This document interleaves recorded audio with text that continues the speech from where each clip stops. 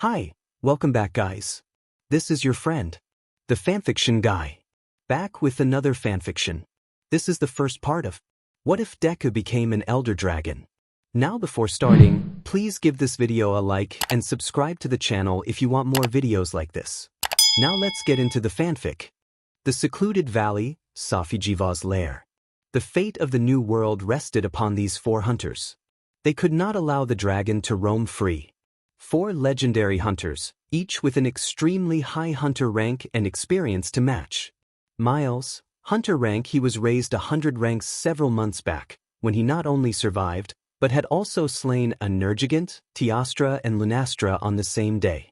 The three dragons were at their prime, posing as master rank threats, and Miles was the one to accomplish the feat of slaying 3 elder dragons in such a short span of time.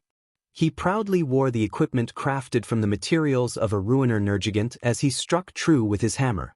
Ryu, hunter rank. In his time in the New World, he had slain a Kirin, a Velkhana and even a Namiel. All of them were master rank threats that had strayed too close to the research base in Celiana and had to be put down. He donned the armor made from Velkhana's hide and sliced away at Safi Jiva with his long sword. Safi, hunter rank, the sapphire star of the New World, and despite being the youngest among the group, she had the second highest hunter rank. The guild had given her a hefty amount of contribution points after slaying Xenojiva and Shara Ishvalda. She was also the one who led a group of hunters into the caverns of El Dorado to repel the illustrious Kulv Taruf. It was her name that they used to name the Elder Dragon, as she was the New World's pride and savior, and it felt appropriate to name Safi Jiva so. These 3 hunters were the New World's strongest, having their stories spread even among the Old World.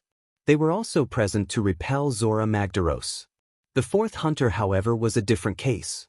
Hunter rank 999, the highest possible rank given by the guild, with only a dozen or less hunters bearing such rank at any given moment in the entire guild. It was the proof of surpassing normal hunters and being among the pillars of monster hunting. Izuku Midoriya, age 38, 20 years of service and 5 years under the tutelage of another veteran hunter.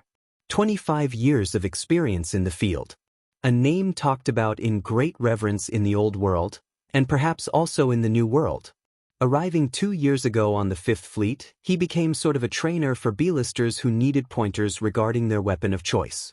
Izuku, being proficient in every guild-approved weapon type, was able to show them the ropes. His time in the New World was treated as his long-deserved break, after that fateful day another year back. The day he and 3 other pillars of the guild faced off the Black Dragon, Fatalis. While not the one from the legends, it was more than strong enough to be considered a G-rank threat and had to be dealt with quickly, or it would be Shrade Kingdom all over again. Slaying the Fatalis proved to be more than enough for his rank to skyrocket and brought up to what it was today. Only when master rank monsters made their appearance did he go back to the field to do what he did best: monster hunting. His most notable feat in the New World had to be when he had personally dealt with a raging Brachydios and a furious Rajang before they caused too much damage to the environment. Izuku also had a history in the New World for slaying tough Old World monsters that showed up in the New World. But even if one were to compliment him about it, all he'd say was that he was just there at the right time and that any other master or G-rank hunter could do the same. Now fighting against a monster that could prove to be powerful enough to be classified as a black dragon, Izuku had pulled all stops and donned his strongest yet at the same time most dangerous equipment: Fatali's armor. His mental fortitude was strong enough to ignore the whispers that urged him to betray his humanity, but he was not one to take big risks, this moment being only the 2nd time he had worn this armor. Having the highest hunter rank among the group, he felt obligated as a senior to look after his juniors, so he went into the battle with a heavy bowgun to attack from a range while at the same time bring support to his teammates with recovery ammo. The battle had been going on for a little over 10 minutes, with plenty of stamina and energy to spare from the hunters. It seemed like the fight was about to be over. Ow! Izuku's eyes immediately locked onto Safi, who was cradling her leg with a wince. Broken limb. Not good.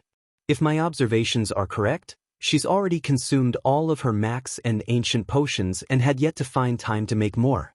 Miles and Ryu jumped into action, with the hammer user taunting the dragon for its attention while the other hunter rushed to the huntress. Izuku checked his ammunition bag for his recovery ammo only to freeze at a revelation. He had run out. And that wasn't the only misfortune that happened right then and there. Because Ryu was attacking Safijiva's tail and Safi herself had been immobilized beside the dragon, the distance to close was too great and all three hunters were pushed back by a large gust of wind made by the flap of Jiva's wings. And the elder dragon left the ground. Just when they were about to lament about its escape, Safijiva breathed sapphire haze downwards, encompassing the ground and bringing great worry to everyone present. Then instincts took action, Miles and Ryu running behind the conveniently fallen crags. The same thing happened for Izuku. Except instead of running away, he ran straight to Safi. Of all the times to disregard my self-preservation, he thought bitterly. Acting fast, Izuku pulled up a max potion and a mega potion from his bag before crushing the pill containing the contents of a max potion and mixed it with the mega potion. For some reason, applying potions directly to the wound was very inefficient compared to simply consuming it, but with a max potion in the mix, it should be enough to recover even a broken leg. Miles and Ryu realized they had left a comrade out in the open in a vulnerable state and inwardly cursed themselves for it. But just before they could help Izuku in moving Safi out of the way, they got a good look at the dragon that was spewing more and more blue mist to the ground and they were locked in place. Of all the times to regard my self-preservation, they thought bitterly. Izuku poured the mixture onto Safi's leg and lifted her up by the arm to drag her away. The coldness of the blue fog did nothing but supply more panic to his erratically beating heart, but he did not falter. There was someone who needed to be saved. "Senior Hunter, please save yourself." Izuku heard Safi shout beside him. They both knew whatever came next, there was no chance of surviving it. Even still, his grasp was firm. "We've hunted side by side with each other before. I would like you to refer to me by my first name, Izuku." He smiled, a certain zeal in his eyes. His years hunting elder dragons and other monsters of the old world had tempered Izuku to the man he was now. Occasionally soft-spoken, quite selfless, wise beyond his years and a bit mysterious in a way. He would never speak of his origin, other than the fact that he was an orphan, but Safi had a feeling that wasn't all. The concoction that was poured on her legs slowly took effect, and she regained more strength to her legs, allowing both of them to move forward faster to the closest crag on the ground to take cover. Then it became quiet. Too quiet. Both heads turned, eyes slowly widening at the sight. It was as if a star had fallen from the sky. A sapphire star. Shrunken as it may have been, it shone with such majesty that one couldn't help but revere it. And it was going to hit the ground. As if the star had stilled every particle in the air, Izuku couldn't hear anything. Not his heartbeat, not his comrades that were urgently shouting at him from behind the crags, and not the girl beside him. A hand squeezed his shoulder. Izuku turned his head to lock eyes with Safi. Even without hearing anything, he knew what she said from reading her lips. "Leave me and save yourself, Izuku." How could he allow that? Safi, the sapphire star, the enthusiastic girl that he had befriended on board the Fifth Fleet before they arrived in the New World. In the span of 2 years, he watched her grow over time, contributing more and more for Astra than she could ever comprehend. In less than 2 years, she had attained the rank of master. A feat perhaps only achieved by fewer people than there were fingers on one hand in the history of the guild's founding. The only thing he could find in her eyes were grief, guilt, and acceptance. The girl who couldn't hide the excitement in her eyes as she went hunts with her legendary senior hunter. The girl who shone as bright as the sapphire star in the sky. Izuku couldn't help but think, she's so young. As a senior, Izuku felt obligated. Obligated to protect the lives of his juniors. Even if it might cost him his own. It felt as if time slowed down, and everything was moving in slow motion. There was one more thing he could do, which was to abandon his humanity. "Fatalis, you want my body? Then take it." As quickly as the voices ceased, the pain began. The scales in the interior parts of his armor dug into his flesh, and Izuku felt something crawling beneath his skin. An unbearable headache overtook his senses and he stumbled, Safi almost tripping down herself. As painful as it was, he still received what he was hoping for. A drastic boost in strength. Before the will of Fatales could cloud his mind, he heaved Safi up from the ground and practically tossed her to the crag Ryu was occupying, which the hunter reacted fast and softened her fall the best he could before pulling her behind the rock. Honestly speaking, that was probably the least painful experience Safi had to endure since the battle began.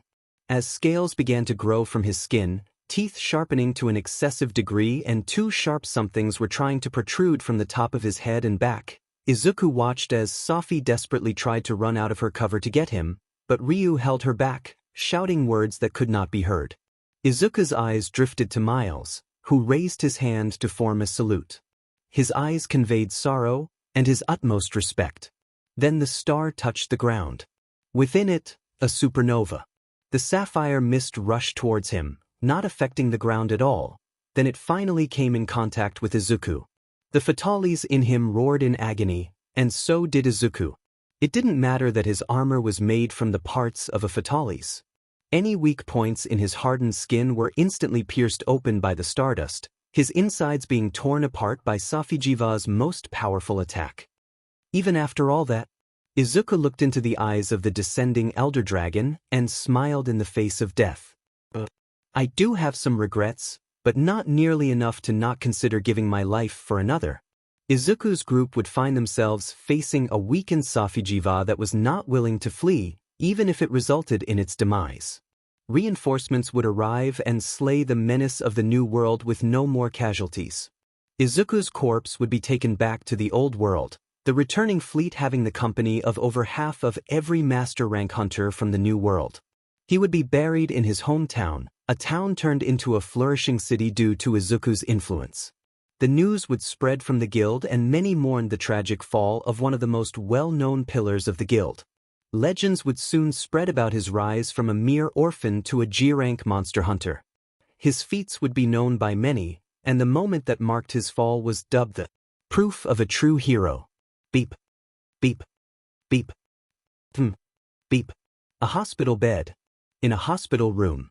A small body. Lying on the hospital bed. Disheveled green hair. Freckled cheeks. Midoriya Izuku. In a coma for a whole year. If he was still in school, he would be beginning middle school. The boy lifted his eyelids, and sapphire eyes gazed at the hospital room ceiling. Despite the long time he had spent in the room, his face looked oddly rejuvenated. Izuku took slow glances at his surroundings, seeing familiar pieces of technology from 25 years ago. He never forgot his true origin. I'm back. He mumbled to himself, then being pleasantly surprised that his throat didn't feel uncomfortable despite having not spoken for a long time. At least he thought it was a long time. Izuku sat up and breathed in, his lungs almost as clear as when he was a hunter, and he thought it strange. My body seems quite healthy. A warm feeling made itself known from the center of his chest. Pulling up the shirt the hospital fitted him into, Izuku took note of his rather fit body before glancing at the anomaly on his chest. In its center, a star-like mark or scar was there. It glowed a faint blue, and Izuku was filled with wonder. Rubbing the mark with his thumb, he said softly, "Did you bring me back, Jiva?"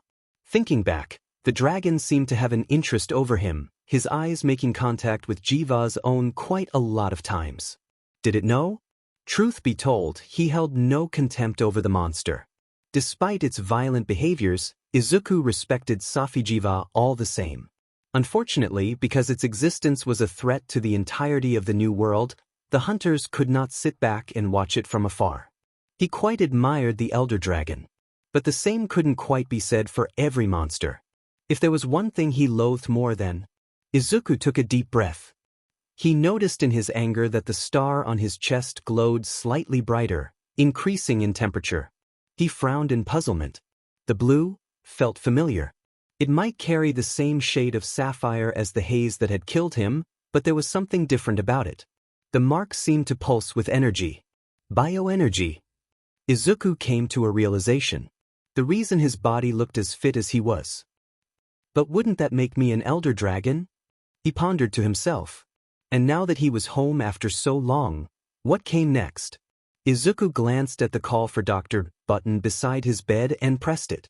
A little under a minute passed and there was a click from the door before it opened slowly.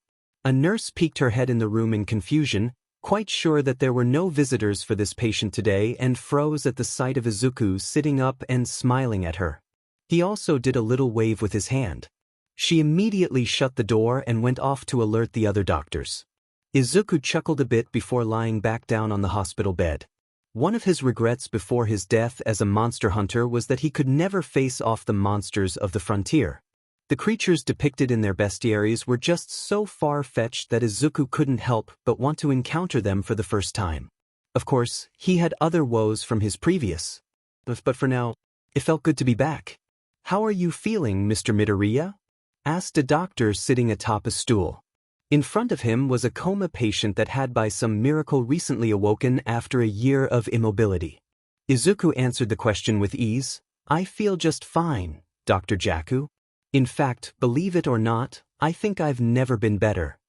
He had to remember to speak in Japanese and not the other myriad languages he had learned to be fluent in from his past life. The doctor stroked his chin in thought. "You are also having no problems with speaking, it seems. Do you perhaps know the cause of this?" "Well, I would like to wait for my mom to arrive and talk about it." Izuku rubbed the back of his head sheepishly. The doctor acquiesced to his request in understanding. After all, he had informed Midoriya how long he had been in a coma for. To think one of his first thoughts was to ease his mother's worries. Jaku exited the room with the nurse that was accompanying him. "That kid didn't seem all that concerned when we told him about what happened," commented the nurse, and Jaku couldn't help but smile. "Indeed. Midoriya has quite a good head on his shoulders, doesn't he? A mature young man." The doctor couldn't help but praise Izuku's ability to stay calm even in this situation. He and his mother are lucky to have each other. A frown quickly made its way to his face. It's quite unfortunate his father did not even visit once. He may be working overseas, but this is his family that had been struck with tragedy. It had been a year and Hisashi did not return to Japan. Who knew what he was doing all the way in America? Izuku's mother had made sure to visit at least once every other day without fail. Inko rushed through the hospital doors with much urgency after her boss let her go from overtime work that day. How could she not be in a hurry? Her baby, Izuku, for so long she had not seen the light of his eyes. Could today mark the end of her year-long and constant despair and melancholy? Making her way up to the counter and almost slamming her arms on top of it, she said with haste, "And my name is Midoriya Inko, and I believe about half an hour ago my son Dash." "You may visit his room, Ms. Midoriya," said the receptionist, a face she had seen quite a few times before. The receptionist had a kind smile on her face. "Who am I to stop a mother from visiting her son?" "Thank you," Inko replied before fast-walking to the room that held Izuku. Standing right outside was Jaku, a man she had familiarized herself with. She assumed he was waiting for her. The doctor gestured to her to come closer to the door before he slowly opened it with a click. "Your son is waiting." 12 months ago. A villain accident. She had almost lost the light of her life that day. Inko had spent countless nights with her own thoughts keeping her awake. Had she done a good job as a mother? Inko didn't think so. All she had done was keep Izuku fed and enrolled him to a school. Every weekday she had to leave her house to go to work an office job, spending very little time with her son. And the worst thing she had ever done to warrant labeling herself as a bad mother, she had crushed Izuku's dreams simply because he didn't have a quirk. But no more. Seeing her son sitting up with his head turned to her with an unreadable expression, it didn't matter that his eyes were a cool sapphire instead of a bright emerald. She would say the words that Izuku had always wanted to hear, and she would mean it. Inko rushed forward to engulf her son in a hug the first time the whole year. Izuku heard hurried footsteps outside of his room. Could it be? There was some muffled conversation before he heard the door open. His mother was here. He wanted to apologize to his mother for keeping her waiting for so long, and then talk about his many adventures in his past life. If there was anyone who would believe him, it would be his mom. Izuku felt a bit excited. It had indeed been a while. The door swung open. A year for his mother since she had seen him awake, and he was greeted with the sight of his mom. 25 years since he had seen her at all. Izuku vaguely felt arms wrapped around him, and he could not hold back his tears. "Oh, Izuku, you're finally awake," Inko said through her sobs. "I missed you so much." Izuku clung on to her as if she would disappear if he let go. Inko felt as if her world was filled with color again, and from the back of Izuku's mind, his worries were put to ease. This was not a dream. He really was back. They opened their mouths and said at the same time, "I'm so sorry, Mom Izuku." Let it be known that both of them didn't think highly of themselves. Inko believed herself to be a bad parent for not allowing her son to have a normal childhood. Izuku blamed himself for forcing his mother to wait so long before he finally woke up. Yet they thought the world of each other. After some incoherent sentences and giving apologies back and forth, they finally calmed down enough to hold a normal conversation. Reining in his beating heart and drying his eyes, Izuku breathed slowly once more. He waited until his mom composed herself. "Izuku, I believe you can be a hero, quirkless or not." Ignoring the surprised look on her son's face, she continued. "As dangerous as it can be, if it's you, then I believe you can do it." He blinked owlishly, before easing a small smile onto his face. "Thank you, Nathan. I'm sorry for worrying you for so long." She shook her head, facing downwards. "And no, it was something out of your control. I should be the one apologizing to you for not supporting you as a mother." "You were only doing your job," Izuku said quietly. Their eyes met and they pulled each other in for another hug. "Izuku, why are your eyes a different color?" asked Inko, addressing the elephant in the room. Both of them pulled back and she watched as her son's sapphire eyes shone luminescent. "There are many things I want to tell you, Mom. But let's talk when we get home, all right?" he said, and she agreed easily. Opening the door closed by Deku so they could talk by themselves, Inko allowed the doctor to enter and check on Izuku's condition more thoroughly and to speak about his strangely healthy body.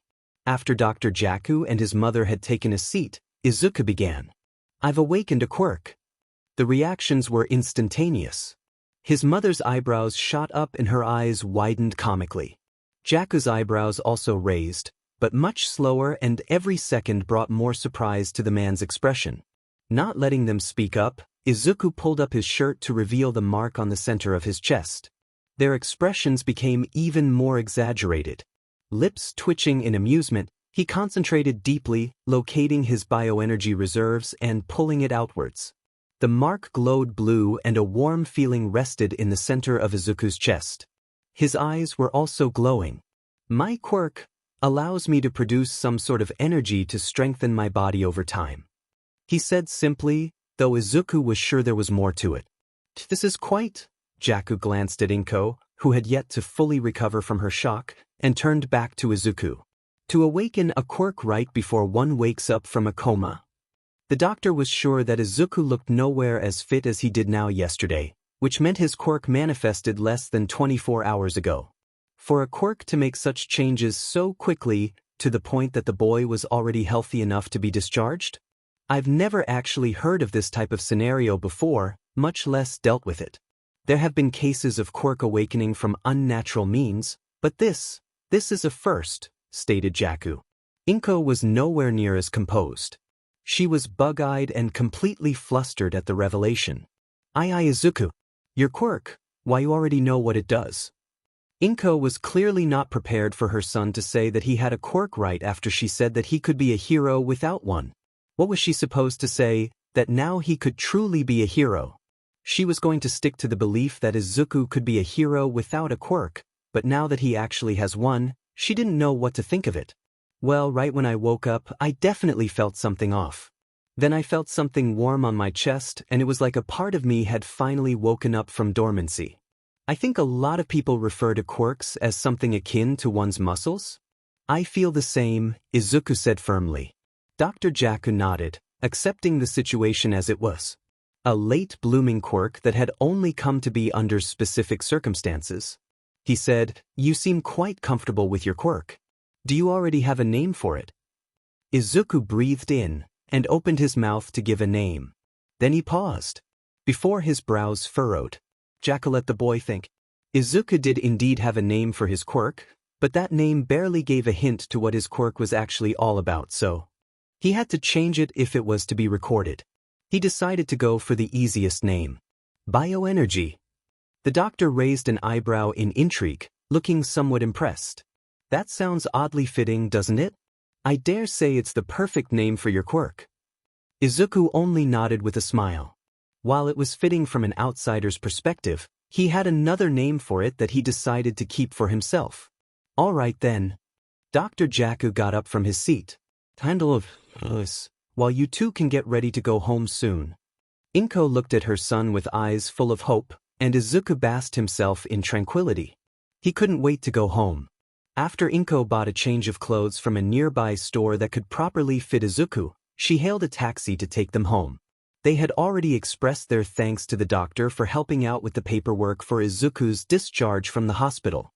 Their ride home was quiet, but Inko was burning with curiosity over Izuku's words. He said they would talk when they made it home. Once they arrived, Inko unlocked the door and opened it, letting her son step inside. Izuku was instantly hit with nostalgia. This seemingly plain apartment room that was a bit cramped in space had a kitchen that cooked his favorite katsudon, and in this place carried his best and worst memories. Even the air inside had a certain coziness to it, like it was approved by his subconsciousness. This apartment room was no private suite, but it was home. But there was something off. His mother closed the door behind as Izuku looked around the room with inquisitive eyes. Shouldn't the room be a bit more cramped? He could have sworn there was another chair in a certain corner. Then again, it had been 25 years. His mind might be playing tricks on him. "Let's talk in my room, Mom," said Izuku, and for some reason his mother's eyes were not so happy anymore. They had a hint of sadness. She nodded in response and followed him to his room. The moment he entered his room, the doubts in his mind increased tenfold. His room was exactly the same as he remembered it. Inko must have made sure to clean up his room, but that's besides the point. Izuku could still remember all these All Might posters just fine from so long ago, and yet the rest of his home gave him an odd feeling. It seemed there was another issue to be addressed. Izuku sat down on his bed and his mom pulled up the office chair from his desk to settle herself down. She donned a curious expression and waited for him to start. "But, Mom, are we in debt?" She didn't expect him to start with that. Inko instantly straightened up, absolutely stunned. She opened her mouth to say something, but after fully processing her son's words, her lower lip trembled. She felt a pit in her stomach. "I was discharged from a private hospital, right? At least, it wasn't Mizudafu General Hospital," Izuku said quietly. "And our home felt a bit empty." Inko's vision was blurred with tears, her breathing becoming ragged. The first time she cried today, it was because of the many emotions raging inside her heart. But this time around, she couldn't lie to Izuku. Not when his tone of voice was so soft. Inko felt arms wrapping around her and she let herself cry once more. Her baby seemed to be all grown up. It's okay," he whispered, rubbing soothing circles on her back. "It'll be all right. Your father, he cut off all our connections. He's no longer sending us money," she said in sorrow. Izuku was silent, letting his mom cry her woes out. "The general hospital was full, and the nearest government hospital that I could take you to was so far away. What would happen to you if I wasn't there for you when you woke up?" She looked into her son's eyes, her face tearful but serious. "I would rather pay a fortune to visit you frequently than nothing to only see you after long periods of time." Looking at her eyes that expressed no regret, Izuku was hit with an epiphany. Her mother had taken care of him for almost 13 years. He didn't know when his father left him, but without a doubt he was raised by her for the vast majority of his life. He was her everything. She was his hero. And he finally had the ability to repay her kindness. "Don't worry, Mom, we'll make it through this," said Izuku, sitting back on his bed. "Together." Inko wiped her tears and remained silent to hear her son out. He took a deep breath before speaking. "In my coma, I woke up in another world." For almost half an hour, Izuku told the story of his past life as a monster hunter in vivid detail. his training under a man he had called a teacher for 5 years, his adventures as a low-rank hunter and his exploits that led to him being promoted to high rank within 2 years and G rank within 2 more. For 25 years, he had led the freest life he had ever lived and in the process made a name for himself as a hero amongst the innocents. Izuku had laughed and cried over the years and had experienced emotions that made him truly feel alive.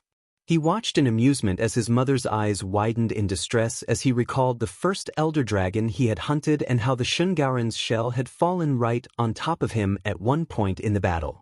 He recalled with an air of solemnity about the time when the defenses of the town known as Dundorma had been breached, and the guild had asked him many other hunters to drive out the threat and reclaim the town once more.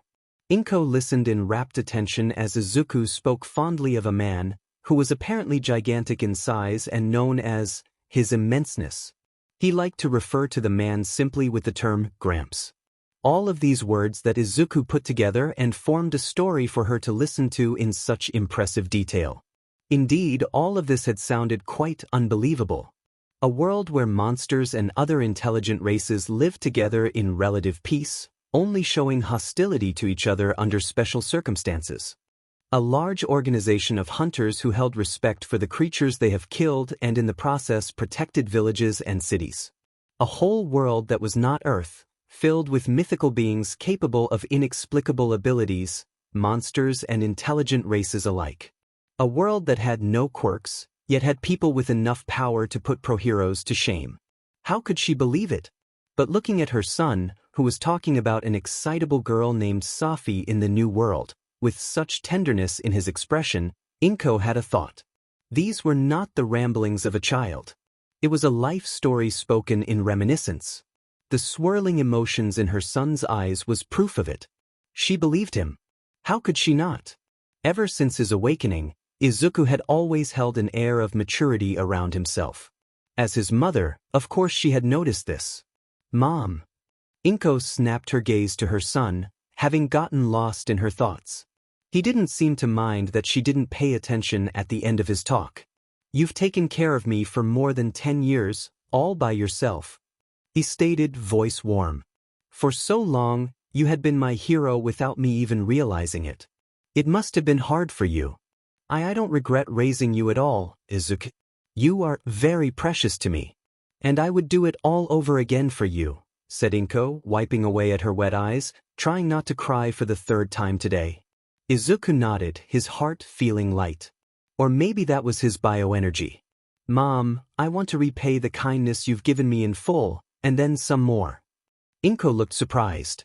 He continued, now that I have experience and a quirk, I want to use that to my best ability so that you can rest easy. I may still want to save people, but first I want to be your hero before anything else.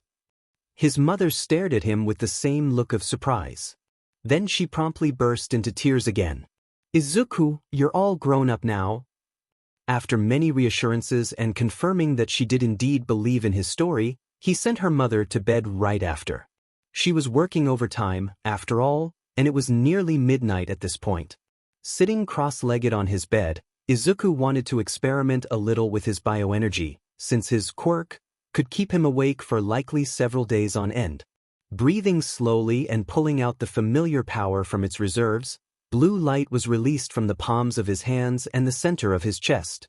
He exhaled to see bioenergy also being expelled from his mouth.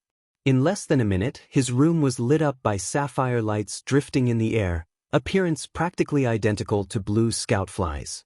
If it's able to produce such a light show, what else is it capable of?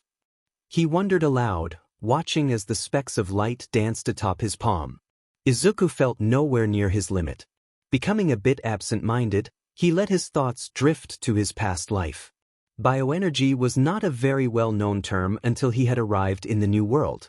An energy that all elder dragons possessed. What did they do with it? He frowned. He was no elder dragon, he was human. He had human blood. Wait, how did elder dragon blood come to be? Was it bioenergy? Was his blood no longer that of a human's?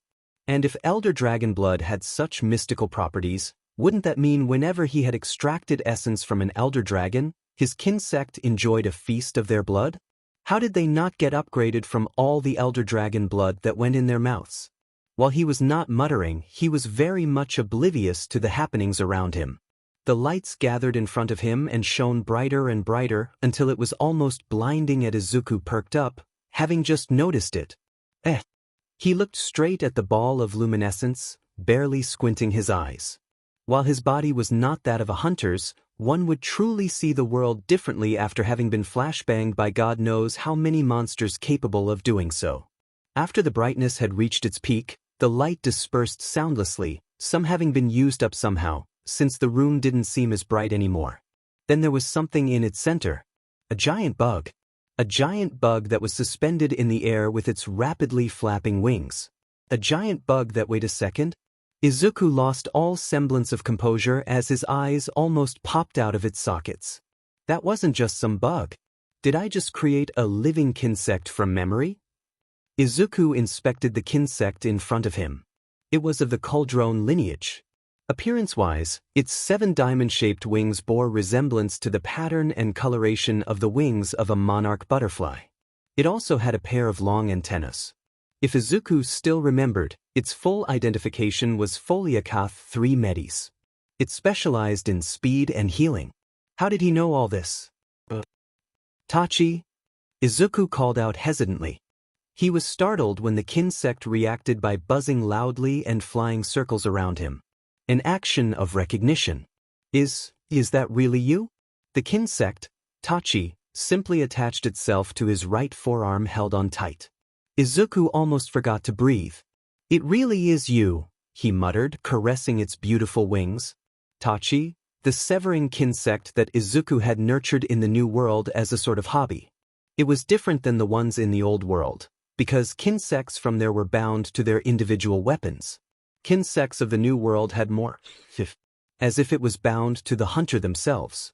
Insects and hunters of both the new world and the old world were known to form relationships of a symbiotic nature with one another. While the hunters nurtured and strengthened their insects with precious items, insects repaid the favor by extracting essences and putting their abilities to good use to aid their owners. But Izuku, being the eccentric and legendary hunter he was in his past life, built a relationship of trust with his insects.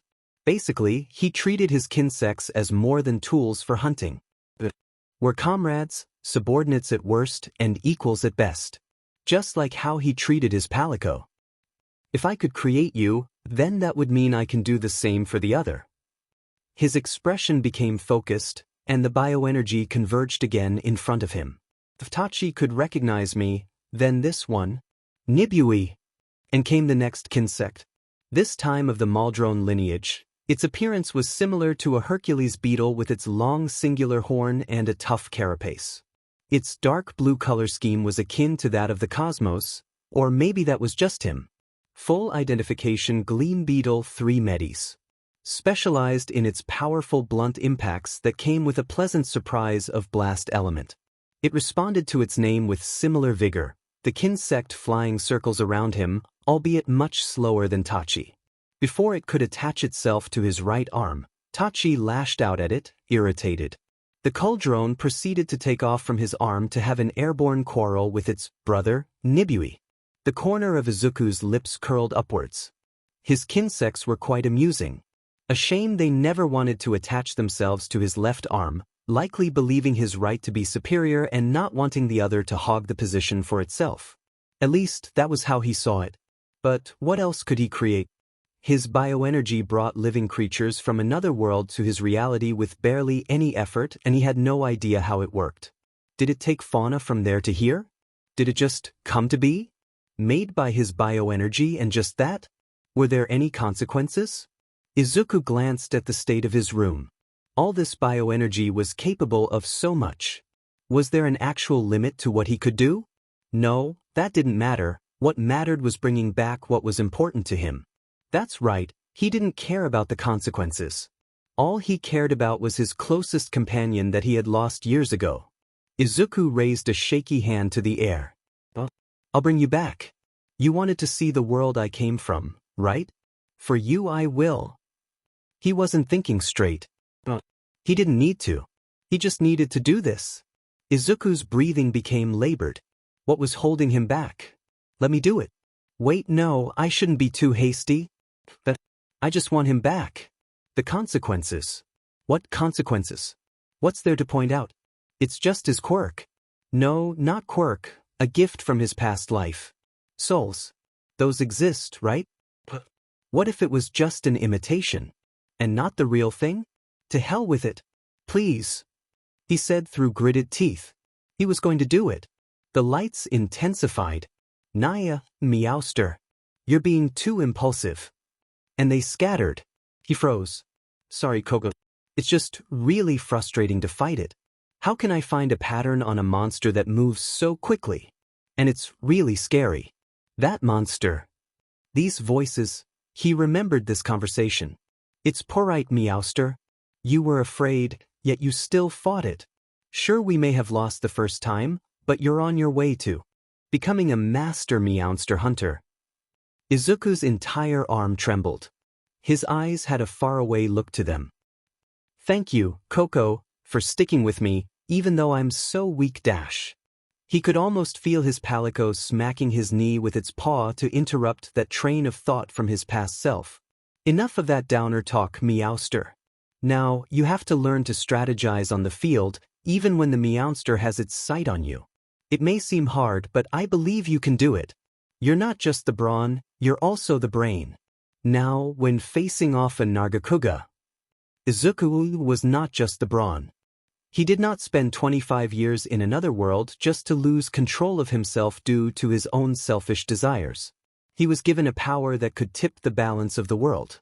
Granted, a world ruled by only humans was not the most balanced world, but if it was one thing about balance that the other world had taught him, tipping the scales would lead to the rules of nature being disobeyed, which would lead to calamity. To put it bluntly, quirks were nothing in front of most dragons. So Izuku needed to be rational. He needed to use his brains instead of his brawn this time around.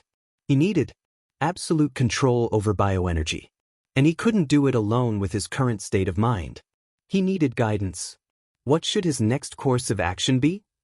Coco, we've got an urgent quest to deal with. Izuku, appearing to be in his late 20s, called out into his temporary place of stay. A Gravios has been terrorizing a nearby farming village near the Ingle Isle. It's only a high-rank threat, but we're the only ones capable of hunting it down at the moment. He had already donned his G-rank Black Diablo's equipment, it being more than enough to deal with a stray Gravios a whole rank below what he usually faced. He joked with a light smile. Who knows? Maybe an Ecanter popped up there and chased the Gravios out of its own home. Sensing a lack of response, Izuku stepped inside his room. Coco? Are you there? Naya. A lazy purr escaped the palico's little bed. Izuku glanced at his companion with worry. Its actual name was Nikoko, and no matter how unoriginal that sounded, it was a name he had cherished with all his heart. At first the name started off as just Nico, which meant cat in Japanese, so that it could remind Izuku of his origin. Then he realized that it sounded like such a lazy name for his partner in battle that he wanted to change it. So he put an extra KO at the end to make their name more endearing. It worked for both of them, so he stuck to it. Izuku was months away from his 30th birthday. Credit to his former teacher for making up a birthday for him after one of his most memorable days. He had been with the same palico for almost 12 years now, and both of them together were a force to be reckoned with, as if their individual strength wasn't impressive enough. Nikoko squirmed in its bed a bit, looking exhausted. Did it catch a cold? It had been well, since their last hunt, and they had been lazing around a lot. Are you okay? Do you need to stay back this time? Izuku asked softly. He was definitely very concerned now. Sorry, Meowster. Nikoko apologized, seemingly too tired to even open its eyes. Izuku patted its head for a bit. It's all right, I'll deal with the Gravios quickly and come back home immediately to nurse you back to full health, okay? It purred at his touch, looking almost no different than a domesticated cat. Izuku smiled a bit. He got up and felt saddened, looking at his palico that was trying to reach out for his touch once more. I'll be back soon, I promise. And he left to deal with the threat with a heavy heart. Dodging the Graviosa's charge with ease, Izuku switched his charge blade to its sword and shield mode to gather energy into its files. He was getting distracted way too much. Then again, he couldn't help but worry. Nikoko was feeling unwell, and it didn't sit right with him. His palico was a tough one, and some sickness wouldn't be enough to put it out of the fight. So, was that the reason why Izuku felt so much dread? Because this was the first time an illness got to his companion? Wait, what's that rumbling sound in front of him? A beam of fire struck his body straight on, sending him flying back. Oh, he definitely felt that, despite his impressive armor and natural constitution. Hey hell, he cursed, carrying himself up as he searched his bag for a mega potion. Gravios definitely pack a punch, if you get hit, that is. Izuku continued his fight with caution, seeing that the monster was enraged and he was not in a right state of mind. That was until something seemed to snap in his mind and he knew. Something was wrong. I need to finish this fight now. He inserted the sword into the charged shield before triggering something that flared the weapon into high gear, electricity crackling all over its form. Izuku swung his weapon in a wide arc in front of him from his right to left, and he held the axe behind himself before slashing it down with all his might, performing a super-amped elemental discharge. Right on top of the charging Graviosa's head. The aftereffects of the discharge caused cracks to form all over the Graviosa's carapace, and the impact to its fleshly body destroyed its brain and several other internal organs, killing it instantly. Well, that fight could have been shorter. Izuku took a deep breath before remembering why he ended the battle right then and there. I need to return immediately. So he did. And he was greeted with tragedy. A low-rank hunter ran up to him with urgency. Senior Hunter. Your palico they... Izuku couldn't hear the rest of it. There was a somber atmosphere coming from the entrance of his place of residence. When he approached, the crowd of hunters quickly parted for him to pass. The hunters and villagers lowered their heads solemnly. No matter how much he wanted to deny it, the undeniable truth was right in front of him. Nikoko had passed away of old age after over 11 years of service. The palico's body, now out of its bed and placed atop a wooden table, was being watched over by one of the village doctors. The man heard Izuku's entry and stepped away so the hunter could see his companion. Your palico, no, your friend, the doctor began, voice quiet, passed away of natural causes. The man took off the hat he was wearing and held it to his chest, head lowered. I'm sorry, Hunter, for not being able to do anything about it. I don't blame you, Izuku replied just as quietly. The doctor pulled something out from his pocket and presented it to him. One of the hunters heard your friend fall from its bed with this in its hands. It was something for you. Izuku took the rather large piece of folded note and unfurled it as the doctor left to give him some privacy. He could almost hear Koko's voice. Hey, Meowster. If you're reading this, then that probably means I'm no longer around. But that's okay. Because that means you're still around to save people. We've shared our best and worst times together and made many friends. I've experienced so many adventures with you that I couldn't possibly forget. And I don't want you to forget it either. Remember those times that brought smiles to our faces and bring a smile to your own. Just because I'm not here doesn't mean you should sit around and sulk. You're my super strong Meowster that never lets anything get to him. So fight on and keep making memories. Puff, Hikoko. Indeed, it was inevitable. Izuku had been so keen on avoiding thinking about the day it would happen that he had completely forgotten. His palico had died a peaceful death at the hands of old age. There was no suffering, just the passing of the course of nature. It would happen one day, and Izuku was glad that Nikoko did not meet its demise from a monster. Being happy, that's what his companion wanted, right? He could at least do that much for it.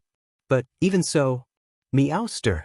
A weapons pro like me will dish out feline fury combos and power you up with demon horns. Naya, Meowster, is this your first time hunting a Rathian? Don't worry, we'll fight it together. Meowster, I don't think it's a good idea to combine gunpowder with Naya. Look, Meowster, I managed to befriend a Jaggy. Meowster, are you alright? Do you need a healing horn? Pesky Meowster, I won't let you hurt Meowster while he's down. The world you came from sounds cool. I wish I could see it. Meowster, come look. Meowster, meowster. Tears dripped onto the paper, forming dark splotches. It's hard to be happy with you no longer here. An emergency bell sounded from the village square. Izuku's head lifted slowly. Outside, there were officials from the guild issuing an urgent notice. An Ecanter has been spotted residing in the Ingle Isle. We are recruiting high-rank and G-rank hunters to hunt it down before it can drive off any more monsters to the neighboring villages. A male Wyverian shouted from the plaza towards hesitant hunters. Most of them were low-rank, and the high-rank hunters were still far from being able to face off with one of those legendary beasts. Another official, a female Wyverian, was just there to accompany her associate and to help out on any paperwork if there was anyone willing to join the hunt. She felt a firm hand grasp her shoulder, and she turned her head around to see a hunter with rather impressive equipment on him wearing an unreadable expression. The Ecanter, its strength can only be classified as a high-rank threat? He asked with a low voice. Yes, judging by the pitch of its roar and how far the sound traveled. It is much too young to be considered a G-rank threat. She confirmed, and the hunter nodded slowly. I'll sign up for the quest. My hunter rank is 450, he said, raising his proof of identity, and the official was impressed. A G-rank hunter in such a low-key place such as this? All right, just sign here and I'll stamp it. The hunter did as he was told. You have about 1.5 days to rest up and prepare. You should be setting off for the base camp of the Ingle Isle by sundown tomorrow, since every hunter is expected to meet up when the moon is at its zenith. I'll deal with it now. The Wyverian thought she was hearing things. I said I'll slay it myself. I should be more than capable of dealing with a high-rank Ecanter, he said before walking off. The Wyverian blinked. Oh shit, he was serious. She rushed forward to hold the hunter back by the arm. Hunter, it's good to be confident in your skills, but an Ecanter, whether or not high-rank, should be regarding with utmost caution. Would it not be safer for everyone to fight with other hunters? There was much worry in her tone. It wasn't that she thought G-rank hunters were weak, it was just that she thought Ecanters were strong. Perhaps comparable to elder dragons. No matter how many G-rank hunters the guild had, losing one would definitely cause a stir. The hunter's hand grabbed hers gently before slowly unlatching it from his arm. He smiled. Don't worry. I know what I'm doing. The official watched as the hunter walked off to their lodging, likely for a change of equipment. Maybe she shouldn't stop him and see how it would all play out? Or maybe what stopped her from stopping him was that smile. It was unnerving. Several hours later, Izuku made it to the base camp. Green eyes looked down from their elevated position. Without a doubt, the monster was still here. His intuition had yet to fail him. He glanced at the hunting horn behind him. That Ecanter was the one that prevented him from seeing his companion in their final moments. It was the Ecanter that forced the Gravios out from its home. It was all its fault. Having already consumed any necessary drags and potions that strengthened his body, he let himself fall into the molten arena. When he returned the next day with oddly clean equipment, he issued a message to the nearest guild headquarters by bird that he had completed the hunt. He proceeded to pack up his belongings quickly, arranging a trip to his hometown, despite the distance, to bury his palico. The other hunters would later arrive at the Ingle Isle alongside several guild officials to see the tuskless corpse of the Ecanter. Taking a closer look would reveal that its skull had been shattered, likely from a blunt weapon. A more thorough investigation would disclose the fact that the Ecanter, a monster that had one of the loudest roars in the world, had its eardrums ruptured by sound. Over time, rumors of hearing an eerie melody being echoed inside the Ingle Isle would sprout, the rumor's origin coming from the initial group of hunters that went to the area expecting to fight an Ecanter. Explorers would hear it and describe it as heart-wrenching and full of mournfulness. Some that were very familiar with music would describe it as equal parts sorrow and equal parts fury. The nameless symphony of rage and remorse. What they didn't know was that monsters could hear it too. But they heard a different sound. The echoes of the Ecanter's cries, the sound that was made with each impact to the legendary beast's head. It brought fear to them. While most hunters heard the remorse, most monsters heard the rage. and there would be no monster that would dare claim the Ingle Isle as their own for the next 2 decades. Of course, this was all information Izuku could have never known. Currently, Izuku sat thinking, before coming to a decision. His kinsects were flying circles around him in concern. As the only person with such a powerful ability in this world, he decided to carry on. Because he was confident in himself. Confident that his 25 years of experience was worth something. That he was worthy to wield this power and to use it to its full potential. Izuku wanted to focus on the present. No longer did he want to constantly dwell in the past or stress about the future.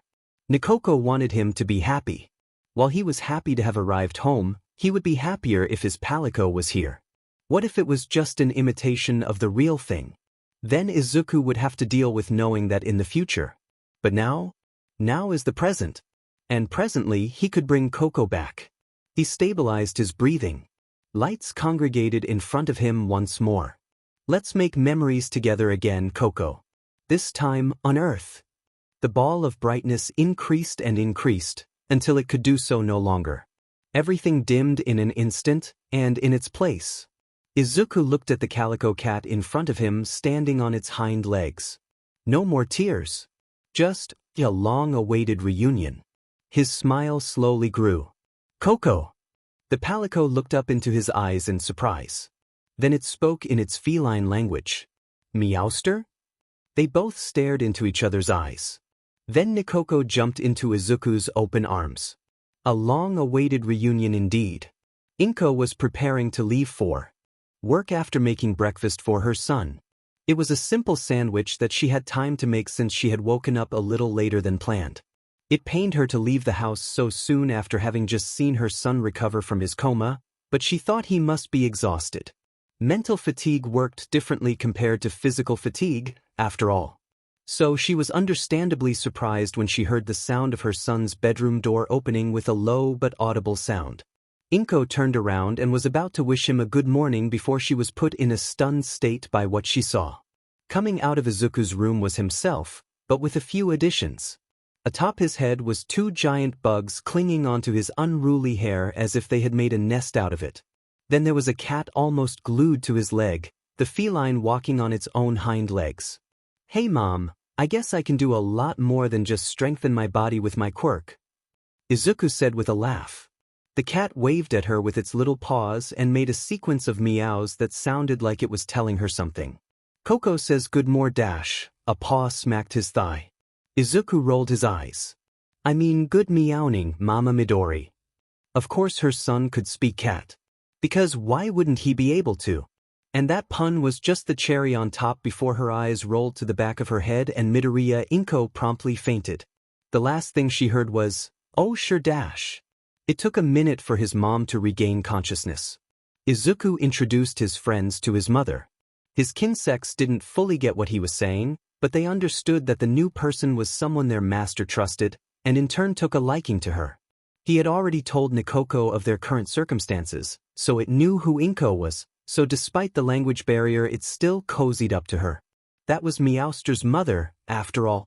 After bidding her farewell and downing breakfast with a few chomps, Izuku went to busy himself with overhauling his room interior. He removed the All Might posters, as he deemed them unnecessary and a bit of an eyesore in his room. Izuku highly respected All Might as a hero, but his past self was on another level, practically worshipping All Might and pretty much developing an obsession. Yeah, that had to go. His kinsects were a big help, taking down the ones stuck to the ceiling. Though he would have preferred if the aftermath didn't include the posters being shredded up from their mandibles and claws. He couldn't help but wonder who would win in a fight.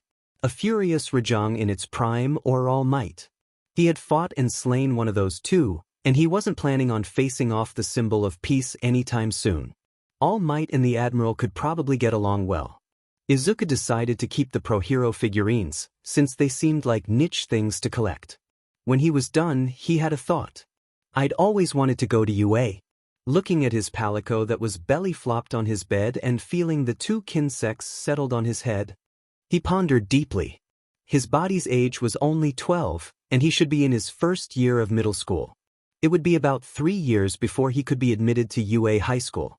but as an old soul in a young body, it felt unfair to join as a student.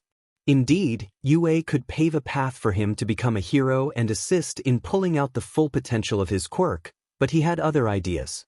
What if he could be accepted into UA, not as a student, but as a staff member? Izuku had fighting experience and also impressive control over his bioenergy. He was young, sure, but perhaps with his mannerisms he could persuade his employers into hiring him. UA was Japan's best hero school, and eccentricity came with being at the top.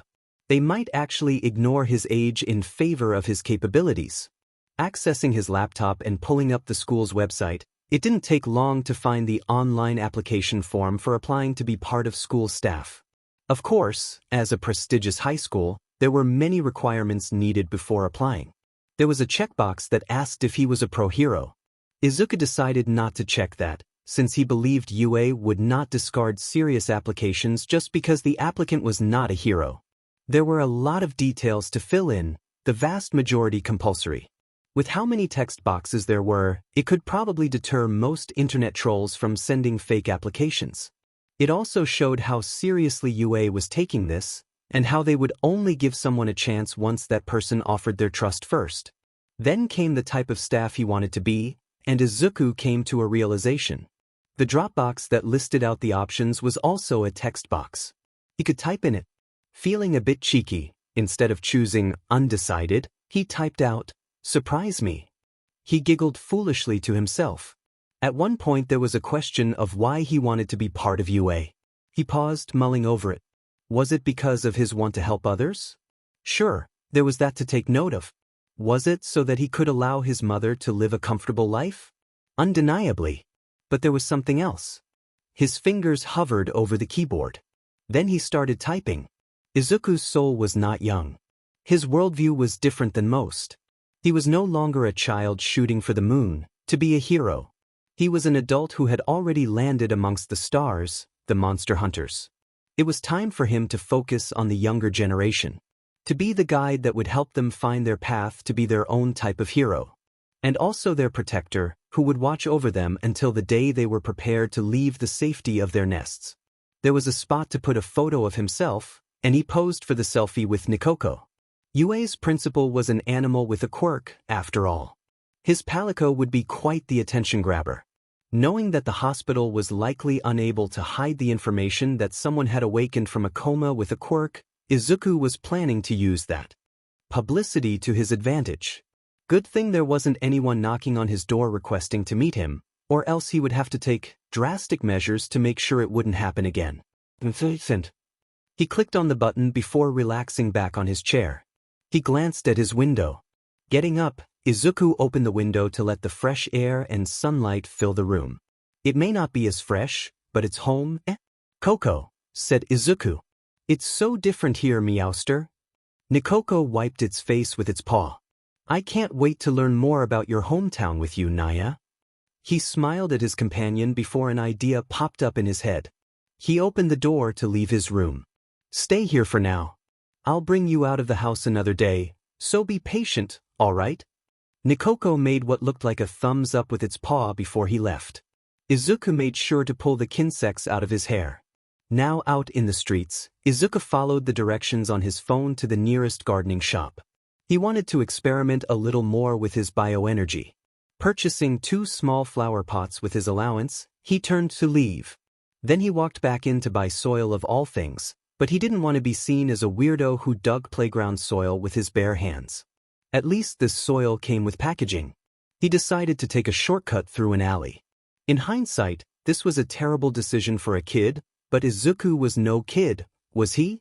I feel like someone's gonna mug me. A large figure stepped in front of him from behind God knows where. I knew it. Cracking his fingers, the mugger looked down on Izuku with a glare that would intimidate any middle school kid. Give me your money and no one gets hurt.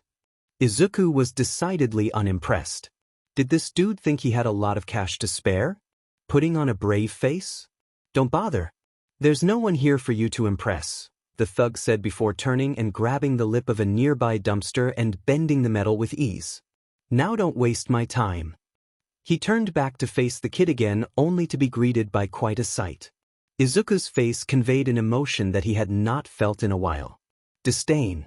The thug felt like questioning his whole existence.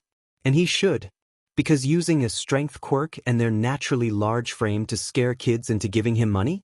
Of all the things to do with one's life. What a waste, he muttered to nobody in particular, but the man heard his words. What did you say? You think you can just insult me to my face and get away with it? Recovering quickly, the mugger swung at Izuku's face. Izuku walked out of the other side of the alley as he pocketed his phone after making a call. It was time to go home. And if one would look deeper into the alley, they would see a large man on his side, curled up and clutching his broken nose. Blood was flowing out of it and tears were leaking from his eyes. I'll change my ways. I swear. He gritted out in pain, a look of fear plastered all over his face. The monster. Using your quirk for something like this? I don't know how long you've kept this up, but you may be redeemable. Depends on what the authorities say, though. He tried to act smart and say that he would accuse the kid of assault and not tell the truth. Like an idiot. What did you say, mister? Shivers went down the man's spine when he heard that tone of voice. You, the one who swung first. You, the one who mugs little kids. And you're saying you want to deny these claims? No, I'll tell the truth. So please don't hurt me, he said aloud, but there was no one around to hear him. Hey, mister. The mugger had made the mistake of sparing a glance. And that face would be etched into his mind for the rest of his life. Glowing blue eyes that carried an intent that he was too afraid to decipher. A bright smile commonly seen on children. The contrast between the two was so large that he was terrified. Your quirk is quite cool, you know? I think you can do better things with it. The kid had said before leaving. It would have been somewhat comforting, if it hadn't felt like he had been dunked into a freezing lake. Faint sounds of sirens echoed in the alleyway. Once in the comfort of his own home with Tachi and Nibui back on his head, Izuku filled the 2 flower pots with soil before letting his bioenergy circulate through his body. With the image in his mind, he held out his palm and 2 small objects materialized on top of it, bathed in blue light. A mite seed and an adamant seed. The mite seed was a dark red color and the adamant seed was a dark yellow. Both of them had the shape of a pea, but their size was much larger than peas. Izuku planted the mite seed in one pot and the adamant seed in the other pot. In his previous life, both species of plants grew at the same rate, so he wasn't afraid to use 2 different seeds to conduct the experiment. Besides, they would add color to the room once they grew. He set down the pot which contained the adamant seed on the windowsill inside the room. For the mite seed, he twirled his finger in an unnecessary fashion before bioenergy leaked from it. He let the energy fall into the soil. Now with 2 flower pots on his windowsill, Izuku was satisfied. Then he realized he had not eaten lunch. I was supposed to buy takeout for myself. He glanced at the bioenergy lingering on his fingertips. His eyes turned to the direction of the fridge. Izuku was a man of many talents in his past life. Many talents. Inko returned from work, deciding to no longer work overtime. She wanted to spend more time with her son, who was undoubtedly also working hard for their family.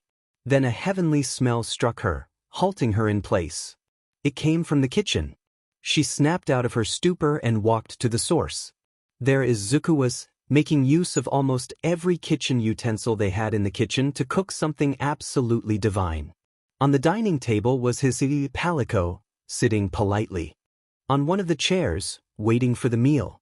There was also his kinsex, scuttling in circles on top of the table in what seemed like impatience. Don't worry about dinner, Mum. I'll whip up something good. You can just rest for now. Izuku called from the kitchen.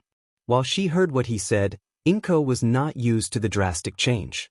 Usually, she was the one who cooked dinner for the both of them, but it seemed the tables had turned. So she sat herself down by the dining table, feeling like she had to do something, but had nothing to actually do. Her son had spread his wings and soared far into the skies above. And Inko feared the day Izuku may fly away from her. Glancing at him taking charge of the family, she was conflicted. She needed to remind herself that he was an adult in a child's body. But it was because of that, She was scared that her son didn't need his mother anymore. It sounded selfish, she knew, but that was because she was not prepared for that day to come so soon. Mom. Inko's gaze shot forward, only to meet Izuku's face popping out from the kitchen. With a smile, he asked, "Do you want to help me cook dinner?" She was so surprised that it took a few seconds before she replied. "Oh, of course. I would love to help." Perhaps it was true that Izuku didn't need his mother anymore. "I've never seen this fish before." "It's called sushi fish, Mom. It's a delicacy from my other home." He didn't need his father, that was for sure. "Looks like I'll have to go grocery shopping for more vegetables, because I'm pretty sure you almost emptied out fridge." "Hey, sorry." But those two would continue to stick with each other for a long time, their love unconditional. "Now that's a cooking method you'll have to teach me one day, young man." "Sure. You just had to ask. After all, they were family." "You don't plan on eating all of this tonight, are you?" "Oh yeah. I forgot I'm no longer in my previous body. We can reheat it for tomorrow's lunch then. Perhaps not even death can do them apart." Laying on his bed, Izuku prepared to go to sleep. His might seed had already sprouted its leaves and was on its way to lengthening its stem. His adamant seed had yet to sprout out anything, however. That was to be expected.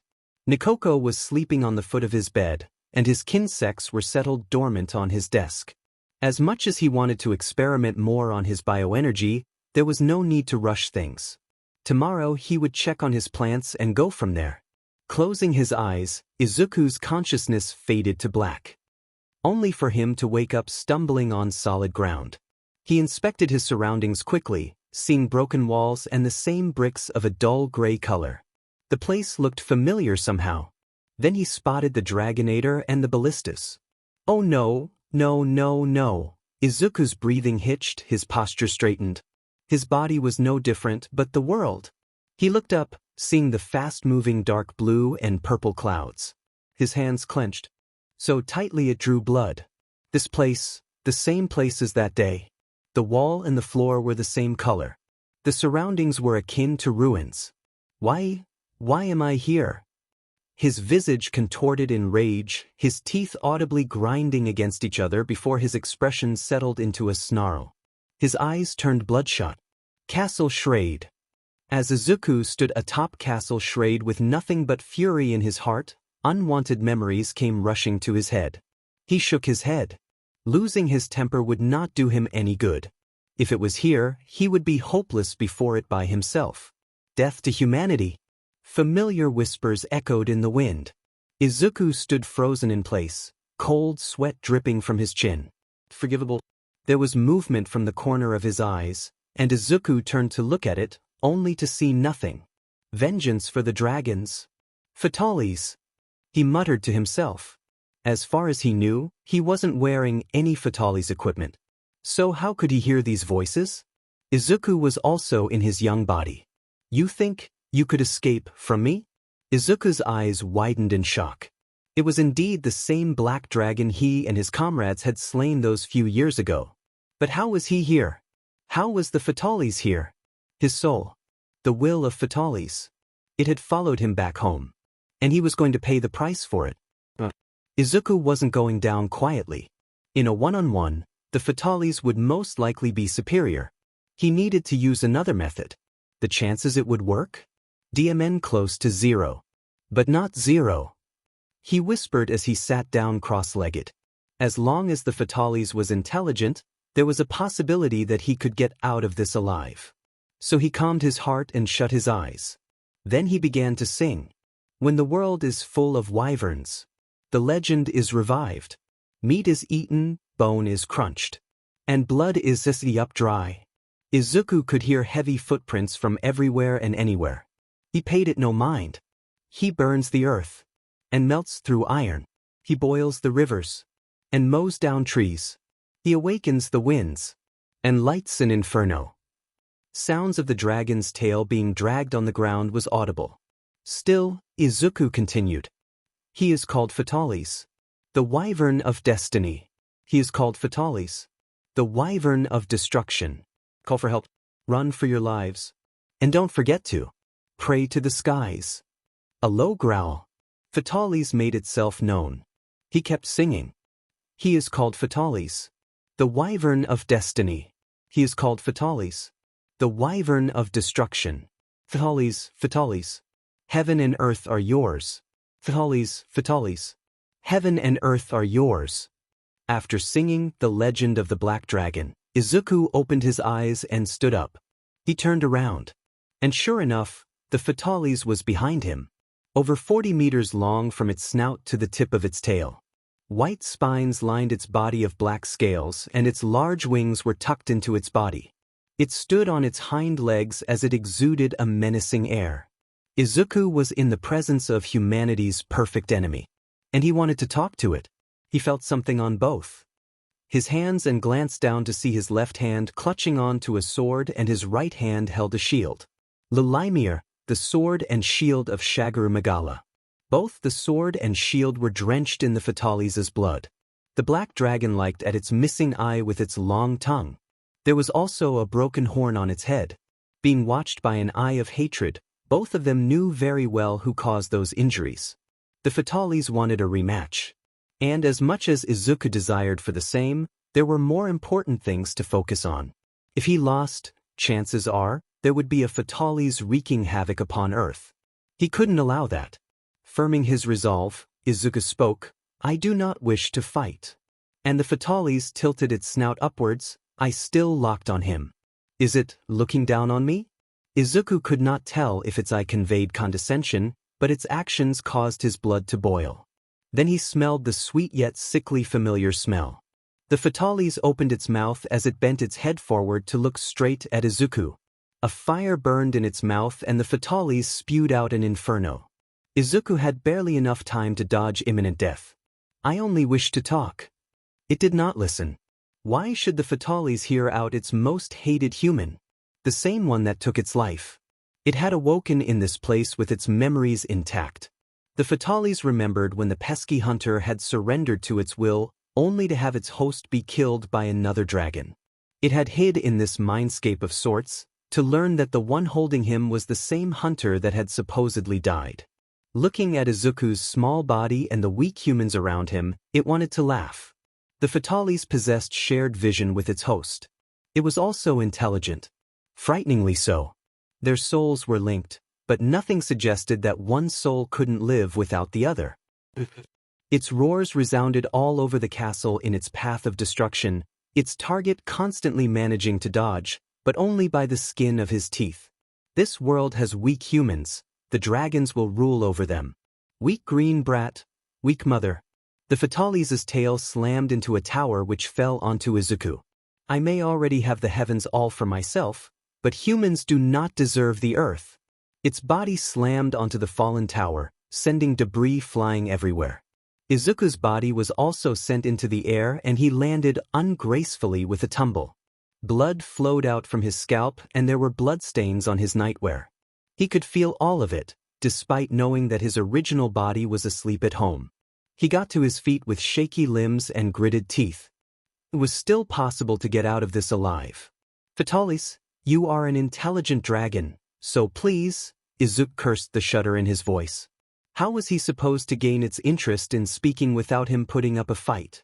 His chances were already slim, but it just got slimmer. Izuku heard heavy footfalls in front of him as a large shadow was cast in over him. He looked up to see the imposing figure of the black dragon in front of him. Izuku despaired. He hated the fear in his heart. There was a trace of mockery in the Fatales' eyes, and it was that day all over again. Please, get up. Senior Wolfgang. Midoriya Izuku, hunter rank. There were tears in his eyes as he tried to drag a hunter to safety. Wolfgang, hunter rank. After taking a likely fatal hit from the black dragon, the man could barely do anything as he watched his junior try in vain to save him. Izuku, my friend, please save yourself, he said with much effort, his grasp on his consciousness slipping. I cannot be saved. No. I will save you. People need you, so please. Izuku had heard the tales of Wolfgang, and how he had slain a Shaguru Magala and prevented any more frenzy outbreaks from happening in his region. He had witnessed as the man came out of retirement to pursue and hunt down another Shaguru Magala, much older and stronger than the first. The dragon was hiding, biding its time until a perfect opportunity came for it to spread its frenzy virus in the most efficient way. Unfortunately for the elder dragon, Wolfgang was already hot on its trails.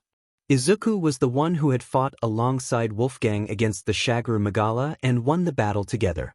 It was only a year later when a Fatalis was reported to have been spotted in Castle Schrade. Both of them had met up with 2 other living legends to slay the Black Dragon. So how did it end up like this? A shadow was cast over both of them, and Izuku froze. The Fatalis loomed over them like a death god, its eyes of hatred piercing through Izuku's soul. Over time, he had forgotten this feeling in his chest. The feeling of paralyzing fear. The dragon's head shot forwards and Izuku felt something shoving him out of the way. Wolfgang's Mega Demondrag-empowered strength pushed Izuku a far distance away from his demise. The last thing Wolfgang said before the Fatalis' jaws snapped shut on him was, "Live." The Fatalis stared at the cowering hunter in front of it. Just like old times. Baring its sharp and serrated teeth, it lumbered forth slowly, tauntingly, and absolutely threateningly. The world was there for the taking. All the Fatalis needed to do was to finally get rid of Izuku and take over his body once more. "Where are your comrades now?" Then it made a mistake by saying those words. Something inside Izuku snapped. His eyes turned even more bloodshot. His fear turned into a blazing anger and he released all of his pent-up bloodlust. "Fatalis!" The dragon reeled back instinctively. Then it made eye contact with Izuku. Looking at his expression of hatred and enrage, it was the Fatalis' turn to feel something from the back of its mind. "How dare you!" Izuku's aura was unrelenting, and while it was nothing the Fatalis couldn't handle, it was his aura. From the same hunter that made the black dragon feel. And all it saw was red.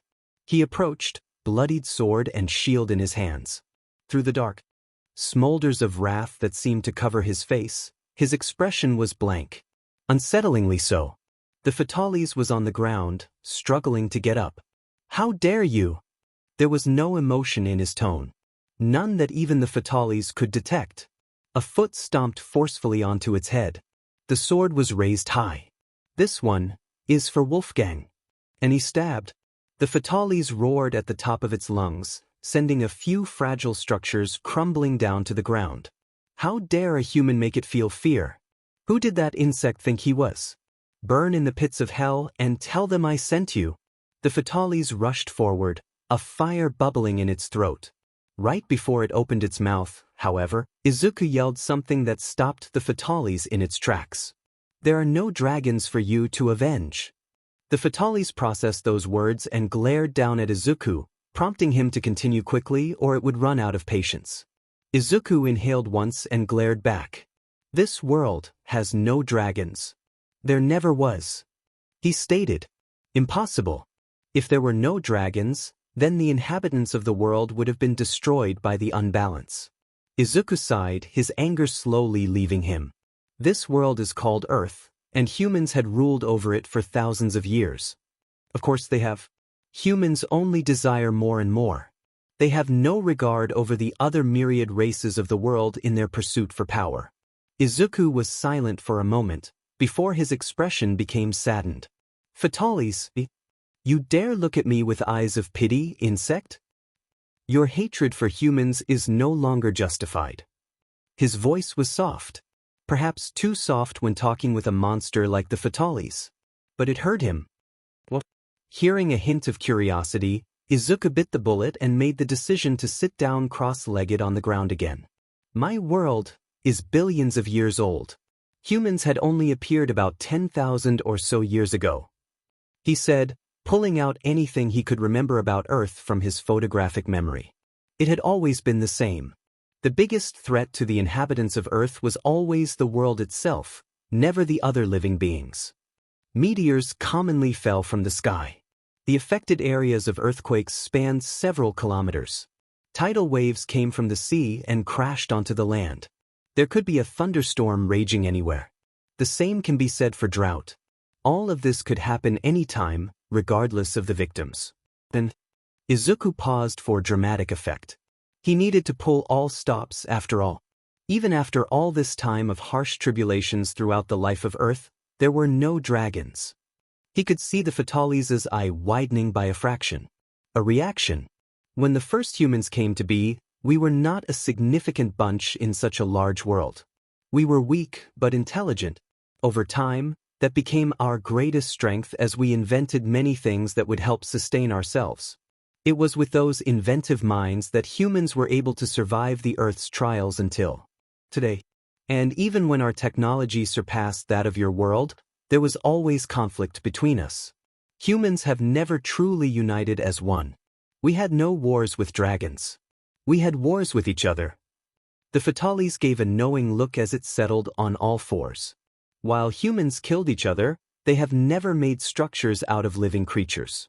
Our civilization has learned and is still learning.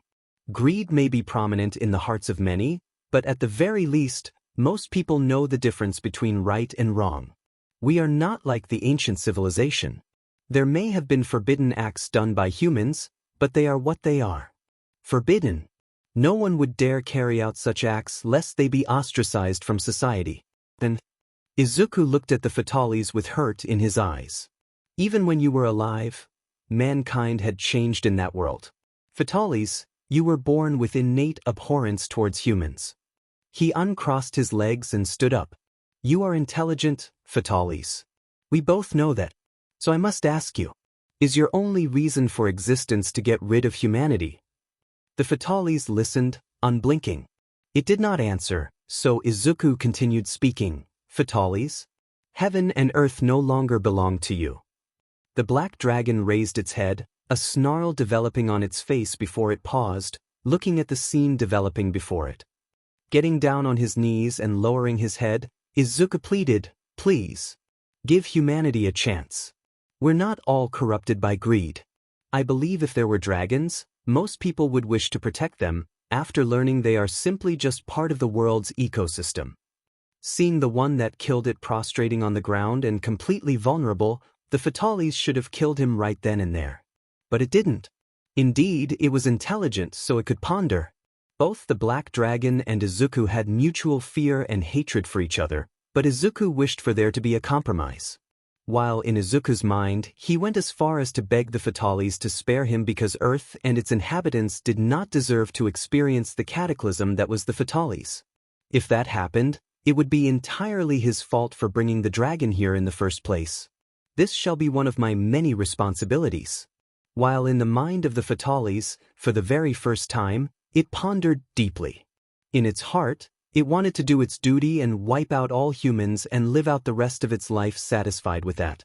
But wouldn't that make the Fatales no better than a bloodthirsty monster that kills for the sake of killing? After all, there were no dragons to avenge here. There was just itself and its host. The Fatales wanted to think for itself as it had technically already failed to do its duty when it was killed a few years ago. In its head, the chains that had carried its burden of killing off humanity were finally unshackled. The Fatales felt lighter.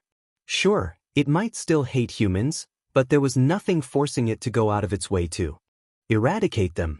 The black dragon felt free, and curiosity took its place. What of quirks? Izuku lifted his head and blinked in surprise before replying. Well, I also don't quite know of their origin, but over 200 years ago, a child that could glow was born. That was supposedly the first quirk user. Because of the imbalance in power between the quirkless and the ones with quirks, there was quite a bit of chaos in the beginning. I believe there was even a war. Then he gained a thoughtful expression. Actually, now that I think about it, I guess you could say, we are our own dragons. Those words resonated in the Fatales' head. We are our own dragons. There was something about that sentence that it couldn't help but wonder. The hunter was quite good with words. Now, all the Fatales wanted was a reason for its continued existence. Perhaps, following Izuku could prove beneficial. There is no longer a reason not for me to concede. Midoriya Izuku, you have convinced me to spare humanity. Izuku's eyes widened, both from hearing the Fatales say his name and for being able to succeed at placating the black dragon.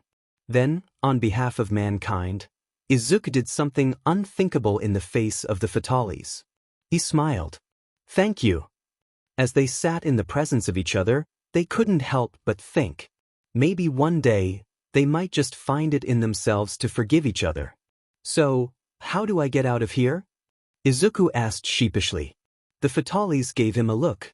I will let your consciousness return.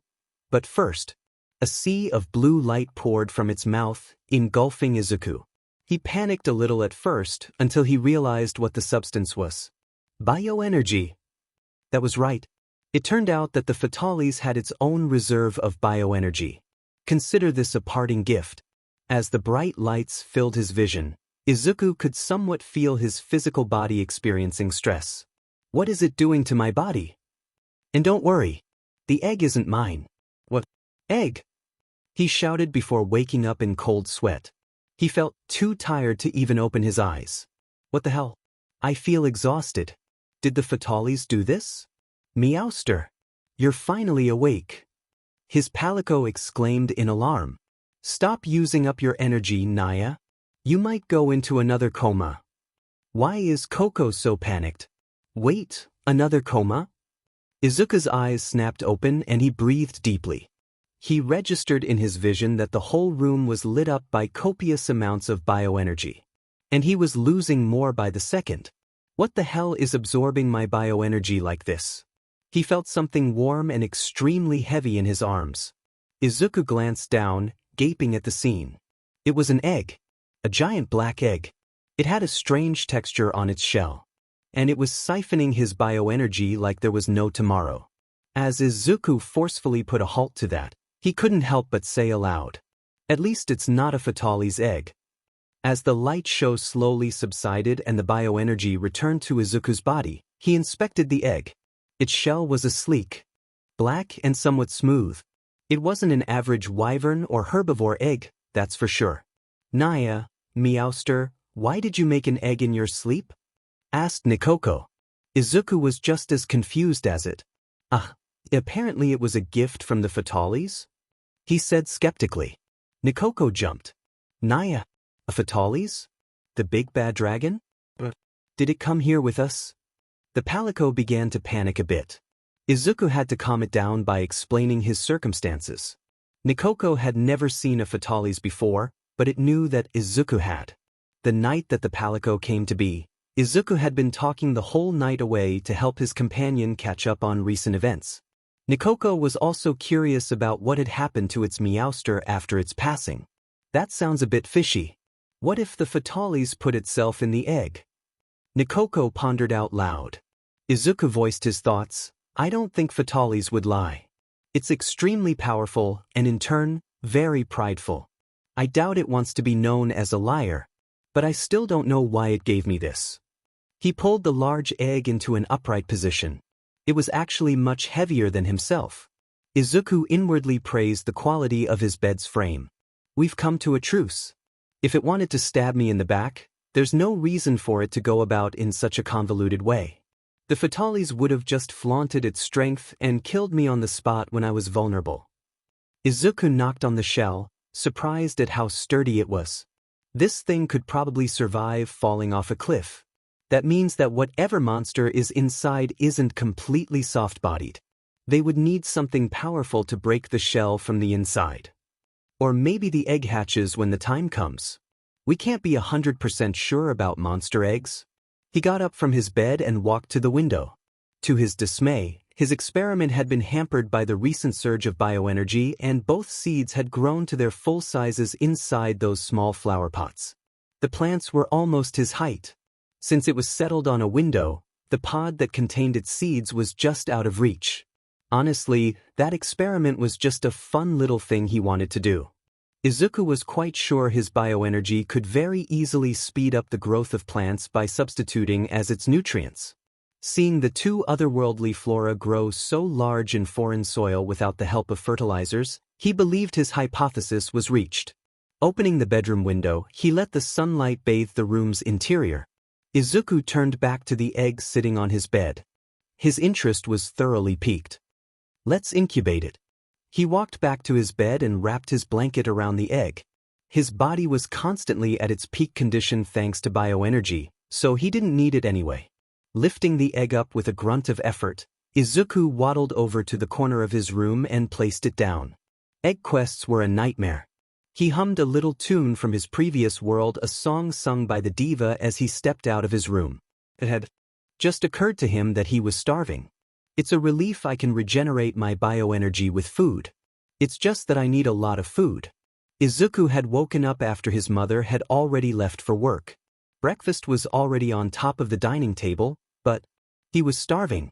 So he opened up the rather empty fridge, that was his doing, and took his lunch out of there to reheat. He was going to eat breakfast and lunch for breakfast. Hopefully his mom wouldn't mind working on another large dinner. While the food was reheating, Izuku went back to his room to look through his hero analysis notebooks after powering up his laptop. The books had the beginnings of mold sprouting on them, the pages taking on a yellowish tint. The latest one was number 8, and looking through the notes inside, he was not surprised by the lackluster content. While it was true his younger self had a knack for analysis, Izuku had to push that talent to its limits in his other life when facing off monsters of all types. The environment, the monster's experience with dealing with hunters, remembering the bestiary's studies from the top of his head while engaging in battle at the same time. The difference in skills between G-rank master rank hunters and high-rank hunters were like heaven and earth. A completely different level. That sounded a lot like he was boasting. Clearing the thoughts in his head, he put his notebook back with the other 7. Pulling out a drawer from his desk, he found a couple of empty notebooks that were also slightly moldy. It looked like he needed to buy some new ones. Izuku got on his laptop to find an email sent to him from UA. They had taken his application seriously and was actually arranging an interview for him with the principal himself. Tomorrow. Well, weren't they keen on meeting him? "Coco, it's time for breakfast," he said after hearing the beeping. "Naya, I'm not hungry," the palico said offhandedly, prompting Izuku to perk up in surprise. "The bioenergy went into my body and I didn't feel hungry anymore. I don't even feel a little bit tired." The gears in his head turned. With a click, his analytical prowess came into play.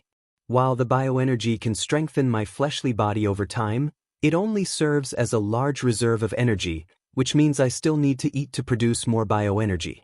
It seems for my creations, however, not only does it strengthen them, they can also treat it as nourishment. In fact, since they manifested from bioenergy, it's most likely they can live off it without repercussions. "I see," he said simply. Then he left to eat a large breakfast. Well, large by a teenager's standards. Izuku was confident that one day his body would be improved by bioenergy so much that he could consume a whole hunter's meal in spite of his small size. Since he was free, he went out of his apartment to purchase some notebooks. "How did I get here?" Izuku said to no one in particular. There was a plastic bag of several new notebooks he had bought recently on one hand. His other hand was pointing at the impressive collection of cooking utensils in front of him. And why won't they sell larger pans? Cowards. Izuku decided to buy a large wok, which put a dent in his allowance. Now that he thought about it, was this how grocery shopping felt like? He wasn't one to visit the markets from the other world very often. Books in his left hand and wok over his shoulder behind his back being held by his right hand, he made his way home. Then he stopped after hearing a familiar voice. "Do you?" Izuku turned around, not at all in a rush to see his former bully. "Who the hell do you think you are?" Bakugo shouted at him, about to breach his personal space. Listening to hot-tempered blonde, Izuku realized something. "Bakugo, I don't miss you at all." "Long time no see," said Izuku before a hand grabbed onto his shoulder roughly. The fabric of his shirt started smoldering from Bakugo's quirk. "Has his class not started yet? Not that I know which middle school he applied to." "You think you're so much better with a quirk now, huh?" Little quirkless Deku waking up with a quirk and dropping out of school. He shoved his phone at Izuku's face to show the article that had been making rounds online. Izuku's face remained passive, but in his heart he was relieved that his situation wasn't too out of hand on the internet. "I bet you've been lying about your quirk all this time.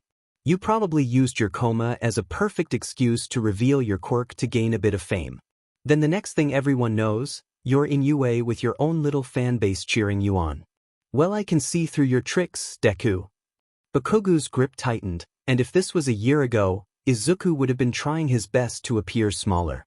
But this wasn't a year ago. His face took on an expression of disappointment. Bakugo, you are smart, but because of your grudge with me, your anger clouds your rationality and it resorts to these claims. Looking at Izuku's face, Bakugo quickly realized that the formerly quirkless nobody, he's still a nobody, was looking at him with pity. Why the F are you looking at me like that?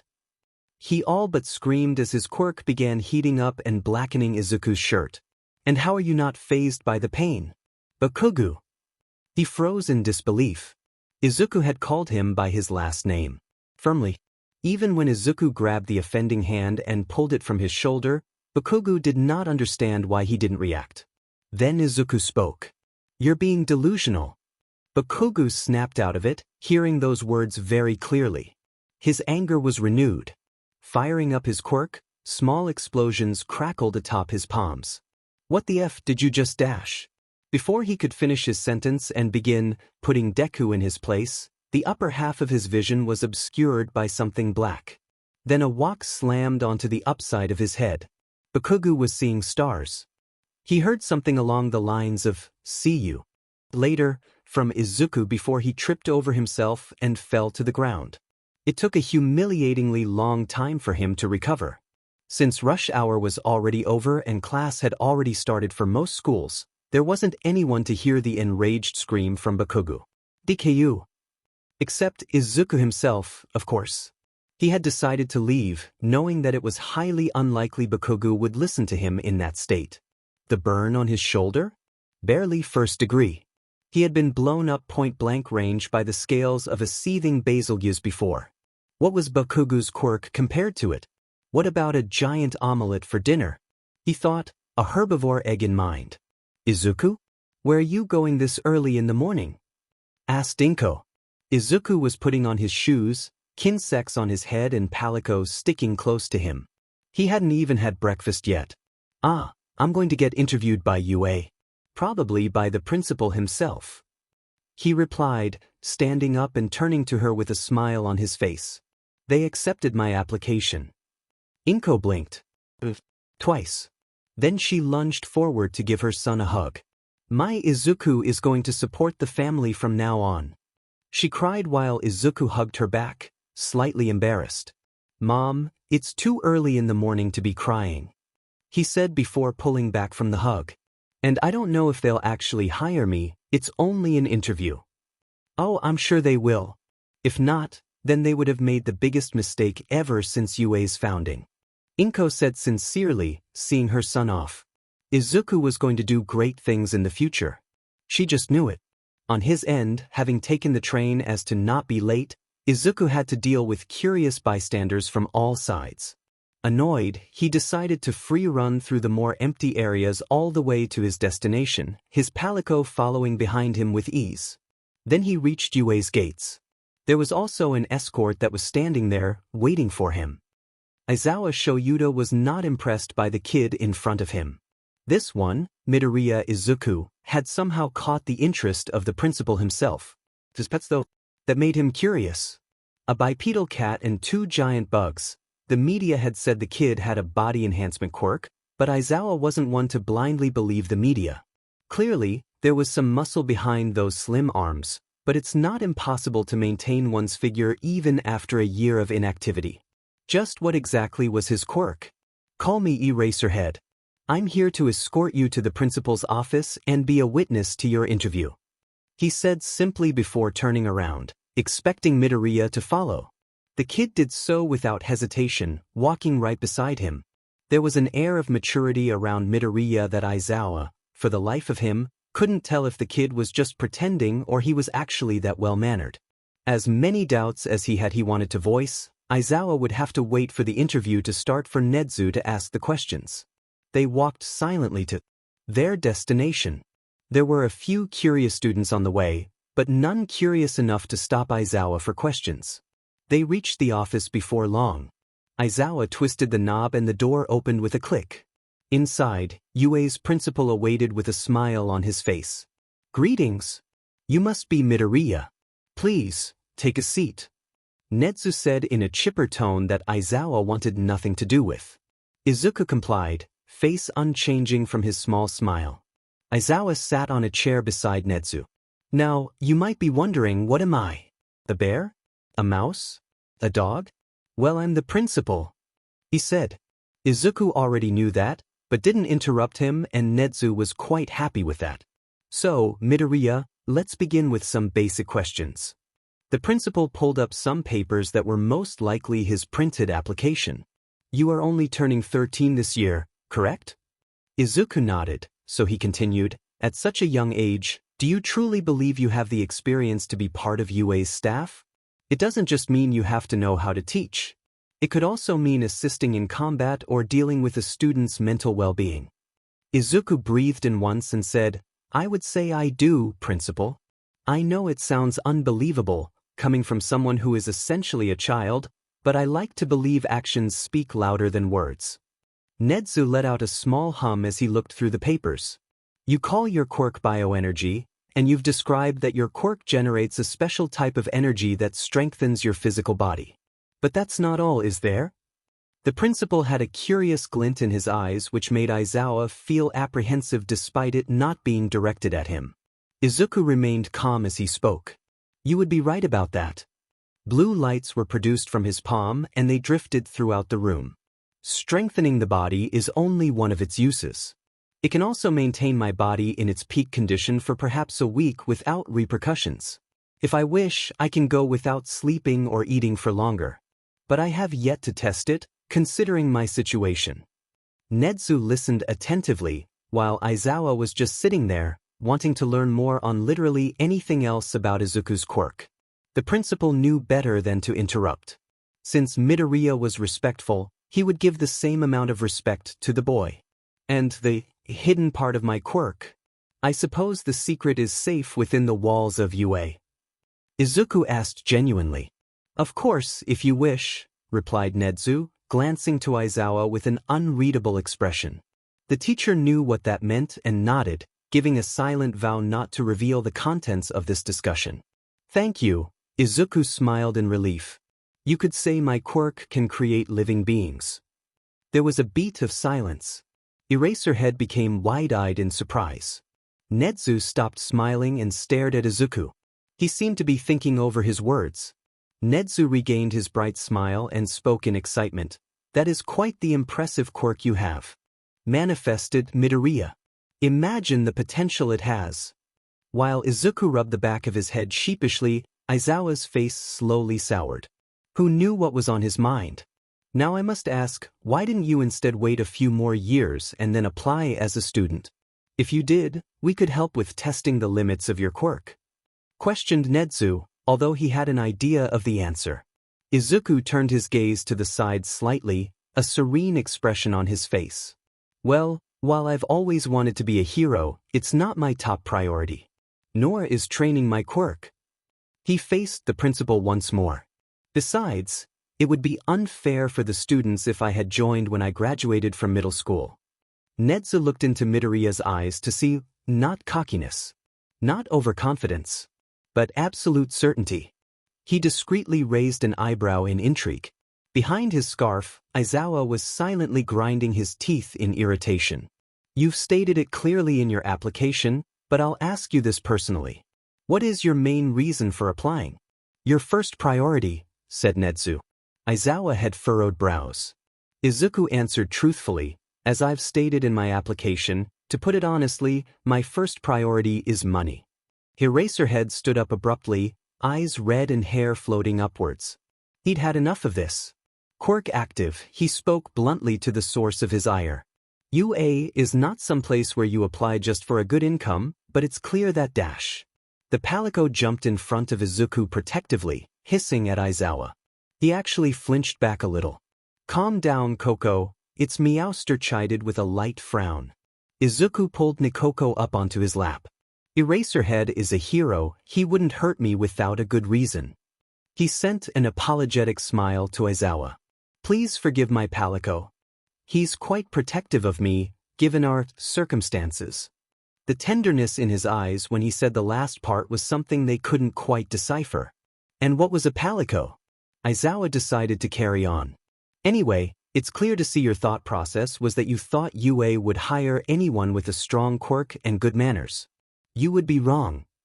He scowled in annoyance and said, "Did you seriously think that the school would be that shallow to hire someone like that? Let alone a child much younger than our first years? You're not thinking realistically, kid." Izuku blinked, confusion rather than shock on his face. He said slowly, "Eraserhead, have you read my application?" "No, I haven't. Nor do I plan to, with that mindset of yours," said Aizawa with a scoff. Why was Nedzu looking at him like that? Money may be my first priority for now, but that doesn't mean I will focus on other matters less.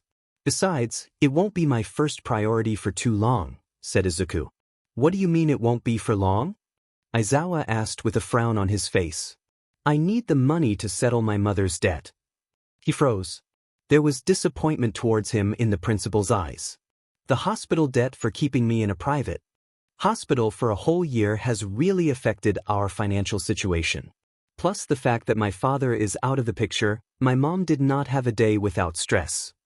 Izuku said firmly, I want her to live a good life to repay her for being my hero. And also because we are family. The silence was almost palpable, with Aizawa no longer having his quirk on and not knowing what to say. Nedzu broke it by praising him softly. That is a very noble goal, Midoriya. I respect that. Thank you, Principal. Nedzu gave his papers another once-over before deciding to conclude the interview, despite it being much shorter than the usual ones. Hearing the sincerity in your voice, I feel inclined to believe the words in your application form. As you said in the beginning, actions speak louder than words. Would you mind coming over tomorrow morning, same time, despite it being a Sunday?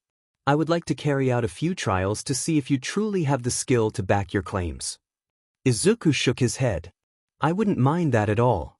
He stood up from his chair after placing Nikoko down on the ground. The palico gave Aizawa a stink eye before hopping to right beside Izuku's legs. Nedzu was preparing to reprimand his fellow teacher. Then his instincts flared. Keeping a level expression as he turned to Midoriya, who had just opened the door to walk out, Nedzu sunk into his chair and went underneath his desk. Aizawa looked at his superior strangely. Eraserhead. The addressee glanced at Izuku. Your quirk, when activated, if I'm not wrong, erases the quirks of those you focus on, right? There was something in the kid's voice Aizawa could not point out. Yes, I'm surprised you actually know about me dash. So, if your quirk had worked on me and my friends were erased because of you. The hair on the back of his neck rose. That tone of voice was dangerous. How would you have taken responsibility? The atmosphere was so thick Aizawa could hardly breathe. Throughout his entire career as an underground hero, he had never faced anyone that could command such an intimidating presence. The kid turned his head slightly to look into Aizawa's eyes. And Eraserhead was paralyzed. Then, as quickly as it came, the imposing aura vanished from Midoriya's body. He said kindly, Thank you, Principal, for taking me seriously and giving me a chance. Izuku walked out, footsteps audibly becoming softer with each step as he left the school grounds without an escort. Silence overtook the office once more. Well, that could have gone better, said Nedzu, climbing back to his chair. His smile was more subdued than usual. Aizawa sighed before pinching the bridge of his nose with a frown. I made a mistake. That, and a radical misjudgment. The principal poured himself a cup of tea with a slightly shaking arm. You should apologize to Midoriya when you get the chance. Aizawa huffed, feeling a headache set in. I guess I really should, huh? Looking at the door frame, there were cracks on the spot Midoriya had grabbed onto. He really hoped that the danger he felt was another application of Izuku's quirk. He didn't want to imagine what the kid might have gone through to create such a presence naturally. What a problem child. Aizawa Shoyuda would soon realize the term, problem child, couldn't quite be used for every kid he knows. Early in the morning, the next day, Izuku was making his way to UA to have his skills tested. He admitted that he may have overreacted a bit when he lost his cool, since he already knew Eraserhead's quirk wouldn't work on him. Bioenergy wasn't a quirk, after all. But Izuku really didn't want to recreate his friends and experience the same doubts he had that night. He stood outside the gate to wait for an escort, Kinsex atop his head and Palico standing right beside him. Occasionally, there was a passerby or two that glanced at him suspiciously. His eyes turned when he heard the soft buzzing of a motor coming towards him from the other side of the gates. A little robot with wheels came out to greet him. "Good morning, Midoriya. Apologies for not being able to fetch you personally. I have my hands full over some paperwork. It is the beginning of the semester." Netsu's enthusiastic voice came out of the speaker hidden inside the robot. "It's quite all right, Principal," replied Izuku. "I've been waiting here for a while, so can you lead me to where my trials will take place?" The robot turned its body towards a large facility a distance away. The motor inside whirred slightly louder. "Of course. Follow me." After walking a rather far distance while engaging in small talk, both man and robot, and Palico and Kinsex, made it to a large training facility with a spacious interior. Most likely, there was nothing inside the building because of how different each quirk was and how there was no one way to train them. Perhaps whenever the place was in use, the surroundings could be molded into an appropriate training ground to cater for individual students. That was what Izuku thought, stepping into the large building. "Welcome to Gym Gamma," Netsu's voice exclaimed from the robot. This facility was built with the purpose of allowing students to develop their own techniques to use in many situations, such as the hero license exams and hero work studies. Eraserhead and another pro hero could be seen standing in wait as Netsu continued speaking. Even so, it's not unheard of to use Gym Gamma as a large training ground for heroics classes. Hearing the taps every time his feet came in contact with the ground, Izuku was sure the whole place was made of concrete. Cementos, his mind supplied. That hero could manipulate the interior to his wish. They stepped up right across from Eraserhead and the other hero. Eraserhead had his yellow goggles on and capturing weapon veiling his mouth, so Izuku couldn't read his expression. The other hero wore a trench coat-esque cloak that covered their body from the neck down, stopping several inches short of touching the ground. They had prosthetics for legs and their mask combined with exposed teeth made for a fearsome sight. "You've already met Eraserhead, so allow me to introduce you to Ectoplasm. He is also one of UA's teachers," stated Netsu. Izuku and Ectoplasm held eye contact for a few seconds. Then the hero barked out a laugh. "So you're the kid Netsu has his eyes on, huh? I'm expecting big things from you, Midoriya, so I hope you won't disappoint me today." Izuku had an idea of what he was talking about, but turned to the robot for confirmation. "You might have already guessed it, but we're here to assess your combat capabilities. You'll be fighting one of them with your quirk and one quirkless." Netsu's robot speedily wheeled a distance away before its eyes seemed to focus on Izuku. "Since you claim that your body was strengthened by your quirk, I assume permanently it should be fine for you to be matched up against Eraserhead, right? After all, when it comes to quirkless hand-to-hand fighting, he's the most capable of giving judgment here." Izuku nodded, getting into position several meters away across from Eraserhead. Ectoplasm moved to where the robot was to not get in the way. His Palico and Kinsex did the same. "Ectoplasm will be fighting you while you go all out, so don't hold back on either fights, all right?" Netsu said, to which Izuku responded with a curt nod. He lowered his body, bending his knees slightly. He widened the position of his legs a bit, shoes scraping against the solid ground audibly. The air surrounding Izuku stilled. Eraserhead tensed, grasping at his capturing scarf.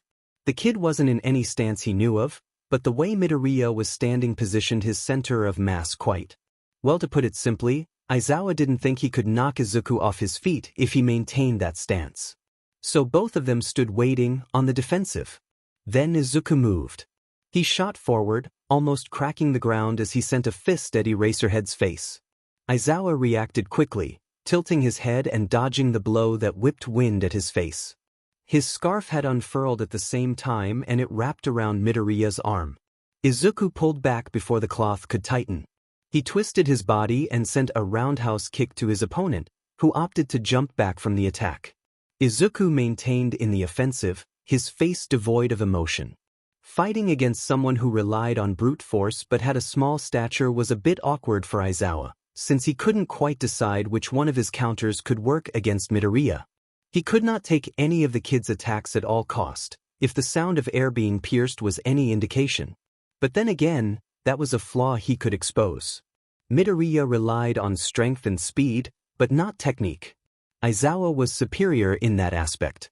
Izuku sent another punch forward, and widened his eyes ever so slightly when Eraserhead moved much faster than the man had previously done. Eraserhead flawlessly redirected the punch before sending one of his own not even half a second later. Eraserhead's fist had landed squarely on the side of Izuku's jaw, and if he was another person his age or an untrained adult, his jaw would have definitely been dislocated. But Izuku wasn't like any other person.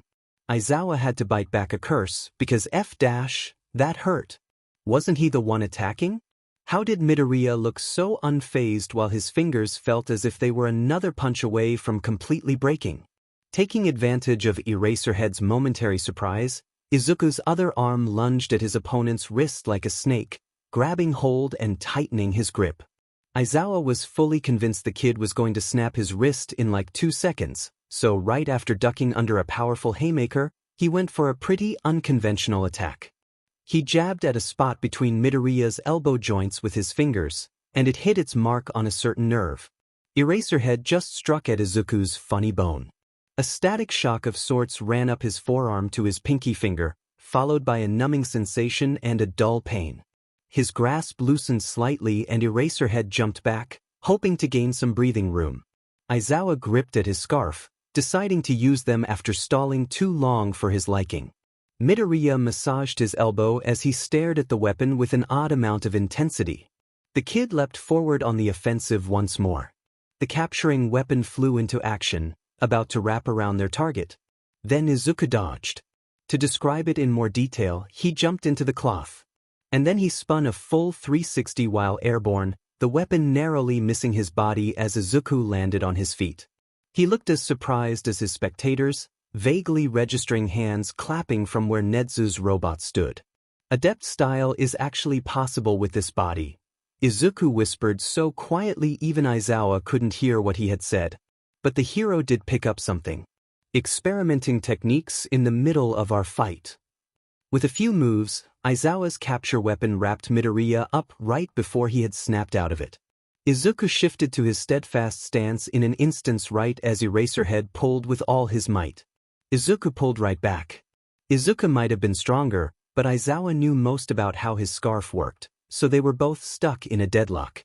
Then Aizawa's boots skid across the ground towards Izuku slowly. The boy had been steadily increasing his strength over time, but Aizawa was not fooled. As strong as Izuku was, he had yet to take a breath for his efforts. Then he did. And Eraserhead pulled. One of Izuku's feet left the ground and Eraserhead heaved once more. The foot stomped on the ground with so much force that it cracked the concrete below it and ruined his shoe. Veins popped on Izuku's forehead and in his seemingly blank gaze, a predator. There couldn't be two predators on the board, could there? Then it was his turn to pull as if he was reeling in a gobble. And Eraserhead was in the air. But he recovered quickly. Aizawa was able to right his body and deliver a roundhouse kick midair, aiming for his opponent's head. Izuku raised his arm. Against all expectations, even as Eraserhead's shin impacted Izuku's forearm, he had barely budged. The tip of Eraserhead's boot was almost touching the side of Izuku's skull. Then Midoriya pulled back his other arm and Aizawa could not dodge the devastating punch that came an instant later. His feet finally touched the ground and Aizawa could not help stumbling back several steps, curling in on himself due to the pain on his abdomen. Realizing his mistake, Aizawa looked up to see a fist flying to his face, only to stop half an inch from coming in contact with his nose.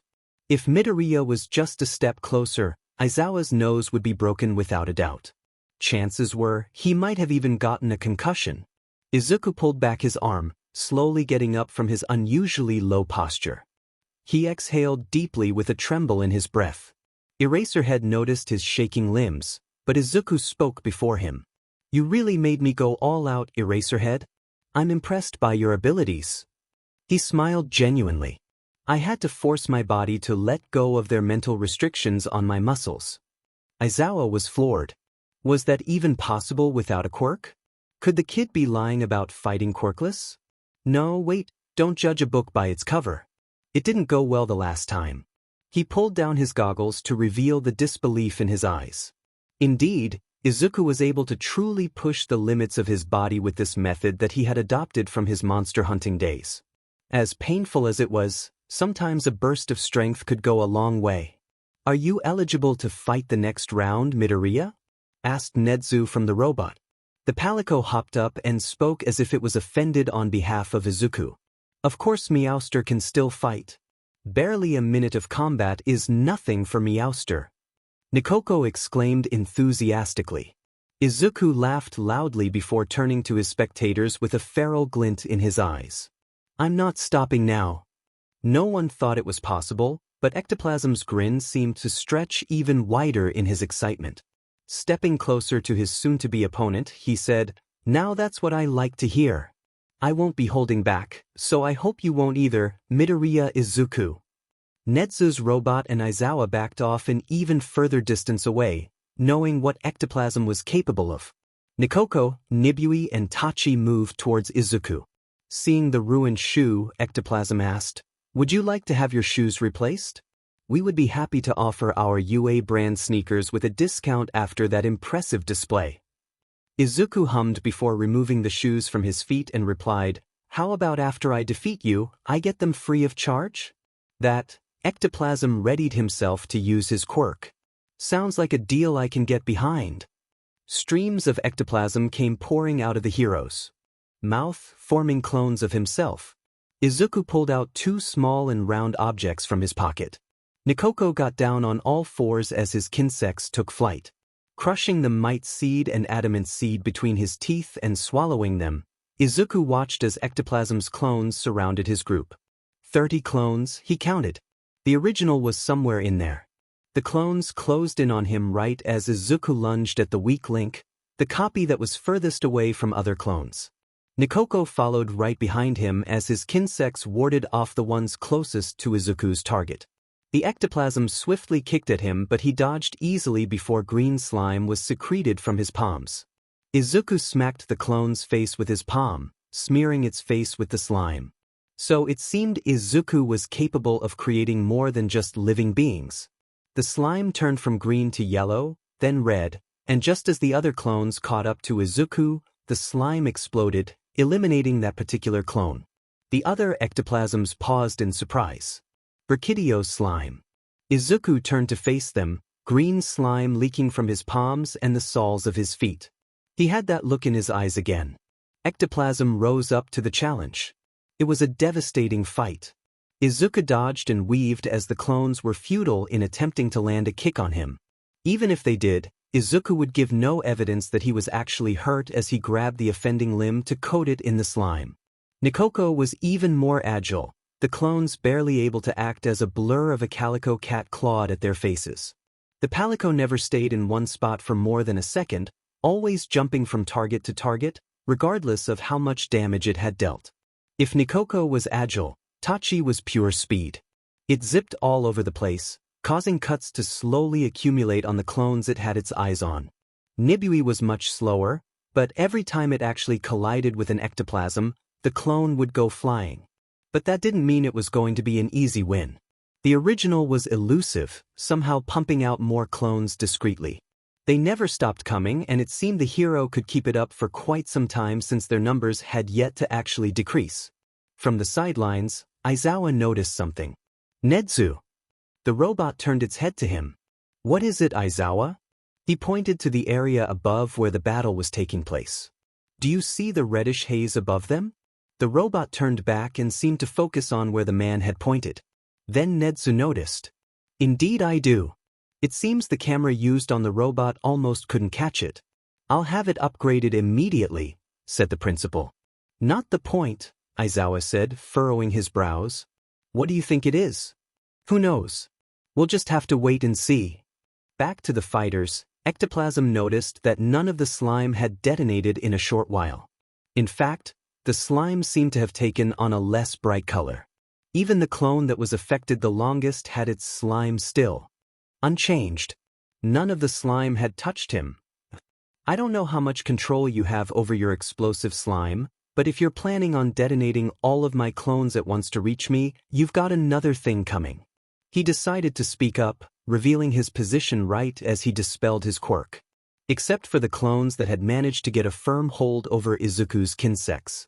Ectoplasm threw his head upwards before tilting it down and producing a large amount of ectoplasm that engulfed the kinsex.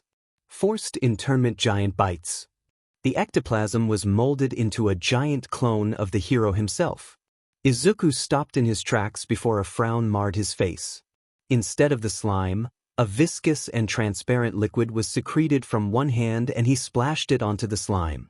Brachidio's saliva, combined with the mucus on the floor, turned all of it into Brachidio's slime that glowed a much brighter green before it transitioned to red and exploded, destroying the concrete ground.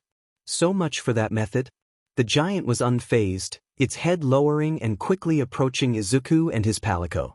Its jaw unhinged, revealing the darkness of its insides as the ectoplasm took a bite out of the ground, taking his opponents with it. Normally, that would spell for the end of the fight, but the look in Midoriya's eyes as he was consumed by the giant. He wasn't out for the count yet. Ectoplasm finally noticed the red mist in the air around his large clone. He also noticed the glowing yellow slime on its face. Residue? No, a last-ditch effort? But what would that little slime do? It turned red. The hero had a really bad feeling in his gut, but was too late to react when it finally went off. And the air ignited. The red gas surrounding his clone burst into a blindingly bright inferno and ectoplasm almost fell on his but from the shockwave. The building shook, but was able to stand strong. Teostra's explosive powder. In his shock, he hadn't realized the two kinsex had already escaped from his clone's burning carcass. Tachi was hovering right in front of Ectoplasm's face, its sharp wings threatening to cut him while Nibui was behind him, its horn almost poking the back of the hero's head.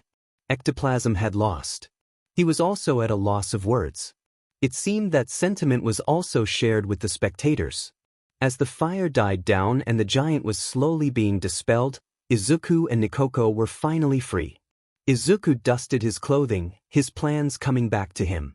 At first, he had planned to simply give the clones a patch of Brachidio's mucus before spraying its saliva in the air to prime them for detonation, but Ectoplasm was an experienced pro-hero. It would be an insult to underestimate them. So Izuku made up a backup plan on the spot.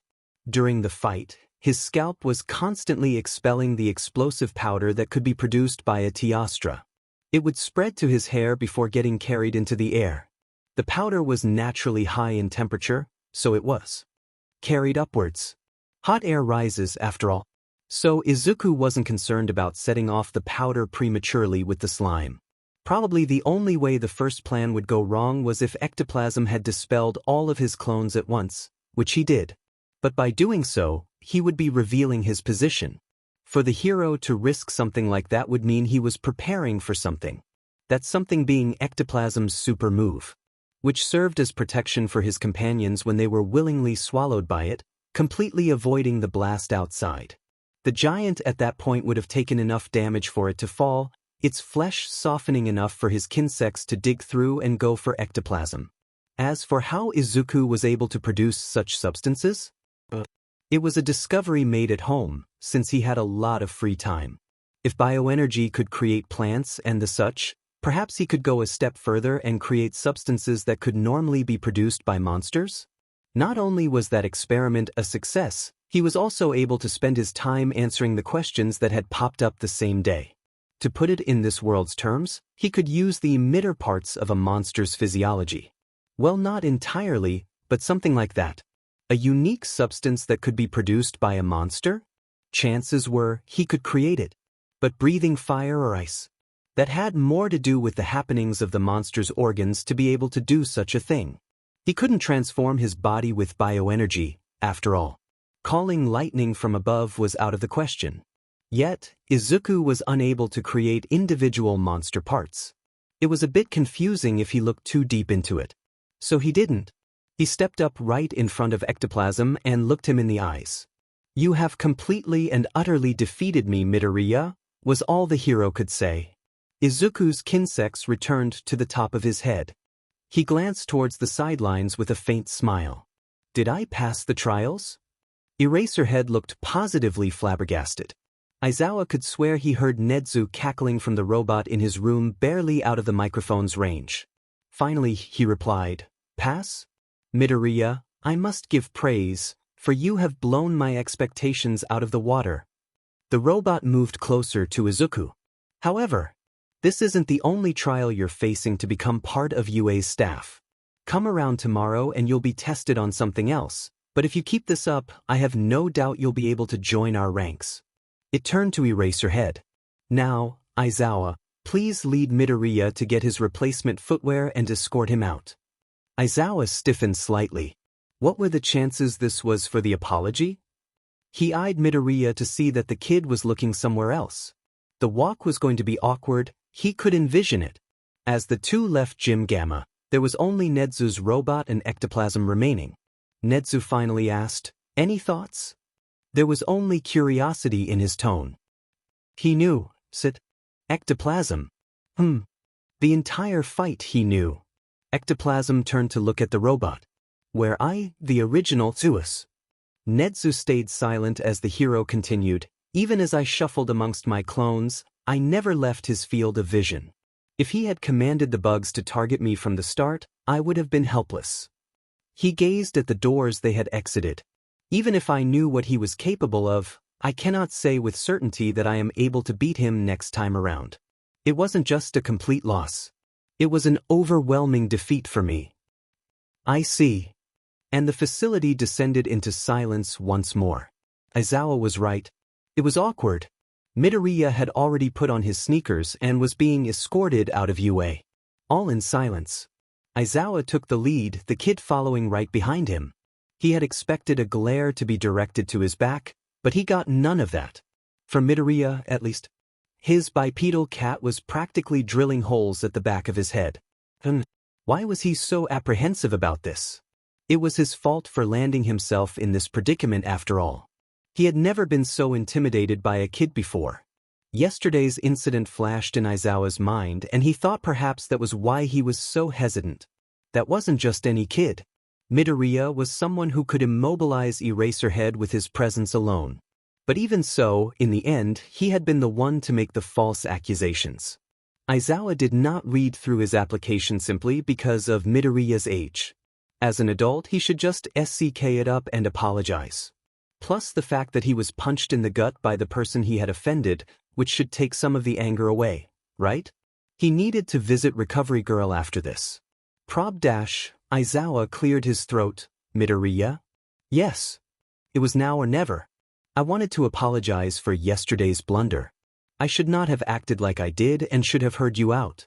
Even if you are younger than our students, it was not justified for me to lash out. I forgive you. Aizawa almost tripped at the quick reply. It would be petty to not forgive you, said Midoriya. The kid was behind him, so he couldn't see his expression. Besides, you weren't the only one who overreacted. I should not have made such a scene in the principal's office. They walked in silence for a few more moments before Aizawa replied. Thanks. The UA gates were only a short distance away. Since it was a Sunday, there were no students. You know, you kind of remind me of someone I used to know. Midoriya spoke up. Aizawa raised an eyebrow in intrigue. Used to? And now he wanted to clock himself in the face so hard because who lacks that much tact to ask such a question? There were not many things the term used to know could be interpreted as, but clearly in this context it was negative. A light laugh brought him back to reality as Midoriya overtook him as the lead. The laugh was full of mirth. It was light. So light that he almost couldn't believe it. Don't beat yourself up over it, Eraserhead. It's natural to be curious. Midoriya assured him sincerely. There was no weight in his voice. As if they weren't talking about a deceased person important to Midoriya. How could someone sound so free from the loss of a loved one? After all, Midoriya turned, making eye contact for the first time since leaving Gym Gamma. Aizawa's eyes widened, his legs rooted to the ground. I've already gotten over it. And he turned and left through the gates as Aizawa stood there, stunned. Those eyes were not the eyes of a child. the smile that was so soft, the expression that held nothing but hope for tomorrow. The face that belonged to someone who had experienced the many vicissitudes of life. Midoriya Izuku, what happened to you? Aizawa Shoyuta had decided. He wanted to know what led Midoriya to his current choices. He wanted to know why he acted so maturely. He wanted to let the kid live a normal childhood. Eraserhead was a pro-hero, and he'd be dead if he couldn't act like a real hero. Izuku hummed a tune to himself, writing notes on one of his new notebooks. Currently, he was in one of many training grounds belonging to UA, watching Class 2A go at it with their quirks in Heroics class. He was also being supervised by Aizawa. Izuku had decided not to bring his companions this time around. When he came in this morning to take the next test, Principal Nedzu had raised a reasonable point of Izuku needing to familiarize himself to the flow of UA High School's methods and schedule. So right now he was sticking to Aizawa's homeroom class. The next day he would be assigned to Vlad King to supervise Class 1B's Heroics class. The principal had stressed the importance of being able to make a good impression with the students. Considering the fact that Izuku was a few years younger than UA's freshman, that would prove to be a challenge. If he didn't start by intimidating anyone, that was. Since it was only the second week since the start of the semester, it was a bit too early for the second years to return to their work studies. It was a different story for the third-year students, though. He had come in trailing behind Eraserhead to his homeroom and into the scrutinizing eyes of the 12 students of 2. Eraserhead had expelled 8 last year. One of them had straight away asked if Izuku was their teacher's son, to which Aizawa shot back with the threat of expulsion. He wasn't serious, but it was still effective in shutting up that student. Izuku laughed loudly at the scene. Aizawa had introduced him as a teacher assistant in training and nothing else. Izuku had to rely on his own charisma and words to gain respect from Aizawa's students. So he had gotten to work. A male student raised his arm. Ectoplasm sensei? The first class after homeroom was math, taught by the one and only Ectoplasm. Since Izuku was given the whole day to build a reputation among the students of 2A, he became the hero's temporary assistant. Give me a minute, Jun. My attention is currently occupied, said Ectoplasm, helping out another student. The first student, Jun, put his hand down awkwardly and waited, idly spinning his pen with his fingers. Then he messed up his movements, sending the pen flying directly into the Izuku's waiting hands. He walked up to Jun's table and returned the pen to him after the student had sent out a stream of apologies. Jun Machido? Izuku asked, wanting to confirm that he had memorized the student files given to him barely an hour ago. The student nodded slowly, puzzled at why this boy had come up to his table. Izuku smiled kindly. Let me help you with that. And despite his age, he was able to provide guidance, much to Jun's surprise. Izuku had spent most of his free time studying today's topic with complete focus, being able to memorize the formulas and understanding how and when it was used. Being used to guiding youngsters that have trouble comprehending certain principles of their subjects, Izuku was able to break down his knowledge to many parts as he slowly taught the student, who had snapped out of their astonishment and started listening intently. Izuku was like a second teacher who was also everyone's friend. His aura of maturity also carried a warm intent that even the more stubborn students eventually came around and asked him for tips. Most likely, the most difficult students were expelled by Aizawa and the remaining ones had learned over time not to act like their former classmates, lest they share the same fate. By the end of the class, Izuku definitely had Ectoplasm's favor. And perhaps, with time, just a bit of the other teachers too. So Izuku sat in this building, large screens displaying the student's progress in front of him as his pen flew across the pages of his notebook. A heroics teacher was out in the field watching over the students in case of an accident. Izuku and Aizawa were viewing the class while indoors. Aizawa kept shooting glances at Izuku, who seemed completely immersed in his note-taking. He was 75% sure Izuku was aware of that. Feeling a little curious about what the kid was so focused on, he decided to speak up. What's got your attention that you haven't looked up to the screens once? Notes, Izuku said simply, not even bothering to raise his head. Aizawa was more curious than offended. So he not so subtly walked towards Izuku with the intention to steal a glance at his notes. Leaning back his head slightly, he caught sight of a very detailed drawing of a strange creature. No eyes, black scales, rubbery hide, violet horns, 2 pairs of legs and 1 pair of arm-like wings of jet black fur. Shrouded in a black mist that promised pain to every living thing that drew close. Aizawa was brought back to reality by the sound of Izuku's pen tapping on the page with a thoughtful face. That drawing wasn't just detailed. He looked at the name the creature was given by Izuku. Black Eclipse Wyvern Gormagala. It was so lifelike that Aizawa felt as if he was right there with it, with the aura of death hanging over the air. How was it possible to create such realistic art that could affect one so? If Izuku could hear his thoughts, he would answer. Dance with death and draw life to your experience. To fight with your life on the line and returning alive to immortalize your experience through art. Izuku had to momentarily relive the battle in his memories as he drew. Instead of hero analysis, his new notebooks were being used as bestiaries for the monsters from his previous life. Bless his photographic memory. You're skipping your duties in favor of drawing? Aizawa said slowly. Did Midoriya think the viewing was just for safety? There are many things to learn from the individual students themselves, like their progress with their quirks, their relationship with fellow classmates, or even their general well-being from a glance. Did Midoriya think all he needed to do was befriend the students? Today's current heroics class activity is a 6 versus 6 capture the flag game with quirks added into the fray. Izuku spoke up suddenly, his eyes never leaving the page. Tables 1, 4, 5, 6, 10 and 11 are in one group, while tables 2, 3, 7, 8, 9 and 12 are in the other group. Words graced the surface of the paper once more, Izuku having pulled out additional information from his memories as he continued with the conversation's topic. Students 4, 5, 6, 10 and 11 have close relations with each other, acting more as student 1's acquaintance than close friend. I have reason to believe student 1 has a friendly rivalry with student 12. Similar to the first group of friends, students 2, 3, 7 and 8 are quite close to each other. I wouldn't call student 9 an outcast, but he doesn't share a tight bond with anyone in his class. He's a bit antisocial. Izuku's eyes softened. Student 9, that was June, students 9 and 2 have trouble working together, likely because of. His eyes flitted across the screens, taking focus on one scene to the next, before stopping on a conversation between 2 particular students. One of them was June, and the other was a girl that was usually soft-spoken, yet both of them were currently quite flustered with each other's presence. The corners of Izuku's lips curved upwards in amusement. Mutual romantic interest with each other.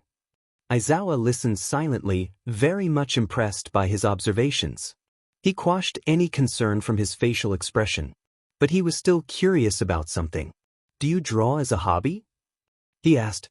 Izuku stopped his hand in its tracks and seemed to ponder. Sometimes, but there's another reason for these notes, said Izuku, closing the book and pushing a thumb between the cover page and first page. I suppose you can see them as quirk analysis notes. I have many more notebooks at home that I plan to expand. Aizawa furrowed his brows in confusion. Quirk analysis? What kind of quirk involves those hideous creatures? They looked more like the illustrations of a child's overactive imagination. Then it hit him. Midoriya's quirk allowed him to create living beings. He had never stated what was the limit to it. If he could create a bipedal cat and 2 giant and exotic-looking bugs with intelligence, then perhaps the only limit was his imagination.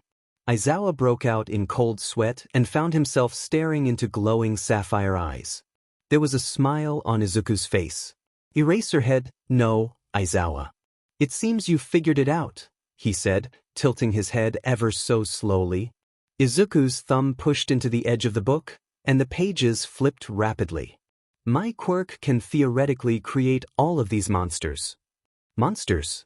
Aizawa could see glimpses of a few detailed drawings, but each consequent one made his blood run colder.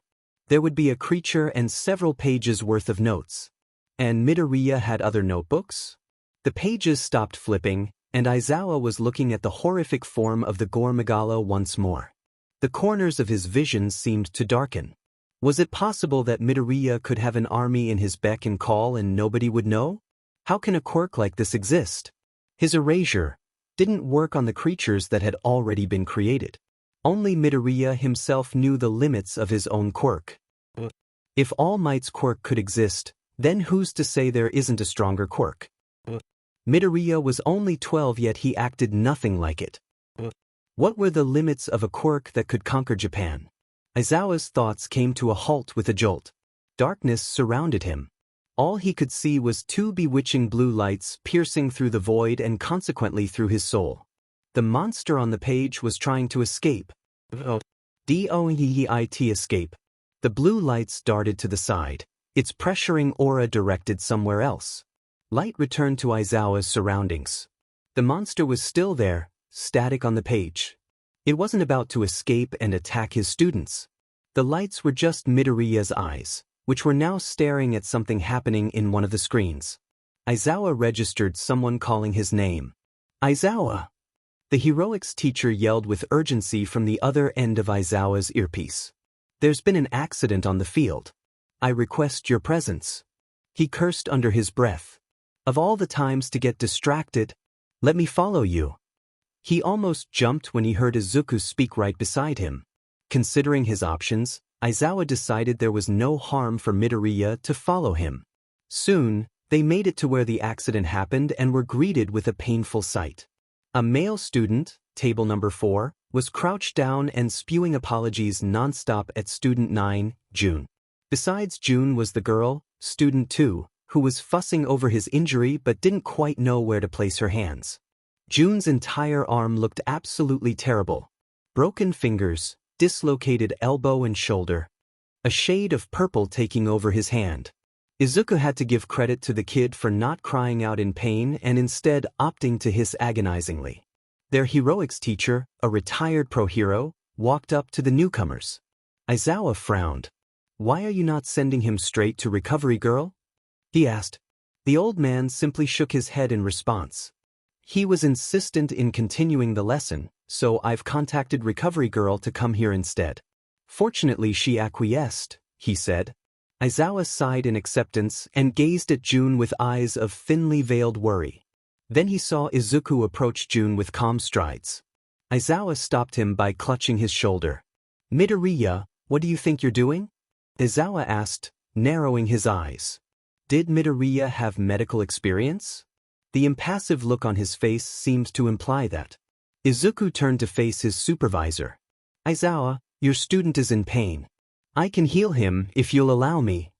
Looking at his student practically writhing with pain a short distance from him, Aizawa hesitated. Midoriya had done a good job befriending the students, but how much did he trust him? Aizawa, the other teacher called out to him. I will allow it. They maintained eye contact for a few seconds. Until Aizawa conceded, pulling his arm back with a sigh. He needed to remember that Midoriya was no mere child. He was mature for his age and seemed to always know what he was doing at all times.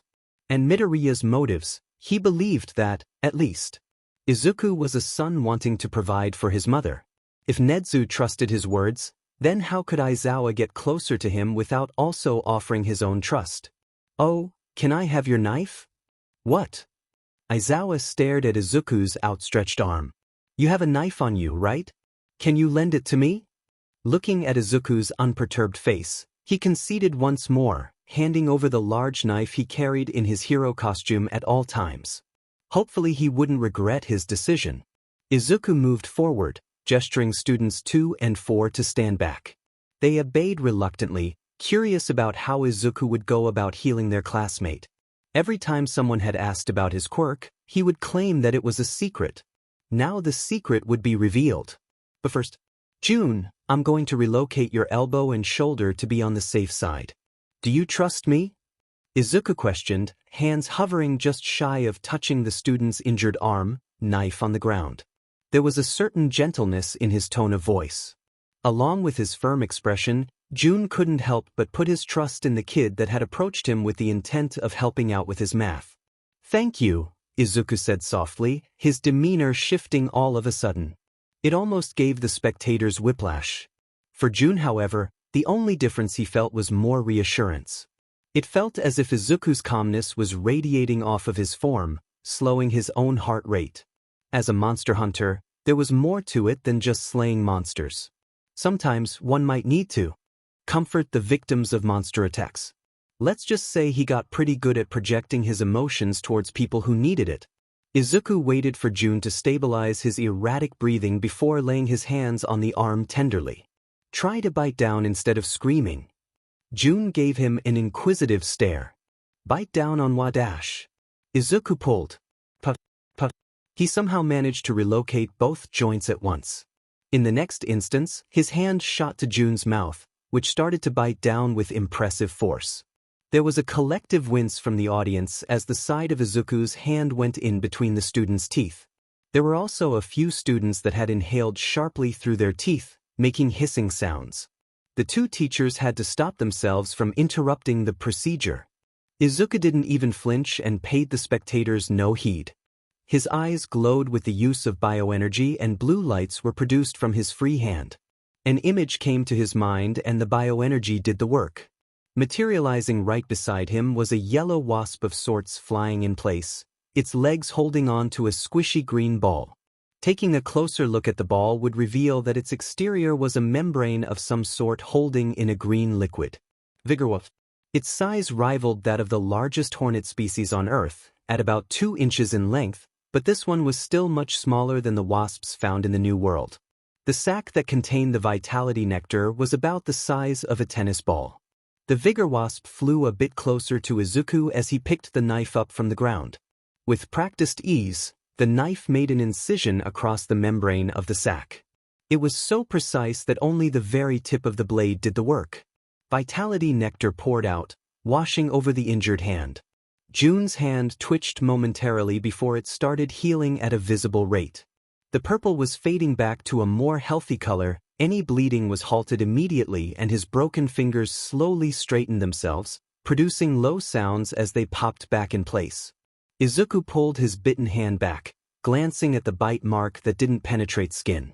Jun wiped the tears from his eyes and clenched his fist experimentally, surprised at the lack of pain. There was only a dull ache in his joints.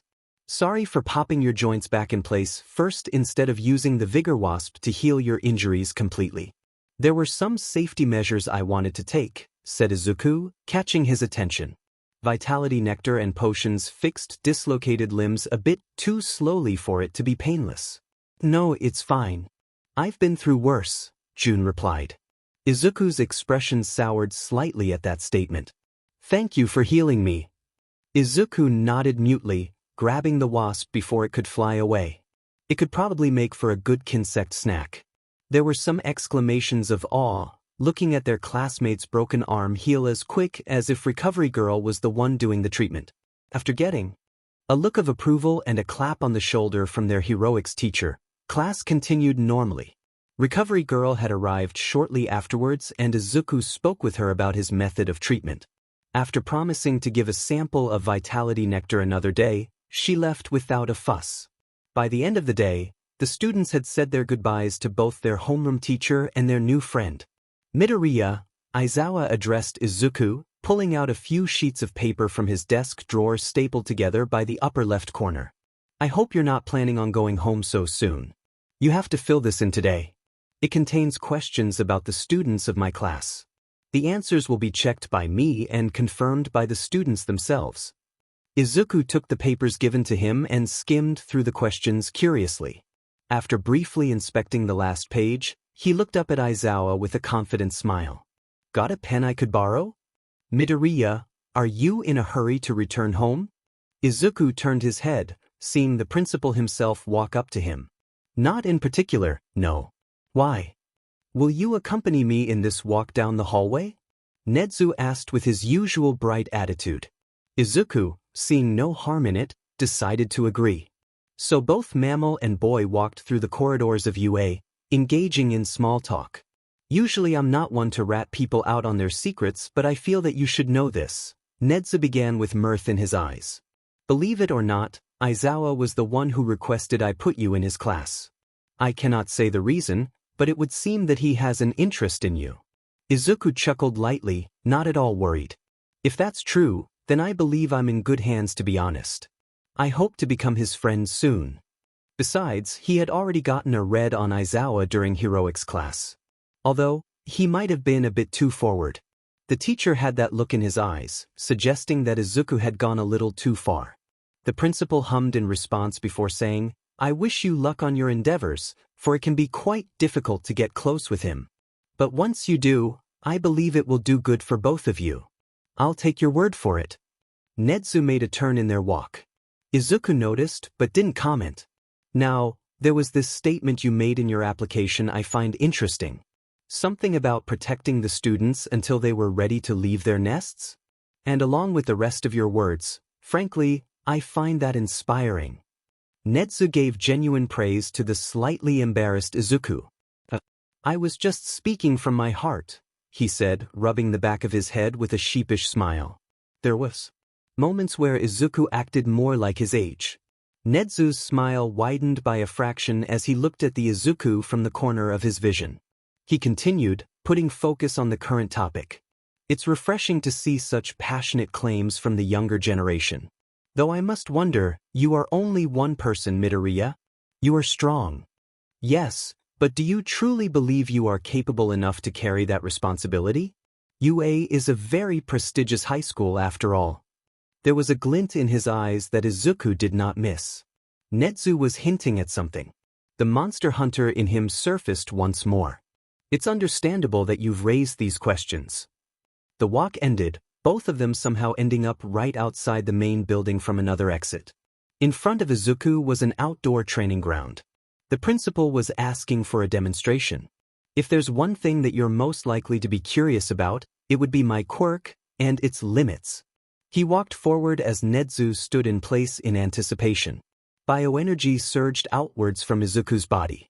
"You know that my quirk can permanently strengthen my body along with my immune system. You know that I can go several days without sleeping or eating." The bright lights congregated in front of him as it kept growing larger with every step he took. "Creating living organisms, we both know how impossible it sounds, even in this world. Having a quirk that can create an army under my command from thin air, would you believe it?"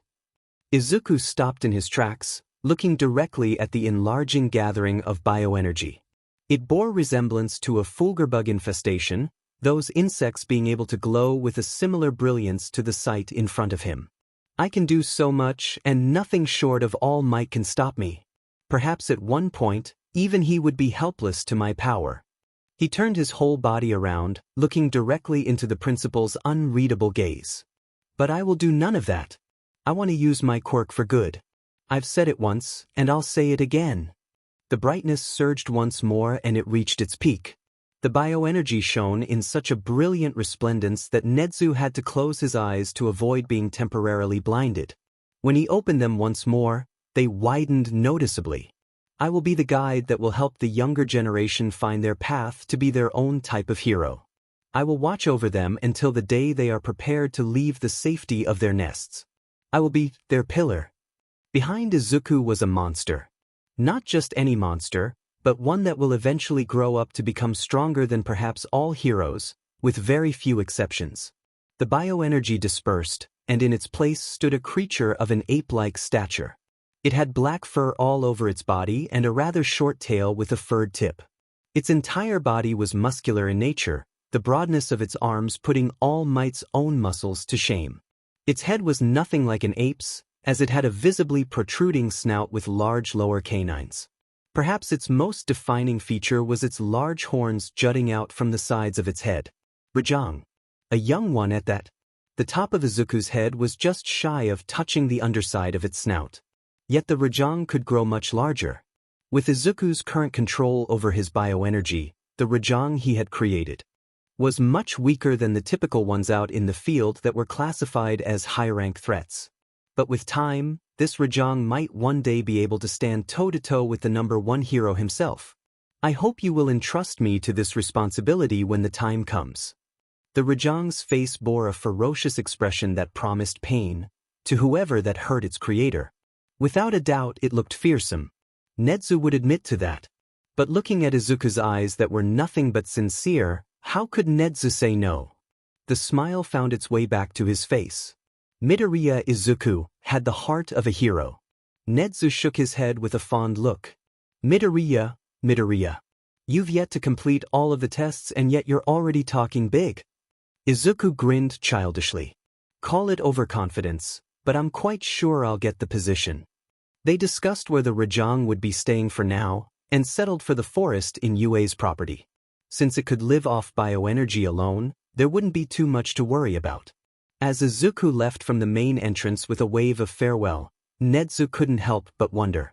Midoriya Izuku was an enigma that he was eager to puzzle together, but perhaps he shouldn't rush things. It was a bit out of character, but Nezu decided to be patient. He was in no rush to decipher the boy that was Midoriya. Previously, he had often played mind games with others for his own benefit. But he would play a game of trust with Izuku. The future of Yue would be in good hands. The last day of Izuku's trials for applying for staff. He was with Vlad King this time around, observing Class 1B. As first years, they're bound to be more chaotic and disrespectful compared to the senior classes. This would prove to be a step up from yesterday's test. While all of this was going on, Aizawa had asked for a substitute for homeroom, as there was something he wanted to do. Nezu had agreed a bit too easily, but he had learned to not question it anymore. So early in the morning, Aizawa had left for his destination without meeting Izuku for the day, since he was in Vlad King's homeroom class. Where was Aizawa going that was so important he skipped homeroom? His fist rapped on the wooden door of an ordinary apartment complex. It opened after a few seconds of waiting to reveal a rather short and plump woman with hair a familiar shade of green. This was it. Are you Mrs. Midoriya? The teapot clinked against the small plate that held it as Midoriya Izuku put down the tea tray on the living room table. I apologize again for taking up your time, said Aizawa as Izuku poured tea into 2 cups. It's quite all right, Mr. Aizawa. I'm happy to see that my son has gotten the attention of a pro hero, she replied, lifting up her own cup. Although I'd like to think it was only a matter of time. She wasn't wrong. Ectoplasm especially seemed to regard Midoriya as an equal already. Aizawa lifted the other cup before speaking. Considering Midoriya's abilities, you're not. But his mannerisms to... Your son is very mature for his age. Her lips curled into a soft smile. He really is. He gazed at her expression with critical eyes through the steam of his cup of tea. He took a sip the same time she did. So, are you here to ask about him? Izuku asked curiously. Aizawa nodded slowly. I want to know more about his home life before the incident. He was referring to the year-long coma, which she could easily pick up on. Clearly Izuku must have picked up his eccentric personality from somewhere, and Aizawa didn't think it was all from Mrs. Midoriya. His father was out of the picture, but the hero was not privy to the details why. There must have been a reason for Izuku growing up so quickly and not acting like other kids his age. He had even believed that it was perhaps something to do with his parents, but he quickly cut off that line of thought the moment it formed. Izuku truly loved his mother. That much was a fact. It would not paint a good picture for Aizawa if he claimed that they had a bad relationship with one another. His father was the unprecedented factor here, but Aizawa didn't want to jump into conclusions again. A somber expression found its way to her face and Izuku was put deep in thought. Memories of her son coming home with bruises he would brush off as being clumsy. The occasional fake smiles she would be able to catch on some days. Izuku had not lived the best life, and Izuku hated that she wasn't able to change that. But ever since that day, things had become better, to put it simply. Things had changed and were still changing. Izuku's awakening was an unexpected development for everyone, but it was that unexpected development that led to an astonishing fact that none could have predicted. The rise of quirks was a testament that not everything could be explained through scientific means. The reveal of Izuku's other life was what finally changed her worldview. But Aizawa was someone who stuck to logic and facts, so something like this had never crossed his mind. Back then, Izuku was never the most social boy, said Izuku, looking down into her teacup. He didn't have many friends, and he was very secretive about his school life. Don't worry about it, Mom. I just tripped over my shoelaces in school. He had constantly come home with cuts and bruises on his skin after school, but he would keep smiling as to not worry me. But how could I not? I'm his mother after all. Yet all this time I had given him the benefit of the doubt and never pushed it. It was just an accident. The school nurse said that the cut will heal by tomorrow. Izuku always had a kind heart. Even after being diagnosed as quirkless, his desire to help people did not diminish in the slightest. I won't lie, after that day I believed my son to be fragile simply because of his lack of a quirk. But it seemed that my worries were pointed in the wrong direction. It's not what it looks like. Kaken didn't mean to dash. Handprints seared onto skin. He wanted to be a hero more than anything, and I wasn't there for him when he needed the support most. Wait please. He really didn't do it on purpose. We don't need to go to Auntie's house to dash. An explosion right beside them. That building would never be the same again. Even now, after the incident, I still feel conflict in my heart. Now that he has a quirk, I'm not sure if I can confidently say he could become a hero without one. He was the one who told me that it was natural for a mother to worry for their child, and that he understood, but what if Izuku didn't have memories of his other life? Mom, watch out. A collapsing building and flying debris. She had been shoved out of the way by a small body. Inko shook the thoughts out of her head. Anyway, I guess what I'm trying to say here is that Izuku did not have the best childhood, and I will always regret not being able to give him one. Even now, after everything, I will still try my best for him, even if he no longer needs his mother's help. Aizawa listened to her talk, face unchanging save for a few raising of eyebrows. There was no hint of deceit in Mrs. Midoriya's voice that he could detect. But there were more questions than answers. What changed? He asked before taking his first sip of his tea. Inko looked up from her cup with a near indiscernible smile. He woke up from his coma. The year-long coma. It's always the coma. How could someone have made such a drastic change in personality after simply returning back into consciousness? Was that truly the pivotal moment that led to this chain of events that involved UA High School? Can you elaborate? Aizawa pressed the matter a little more. No matter how much he thought about it, it just didn't make sense in his eyes. And clearly, Inko had noticed that. Her eyes narrowed ever so slightly before her expression softened. That is not my secret to tell, Mr. Aizawa. Not her secret, so it was the kid who was hiding something. Inko did not lie, he was sure of that much. Maybe if Izuku trusts you enough, he will tell you. It's only a matter of time after all, she said wistfully, finishing her cup of tea. Aizawa did the same a short while after. Thank you for your time, Mrs. Midoriya. You were a good host. Aizawa bid his farewell after being escorted out. Of course. Come visit any time, Mr. Aizawa. She called out behind him. The hero left with unanswered questions, yet he felt content. He made it back to UA before long. Walking down the hallway to the teacher's lounge, he spotted Midoriya going the opposite direction as if he came from Aizawa's destination. He offered a short greeting, morning. But Izuku did not reply, simply giving a stiff nod with an impassive face as they passed each other. Aizawa almost halted in his tracks. That was strange. Opening the door to the teacher's lounge, he was greeted with the sight of Vlad King with a sour expression on his face as the man skimmed through the contents of a particular document. Nedzu was right by him with his usual smile, also looking at the paper.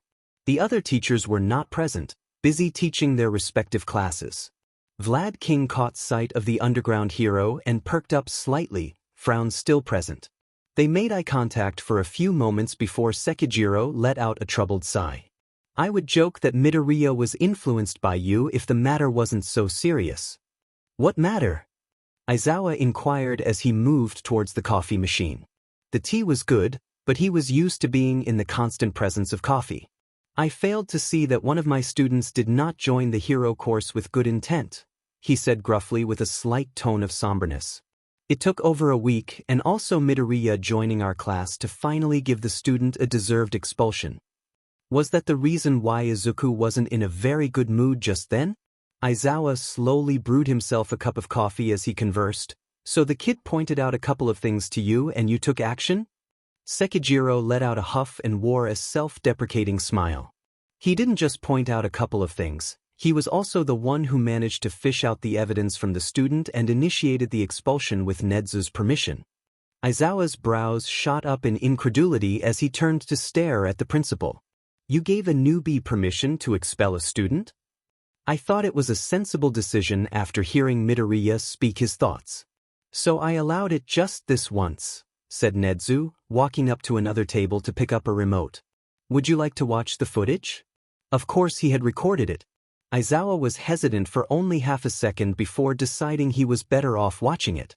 Fine. A screen popped up from a wall and both teachers were inwardly questioning the budget of the school.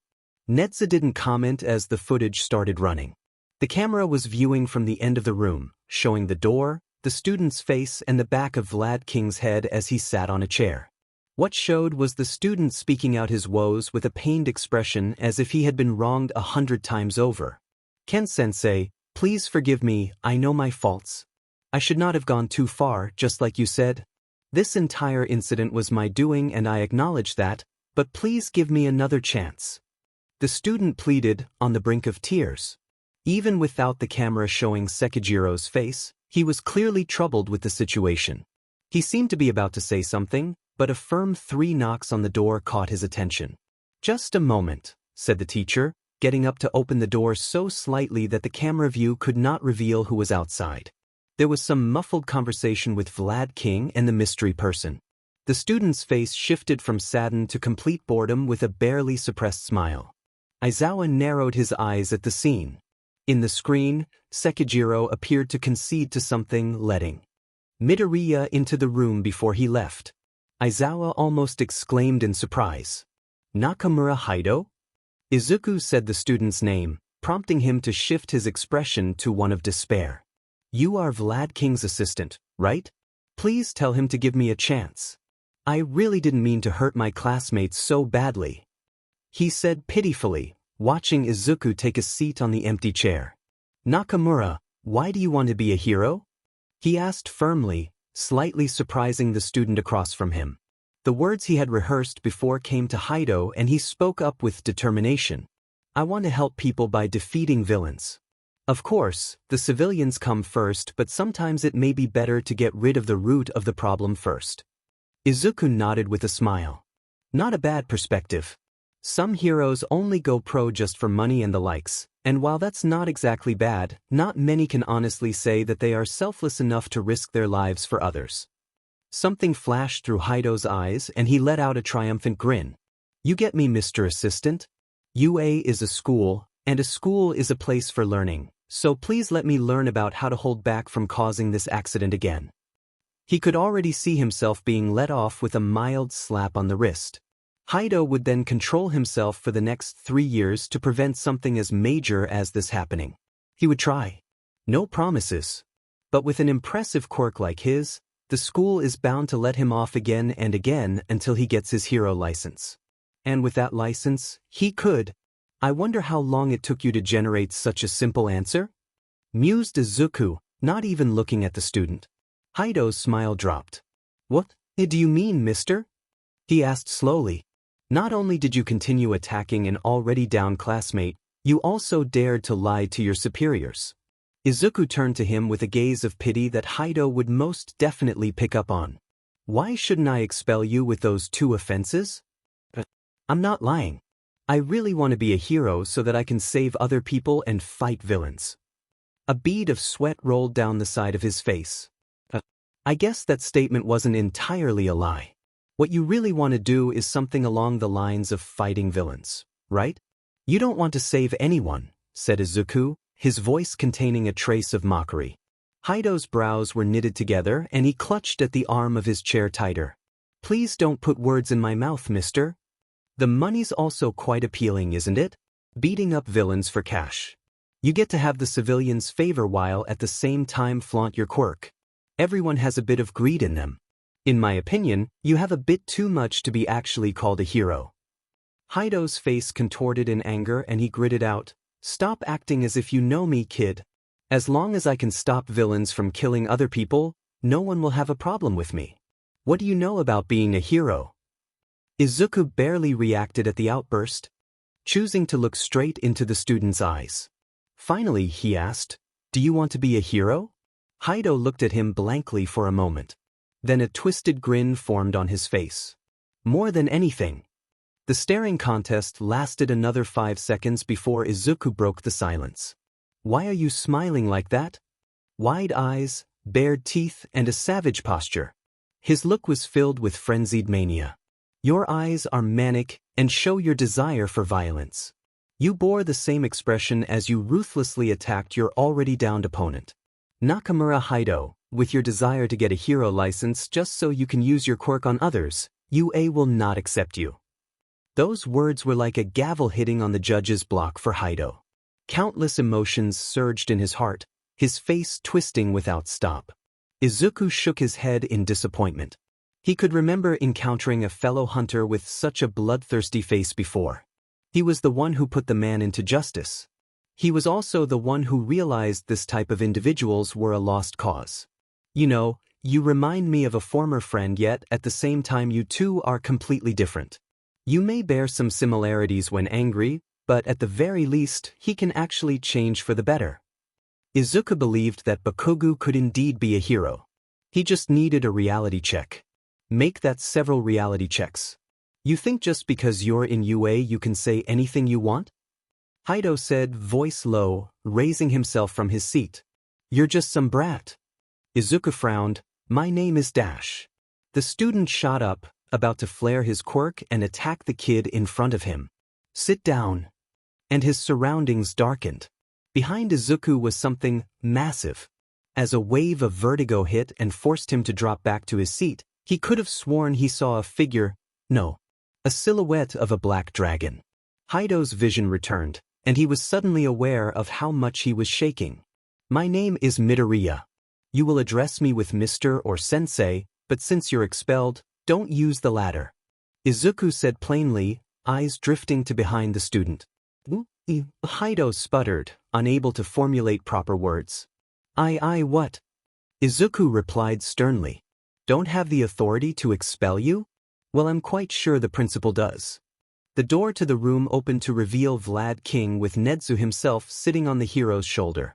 "Indeed I do. Seeing that Midoriya had done such a thorough job at exposing you, Nakamura Haido, you are hereby expelled from UA High School and subsequently barred from entering any hero school in the country," the principal said with such a happy tone that the student didn't know how to react. "Get up and pack your things." "I'll see you out," said Sekijiro. Haido could only wordlessly comply. The final bell rang, and that marked the end of school. A number of teachers were able to find time for themselves to attend a sudden meeting in the teacher's lounge. Both Nedzu and Izuku were present for the occasion. Izuku scanned the crowd to see that only the pro-heroes among the teachers had time to spare for the day. Inquisitive looks were pointed at him, but he didn't comment. "Now." Nedzu clapped his paws, bringing everyone's attention. "Since everyone available is now here, let's start. Now I know I called for a meeting, but this is more of an announcement." He gestured to Izuku who sat next to him. "This here is Midoriya Izuku. I'm sure some of you have seen him but have yet to interact with him. Believe it or not, this is the newest addition to UA's staff." The reactions were instantaneous. Exclamations were thrown around. The more reserved of the teachers were visibly surprised. "I doubt this decision was made on a whim, so he must have impressed you enough for you to consider hiring him. Ain't that right, principal?" said Snipe, tilting his hat slightly upwards. "That is correct. Midoriya has no fixed role in UA, but I am confident that he can carry his own weight, despite his age," replied Nedzu. The crowd seemed to have calmed down. "Even so, the boy is young. There are some things that can only be dealt with by adults. How are you so sure that Midoriya can make the right decisions?" Hound Dog asked gruffly with sharp eyes. Izuku chimed in all of a sudden, interrupting what Nedzu was going to say. "Actions speak louder than words, Hound Dog. If you are concerned about me, then allow me to prove to you over time that I can handle the responsibility." They stared at each other, Inui's intense scrutiny meeting Izuku's calm gaze. Then out of nowhere, Midnight appeared right beside Izuku before pulling him into a tight hug, his head being squashed between her chest and arms. So this cutie's name is Midoriya? Well, nice to finally know you. I saw you a few times but I could never find time to talk to you. So it turns out you wanted to be a teacher, huh? I can help with that. Sounds of palms meeting faces could be heard in the room from a few individuals. Midnight, you're seducing an underage boy, stated Izuku, his deadpan voice muffled but loud enough to be heard by everyone. Roars of laughter filled the teacher's lounge. Hound Dog shook his head in acceptance and amusement. The atmosphere lightened up, making way for conversation. The announcement turned into an impromptu welcoming party of sorts. But there was one person missing. Izuku tapped on Nedzu's shoulder, getting his attention. I'm leaving for a bit to look for someone. The principal nodded with a smile, having already swept through the crowd and identifying the missing teacher. Izuku left the teacher's lounge quickly and silently, unnoticed by the chatting heroes. Let's take a wild guess on where he is. Izuku took the lift to get to UA's top floor. He walked around to see if the school had one of those. He walked up a flight of stairs leading to a metal door. Sunlight poured in the moment he opened it. I didn't know UA had an accessible roof, said Izuku, prompting the person he was looking for to turn around. Aizawa Shoyuta. Midoriya? What are you doing here? He asked in confusion before his usual personality took over. Aren't you supposed to be the star of the party? Izuku walked closer to Aizawa, who was by the railings on the edge of the roof. He then asked cheekily, and what are you doing here? Shouldn't you also be with them, welcoming me and enjoying yourself? Aizawa rolled his eyes before replying, I've spent enough time with you. Besides, as you can probably already pick up on, I'm not a big fan of social events. Izuku let out a hum before resting his forearms on the railings, taking in the sight from this high up. The underground hero did the same. Wind blew pleasantly at their faces. Then someone broke the silence. You are troubled, Izuku said matter-of-factly. Aizawa turned his head slightly to look at him with a raised brow. My mom told me about his morning. Aizawa opened his mouth and closed it without saying anything. He really should have expected that. And yesterday, it wasn't a coincidence that I was assigned to your class, right? Everyone's snitching on Aizawa, it seemed. You are worried about something. Izuku was still facing forward, gazing peacefully at the horizon. Aizawa looked at him with an unreadable expression before turning his head back to do the same. Then he finally spoke. It doesn't make sense, he said. How you act, your quirk, your words. Aizawa looked down at the metal railing with a sigh before continuing. How could you have woken up a completely new person? How is it possible for someone to mature so quickly without being forced into it? I just want to know what happened to you, Midoriya. The wind picked up a little, getting slightly louder in their ears. Even at this height, they could still somewhat hear softly the sounds of tree branches and leaves rustling against each other. You are really a hero and a teacher, Aizawa, said Izuku, surprising the underground hero a bit.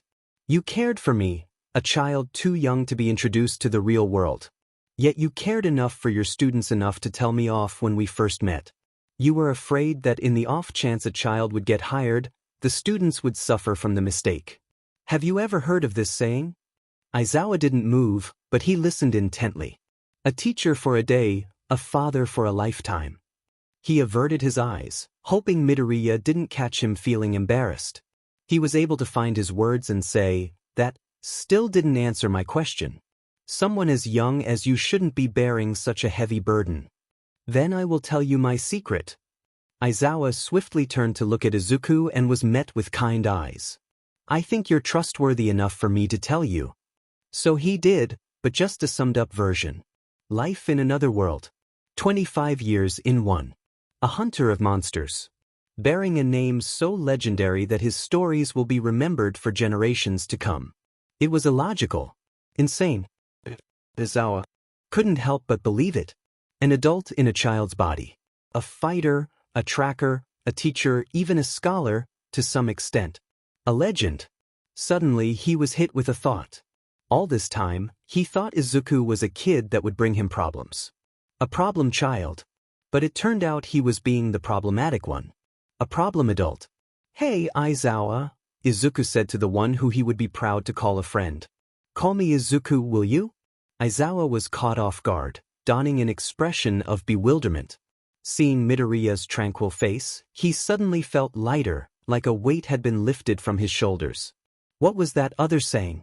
Poking your nose into someone else's problems is the essence of being a hero? So he replied with a smile, "Only if you call me Shoyuta." Izuku's own smile widened, his eyes thinning into crescents. "Come on. Let's go back down and enjoy ourselves a bit." That moment marked the day that Aizawa truly respected Midoriya. Thus began the story of Yue's unshakable pillar. "So we've been fed wrong information?" Aizawa asked simply, wanting to get to the point. The younger underground hero in front of him flinched at the tone, confirming his suspicions. "Why's? It turned out this warehouse served as their final stronghold and also has underground passageways. It's not just an unsuspecting storage unit." Aizawa drew a long sigh. He knew it wasn't their fault. There were several underground heroes on the case, but due to its urgency, the majority of the pro-heroes believed it would be better to get started earlier to end this villain organization. As a result, the underground heroes were unable to do a thorough enough search of their enemy before the villains were made aware of the situation. Good thing he had an ace up his sleeves. "Luckily enough, it should be about time," said Aizawa, pulling up his phone and tapping on the screen a few times. A student in his third year of hero work studies heard him loud and clear and his face brightened up. "Aizawa-sensei, are you contacting Midoriya-sensei for backup?" The corners of Aizawa's lips twitched upwards. "Yes. Now sit tight and wait for reinforcements." "Excuse me." Ryukyu, the current number 12 hero, heard their conversation and she couldn't help but break out in cold sweat. Did you say Midoriya?" The third-year student was lucky enough to be currently working under her in his work studies, though there was a clear contrast between their reactions regarding this Midoriya fellow. For good reason. Midoriya Izuku was terrifying. While that was known to most students over time, they didn't fear him because Izuku was a kind-hearted person who helped anyone that sought guidance in anything. As long as one didn't make him mad, then he would be that guy that everyone liked. But not for Tatsuma's case. Forget his sword-like gaze stabbing into her back in her dragon form when she used her quirk. The strange aura emanating from his form was enough to intimidate her to avoid interaction. It also seemed that she was the only one who could detect the sheer power being leaked from his body unconsciously. Ryukyu blamed her quirk for her inability to converse to Midoriya properly. "Right on," confirmed Aizawa, now with his signature grin. "Now we just wait. And it'll be over before we know it." Beep. Beep. Beep. Beep. Indoors, in a humid room. Glass roof like a greenhouse and sturdy walls. Bioenergy spread freely in the indoor garden filled with shelves of ceramic pots containing otherworldly flora. It was very spacious, with a circular platform near the end of the room. On the platform's center stood a young and healthy ancient tree. Its growth stagnated right before its impressive height could burst through the roof. In the very center of the room itself sat an egg atop a smaller platform. It emitted a black sheen and wasn't as smooth as it was when it first came to be. It was very greedy, absorbing every bit of bioenergy that came in contact with it, but never showed signs of hatching. There was someone sitting on one of the larger roots of the ancient tree, facing the opposite end of the room, at the egg and the entrance. His eyes opened, and in that instance, the blue lights brightening up the room shot right back into his body, marginally dimming the area. Right outside was like a living room of sorts, containing furniture of leisure and the like. It also doubled as something akin to a lobby, as it was also connected to a few other doors leading to different rooms. In one corner stood his costume rack. He was out of the building in a short while, in costume with his equipment and a location in mind. His palico came running to him, excited to finally get into action once more. He finally put on the helmet he was holding onto over his head. From under it, a wild grin. "Urgent quest, huh?" Midoriya Izuku had come out of seclusion. It took less than 20 minutes for Izuku to free-run his way here at speeds almost rivaling speed quirks. Nikoko had no trouble catching up to him and neither did Tachi and Nibui. Recognition flashed through the eyes of some pro-heroes and policemen, and they let him pass without a word. He entered the makeshift war room to see Eraserhead, Ryukyu, a third-year student and a few other heroes. Compared to the costumes of the heroes, his own garbs were downright menacing in nature. At a distance it appeared to be a jumpsuit, but with closer inspection it was actually a two-piece costume that wasn't too tight or too loose-fitting. Black in color with crimson lines running down the seams, it was made of a material known only by its creators. The upper area was like exotic scale mail, lined with large, red-tipped scales. In the center of his chest, over the 4-point sapphire star marking his skin, an unsettlingly realistic illustration of a dragon's eye. He wore dark bracers on his forearms paired with black gloves that had blood-red palms. The lower area wasn't as imposing, black with red seams. His boots, however, almost covered the entire ankle. It bore a metallic luster and followed a similar pattern with the torso portion of his costume. Not many people knew this, but while the tip of his boots were sturdy and definitely packed a punch, they also contained retractable spikes. The helmet had the same color scheme with a short horn that seemed to glow like magma jutting upwards from his forehead. He also wore a silver respirator around his neck that was designed to fit quite well with his headgear. No one knew how Izuku came up with his costume idea, save for Eraserhead, his mother, and Fatales itself. The outfit was in actuality a tamer version of the armor based on the Black Dragon's crimson counterpart, Crimson Fatales. The respirator, however, took inspiration from the drawings made by his younger self. He'd never fought one before, but he had come across a picture of how its armor looked like in his other life. Nikoko simply wore the acorn armor. It looked cute and provided decent protection, not that the Palico could die by external causes. Izuku was at least 99% sure of that, knowing what his companion was capable of. There were a few whispers among the pro-heroes as he made his way to Eraserhead. That was because of the strange circumstances regarding Izuku's occupation. Calling me the day I come out of seclusion? You really waste no time, Shoyuta, he joked good-naturedly, pressing the two hidden buttons on the sides of his helmet. The mask area drew upwards and into the helmet like a retractable visor, revealing his face. Eraserhead shook his head with a smile. That's the first thing you say to me after spending 2 whole months cooped up in your new house meditating? And it's Eraserhead to you, Izuku. Indeed, Izuku had no hero name or even an alias. He was Midoriya Izuku. Nedzu had pulled some strings and the Hero Commission acquiesced to the request of making a specialized license for him to use his quirk for this type of work. Normally, someone of Izuku's age working in UA would cause a stir in the media, but that's where the Hero Commission came in again. They made a deal with Midoriya. On their end, they have to conceal some details of his identity and the identity of his parents. His age was one of the details the government was willing to hide. It didn't matter how they did it as long as they could fulfill their promise. What about the deal on his end? That would be a story for another time. Midoriya-sensei. The third-year student greeted with much enthusiasm. It's been a while. Izuku looked at him warmly. June. It's the start of the school year and you're already working. June's face twisted in indignance all of a sudden before he said pitifully, Sensei, I knew it was going to be hard, but this is way too early to be doing work studies all of a sudden after the holidays. Izuku laughed loudly before grasping onto the weapon on his back and attached its 2 parts. In place with a click. A light bow gun. Honestly, he could probably handle the raid just fine with his own strength reaching that of typical high-rank hunters, but still a ways away from G-rank. Better safe than sorry, though.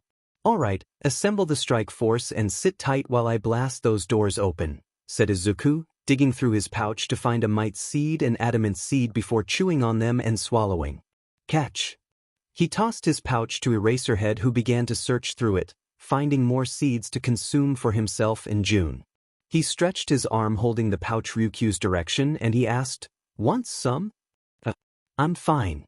Thank you, she replied with a little apprehension. Aizawa furrowed his brows for a moment but didn't push the matter. He began to gather up the pro-heroes and informed them to prepare themselves. They might not have a concrete plan, but they were disciplined and were able to assemble their numbers in under 2 minutes. Then Eraserhead led them to Izuku's location, through the crowds of the police force and up right in front of the warehouse doors. He was just in time to see Izuku fire his final bullet at the hinges of the giant doors. There were over a dozen bullets stuck all over the door frame. After taking in the scene, several pros began gazing skywards, discreetly holding back their tears as they experienced flashbacks. Holy shit! It's that kid again!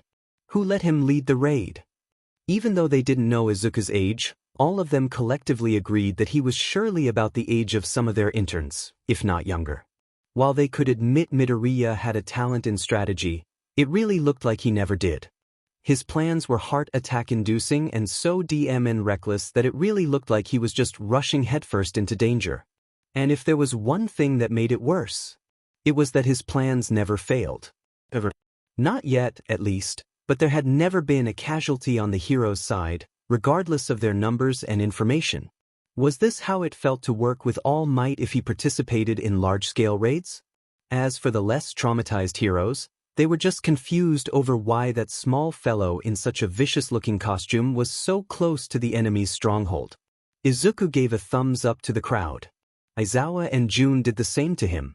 He reached for a button in the light bow gun, triggering the bullets. And the doors promptly exploded from its hinges. Sticky ammo. With a bit of modernization. If this was a typical warehouse, the walls would have been blown up too, but this one received barely any damage from the blast. A variant of the typical hardening quirk? Object hardening? Before the dust could settle, Eraserhead tossed 2 smoke bombs at the doorway, blocking both sides from gaining sight on each other. Ryukyu, can you transform into your dragon form now? Asked Izuku, jolting Ryukyu out of her gawking. She complied without hesitation, activating her quirk and growing into a dragon within seconds. Izuku nodded in satisfaction and took his pouch from Eraserhead before issuing an order. Once I tell you to, clear the smoke with a flap of your wings. Yes. Ryukyu replied quickly, as she did not dare oppose one who had enough power to stare down even her dragon form and come out victorious.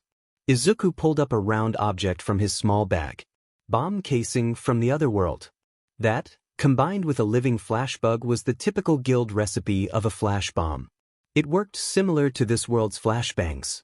The casing had holes all over it for the light to spread out from the origin of the flash. Stun grenades on Earth were a bit predictable and sometimes slow, so he went traditional. Flashbugs emit a powerful flash of light on death, so there were a few ways to use flash bombs, depending on the situation. But without a doubt, if he was to use any method in this scenario, it would be the easiest one. Izuku pulled his arm back, flash bomb in hand, and threw it through the smoke and into the building with most of his might. The casing broke on contact with the ground and the shock from the impact was more than enough to kill the flashbug, setting off a bright flash. Shouts of surprise could be heard from inside the warehouse. His mask was back in place and he put on the respirator. Ryukyu now. Large wings flapped, wind displacing the smoke, and Izuku moved. He made small craters on the ground when he shot forward, Nikoko zipping into action and Kinsex taking to the air, eager for combat. Eraserhead and Jun rushed forward the moment he jumped into the fray. It took the other heroes a second to process what just happened, but they eventually charged in to provide assistance. Everything was resolved in less than half an hour, with the underground passageways being assigned special force units to be combed out and any villains present were dealt with swiftly. Eraserhead and Izuku bid farewell to Ryukyu and Jun as they boarded a police car back to UA. They made it back without much fanfare, getting off the car in front of the UA gates. Izuku's Kinsex took off to their dwelling immediately and Nikoko stuck close to its Meowster. Thanks for the ride, Aizawa said to the officer driving the police car. It's no problem. I feel honored to be in the presence of 2 heroes, the man replied, switching gears to drive away. Thanks for your service. You too, Izuku said kindly after pulling down his respirator. The officer was caught off guard and drove off in a fluster. Both teachers entered school grounds walking side by side, ignoring the wide-eyed stares from the students. New edition of your costume? Aizawa asked curiously. Izuku answered, not really. The design's the same, but it's just slightly bigger to fit better after my small growth spurt in seclusion. Aizawa nodded with a hum. Izuku's costume wasn't made of particularly rare materials. Many costumes had to be made over the years to accommodate for his growing body. He wouldn't be able to fight with his full strength if his costume didn't fit well. He had made a deal with BGMI, Power Loader, that his costume and equipment would be manufactured by the hero himself. In return, Izuku would give most of the scales, hair, skin and other naturally shed monster parts to him. Izuku did not spend the last year becoming complacent. He was extremely busy, constantly pushing at the limits of his ability alongside fulfilling his job as a teacher. He had quite a reputation in UA. "You want to join me for lunch, Shoyuta?" Izuku asked with a cheeky grin. Aizawa's eye twitched. "Do I want to be mobbed by students in the cafeteria? Hell no. I'll stick to eating in the teacher's lounge." He made a turn and walked another direction, hearing Izuku chuckling behind him. He shook his head in amusement and headed to the cafeteria. Standing right under one of the entrances and somehow not catching the attention of anyone inside, he pulled up his helmet. Suddenly, an upperclassman bumped into him from behind. Sorry about that, man dash." The student paused, taking in the sight before him. "Are you all right?" came the voice of Izuku. Then the student exclaimed, "Midoriya-sensei?" The cafeteria was silenced in an instant. Even the first years who had no idea what was going on didn't dare breathe loudly, following their senior's lead. Izuku turned around, letting everyone see his face. Dark green hair with naturally wild curls reached down to his shoulders, bangs shy of reaching his eyes. An androgynous face that might leave one to question his gender, if his body shape wasn't obvious enough. Izuku held the helmet by his side, vibrant sapphire eyes sweeping through the silent crowd with a warm smile. He finally spoke. "It's been a while, all of you." That seemed to snap them out of it. "Midoriya-sensei." The entire cafeteria demon near burst into complete chaos with how many second and third-year students getting up to crowd him. "Long time no see. Sick costume. How have you been?" Words were thrown all around as Izuku made his way into the cafeteria. The first-year students were confused, but very few dared to ask about it. "Midoriya." Lunch Rush himself called out to him. "It's been too long. Care to judge my ability to cook one of your recipes today?" Eyes turned and they all locked on Izuku with hope. He had a contemplating expression. "I am quite hungry. What about the Burna special?" That sent people muttering amongst themselves, wondering what this new recipe was. Lunch Rush looked fired up, as this was his first time cooking the Burna special. He did not want to make any mistakes. He sped off inside the kitchen and pulled out one of the chefs from inside. "Huh!" the man managed to utter out before Lunch Rush lectured him. "You, take the students' orders and get the others cooking. We hired you guys for emergencies like me not being able to cook fast enough for everyone. Now that emergency has come, so get to work or I'll fire you." The hero was out of sight once more, leaving a clueless chef to deal with the line of hungry students. Which fucker was it that told me this was easy money again? As the random chef accepted his fate, Izuku had settled down on the cafeteria's biggest table, still crowded by upperclassmen. The surrounding tables were fully occupied within seconds as he put his helmet on the floor between his feet. He was able to chat with them easily, despite the clamor. "Midoriya-sensei, would you like me to tie your hair?" a female student asked thoughtfully. "If it isn't too much trouble, Ella," he replied with a smile that lifted the students' spirits for the day. They were used to the air of maturity that Izuku exuded, so it didn't stop them from getting closer to him. From a table in the corner, two friends watched the scene, one with great interest and one the opposite. "A sensei? Not a senpai? How interesting. It seems all of our senpais are quite familiar with Midoriya. What do you think, Tamaki?" the blonde student asked his friend before his eyes landed on the palico. "And look at that bipedal cat. It kind of reminds me of a sidekick."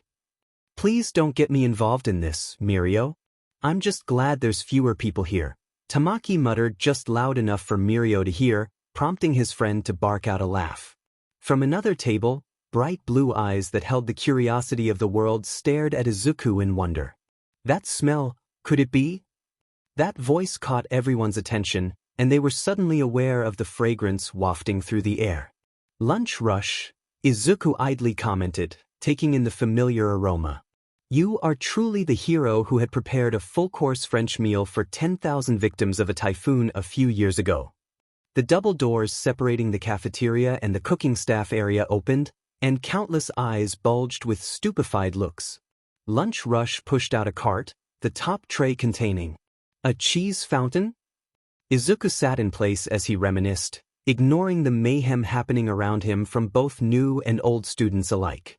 His short ponytail was done at this point, not quite straightening his hair but preventing it from touching his shoulders. Lunch Rush wheeled the cart to his table and set the large fountain atop it with surprising ease. The students were then hit with another wave of fragrance, this time carrying the flavor of meat. The lower trays were full of cooked ingredients. Many were drooling at this point, but they were patient, their example followed by their juniors. As everything was placed on the table, there was almost too little space to fit all of the delectable food. Izuku picked up 2 long metal skewers and glanced at Nikoko. Koko, have you washed your hands and feet already? Of course, Meowster. The palico hopped on top of the table, its feet carefully placed to not touch the food. I've always wanted to do what the proprietress does all the time. Izuku held the 1 skewer in each hand, ready for action. He said something that absolutely piqued everyone's appetite. Let's show them how it's done. Nikoko picked up the largest chunks of meat and vegetables and tossed them upwards in the air, emulating the bistro of Burna Village. Izuku's arms were almost a blur, piercing them with the sharp utensils in his hands and creating giant kebabs as the crowd watched with awe. He moved them forward into the fountain, letting melted cheese coat every part of the ingredients before pulling the skewers out and letting everyone watch the cheese drip enticingly on his plate. Then he dug in with great gusto, somehow not making a mess out of himself. He had experience, after all. I call dibs, someone said, hand reaching out for a smaller skewer only to be intercepted by another hand. Hold on there, my little kohai. You're only a first year, so you're not close to Midoriya-sensei. There's not enough for anyone, so let your senpais go first, all right. A third-year student said with a deceptively sweet voice. Hey, Midoriya-sensei's the one who had Lunch Rush prepare this, so he should be the one to decide who gets to eat with him, another third-year student said, looking at Izuku chowing down on the good stuff. His voice was full of hope, which was immediately dashed when Izuku's eyes of clear mischief turned to him. He opened his mouth to say something. First come, first serve. And there was a pandemonium. Why is your personality all over the place, sensei? A random upperclassman lamented loudly as he was drowned by the flood of students. A heroics teacher? Izuku asked in surprise, sitting across Principal Nedzu. Indeed. At least for the first years. One of our heroics teachers had finally retired, and I trust you enough to take over his place. That is if you are willing to, said Nedzu, enjoying a cup of tea with Izuku. Mori-sensei, that was the retired pro that had taught heroics for years already. I'm glad he finally retired. He can take it easy now. But I'm not sure if I can take his place.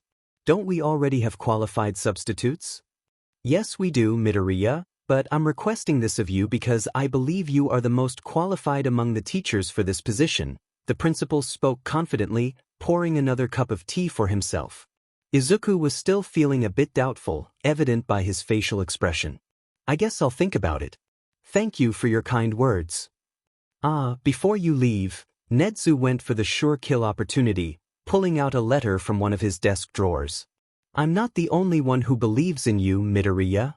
Izuku grasped the letter from the principal's hands and bid his farewell, slowly pulling out the paper of text from the envelope. He read the letter in his head as he walked to his destination. If you're reading this, then that means I've already retired. I hope you had a peaceful 2-month seclusion. He exited the main building, heading towards a path leading rather deep in UA's forests. It had been an absolute blast working with you this past year. I don't think I've ever had such an unforgettable experience over the years I'd been teaching. To that, I thank you. Hidden under the thick foliage was a private facility, made exclusive for Izuku. This was his second home and place of research and seclusion. At some point I had come to the decision that I wanted to finally retire. Your presence and impact in the school had left me content, and I could rest assured without regret. Izuku entered the building and made his way to the living room. His kinsects were settled on a small potted tree by the corner of the room, and Nikoko ran off on all fours back to its bed. So I would like you, Midoriya Izuku, to take my place and teach the younger generation of what it means to be a hero. Sincerely, Mori Saisher. Izuku folded the letter after he finished reading it. A smile graced his face and he sighed in acceptance. What else can I say to that? Glancing around the room, he idly thought about returning home to meet his mom after his 2 months of absence. That would have to wait a while, as school was still in session. He had 2 classes of first years to attend to. Heroics class, the last class of the day. Led by their homeroom teacher, the students of Class 1A were outfitted for the part for their first ever heroics class. Mirio was an exception due to his quirk, so he wore the UA gym uniform as he patiently awaited the day his costume was finally manufactured. They were waiting in ground beta in the building that had several screens for viewing the activity that would take place in another location. Tamaki was beside him, head low and hiding his face in the hood of his white cloak. Mirio couldn't help but exclaim, "Your hero costume turned out great, Tamaki." Tamaki pulled his hood down lightly and said softly, "I'm not the only one here with a costume. Someone in our class not wearing a costume." A girl with absurdly long blue hair popped up right beside Mirio, spooking Tamaki a bit. Her curious royal blue eyes darted between the two of them and questions flew out of her mouth. "Why aren't you wearing a costume? What's your hood for? Is it to block out the light? But isn't black the best color for that? Does it have something to do with your quirk? Wait, what are your quirks?" Mirio stared at the enthusiastic girl before him, and he broke into a grin. "Can you repeat that? You were talking a bit too quickly." She blinked once before perking up slightly. Her lips curled into a sweet smile. "Oh, I forgot to introduce myself. My name is Heido Nijire." Mirio nodded in acknowledgement and introduced himself and his best friend. "My name is Togata Mirio, and my friend here is Amajiki Tamaki. Nice to meet you, Heido. Why did you introduce yourself along with your friend? Can Amajiki not speak?" Nijire asked honestly with a tilt of her head. He chuckled a little, learning the type of personality she had. "Not quite.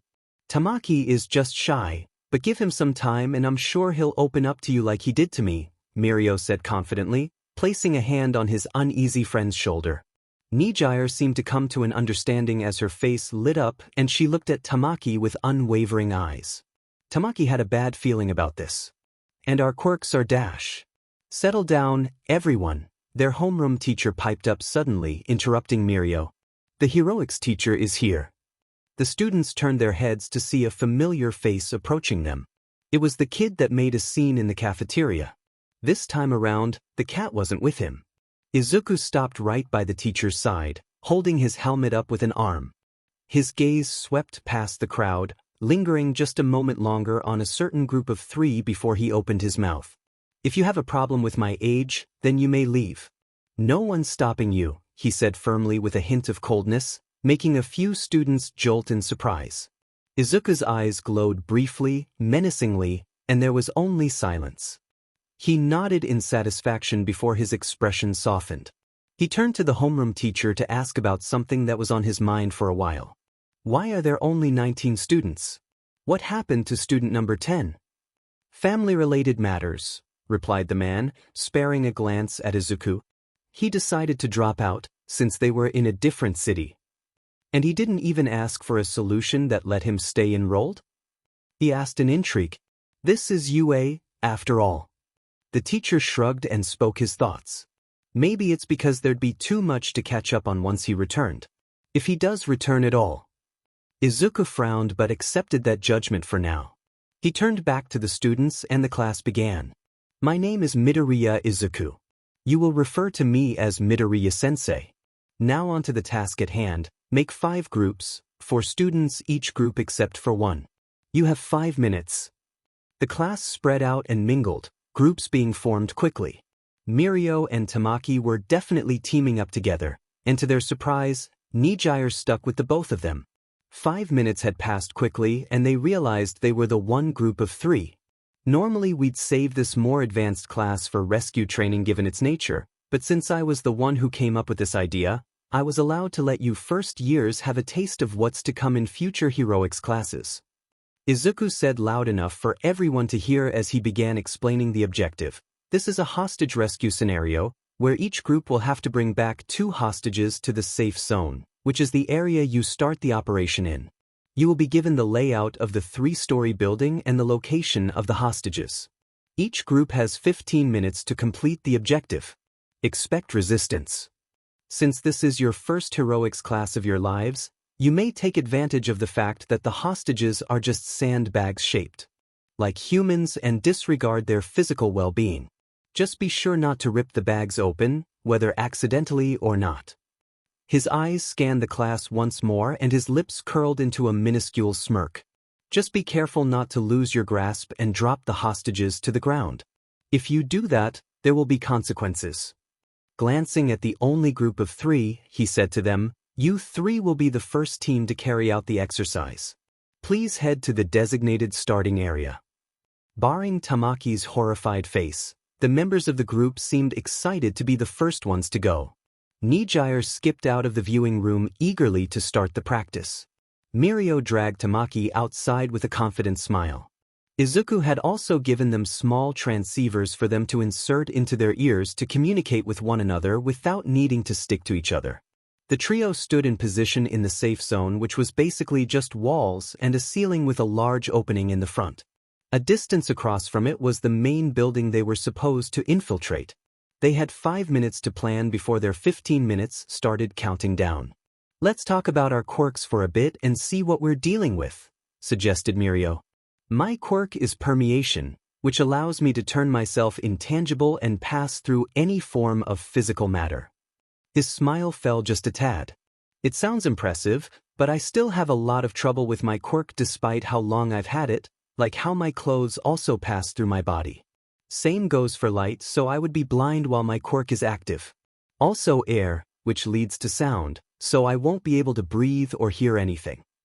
He settled a fist on his chest as he took on a look of determination. "That's why I've come to UA, All Might's alma mater, to learn to gain more control over my quirk and be the hero I aspire to be." Tamaki stared at his friend from the corner of his vision with a hint of admiration. Seeing that Mirio had displayed his noble intent without hesitation, he couldn't help but think that it was only proper that he should speak up to tell Hado his quirk. "My quirk is called Manifest. It allows me to manifest parts of any animal I've eaten recently on my body. The more of the same animal I eat, the stronger the manifestation. Once the food gets digested, then I can't use my quirk anymore." Tamaki managed timidly, not used to saying so many words to someone unfamiliar to him. Nijire was starry-eyed, looking at the 2 friends in front of her. "Oh, both of you are so cool. My quirk is called Wave Motion, and I can turn my vitality into flashy shockwaves with it. But if I do it too much, I get so tired I can't even move a muscle. The exercise is about to begin. Prepare yourselves." Izuku's voice sounded from their transceivers. "All right, you two. Let's not waste any time reaching the hostages, but do be sure to practice caution. We don't know what kind of resistance there is, so keep your senses sharp," said Mirio, inspecting the labyrinthine layout of the main building. It wasn't easy to get lost per se, but the hallways and stairs were tall and wide, as if a typical 3-story building was scaled up in size. They had some distance to cover. Tamaki looked outside idly and he could swear there was a thin mist in the air, despite it being the afternoon. He didn't say anything about it though. "Begin." And they were off, jogging from the safe zone building to the building with the objective. The group traversed the halls with decent speed, wary of their surroundings. To their confusion, nothing happened all the way to the hostage room. 2 sandbag dolls laid on the ground in the center of the giant room, a few pillars present to hold up the ceiling. Mirio scratched the side of his head in puzzlement. "There's nothing stopping us all the way to the hostage room. Maybe we have to pick up the dolls first?" Tamaki nervously eyed the large concrete spheres sitting in the corners of the room, but ultimately decided not to comment on it. Since Mirio was arguably the weak link of their group because of his quirk, He volunteered to carry both hostages. 10 minutes remaining. Hoisting the dolls over his shoulders, the trio left the room without hurry, partially curious of the challenge that might present itself. They walked to the stairway, preparing to go down to the lower floors. Then they heard it. Heavy footsteps accompanied by audible taps resembling the tapping of one's fingernails against a solid surface with every step. The group paused instinctively, stopping barely a quarter of the way down. Heads turned. And it turned the corner, looking down the stairway and at the three students. An avian beak with a darkened tip, face resembling a dodo bird. A raptor-like body covered with light yellow scales a similar shade with sand, with feathers of an orange gradient jutting out from the top of its head and more on the side of its forearm. Its hands and feet had 3 digits each, all with sharp talons. It was also over 8 meters in length from its beak to the tip of its tail, and its backside was taller than any of the three. Kuliaku. The spectating students gawked. The homeroom teacher whistled, impressed. Izuku spoke up, I assure you all, their lives are in no danger. Yaku knows how to hold back. Well, mostly. Then he put a hand on his chin, contemplating. I forgot to tell those three that. He simply said through his own transceiver, no need to fear for your lives. Yue's intense, but not that intense. You'll be fine. It was not fine. They were terrified out of their minds, but they couldn't snap out of their frozen state. The Kuliaku let out a bird-like screech, which did the trick. The three scrambled, booking it down the stairs with a giant monster chasing them from behind. I didn't know Yue had dinosaurs. Nijire said loudly in mild distress. The stairway turned a whole 180 halfway down the flight, and so did they. The bird. Wyvern's feet skidded across the concrete floor after it jumped down half of the stairs but remained unfazed, eyes locked onto one person in particular. The Kuliaku leapt down the last half of the stairs down to the first floor and turned. The wind caused Mirio to trip down from a misstep, sending the sandbags sprawling all over the floor. When his painful descent finally ended, he curled up on himself, assuming the worst. Then he heard rushed footfalls going up the stairs and he opened his eyes. The monster had swiftly picked up the hostages without damaging them with its claws, and it headed to the hostage room, ignoring the other two students. They recovered from the fright and he led his team to the second floor once more to see the hostages sitting in the same place they had been initially. The monster sat in the corner of the room, staring at the three but not moving. Back in the spectator room, Izuku, with much effort, suppressed the urge to cackle out loud at the scene. It was basically a badly disguised egg quest. But no one knows what egg quests were, save for his mother and Shoyuta, so it didn't matter how bad the cover-up was. In the process of holding back his delight over watching other people suffer, his smile turned twisted and downright villainous, making students inch away from him. The homeroom teacher glanced at him and just shook their head. The monster laid in place, deep warbles from its throat resonating in the room. Nijire made grabbing motions with her hands raised in front of her, but she didn't dare to actually touch the monster. So cool. Mirio had a frown on his face as he tried to think of a way to actually succeed in their task. Considering the size of the entire building, time could be considered scarce. As strong as Tamaki's and Heido's quirks were, he just couldn't see his team being able to defeat this beast. The side of his fist struck down onto his open palm, and his expression conveyed confidence once more. Huddle up, everyone. I've got a plan. The way Mirio looked at Tamaki gave the gloomy boy a sense of dread. He wasn't going to like this, but to remain in UA and become a hero alongside his best friend, he had to push himself to new heights. Mirio told them of their plan, which Nijire was all too eager to follow along with. He patted his friend's back reassuringly, and Tamaki tried his best not to let peer pressure get the better of him as he stepped back from the other two, getting into position. The first phase of their plan was executed and Mirio and Nijire rushed forward to grab the hostages.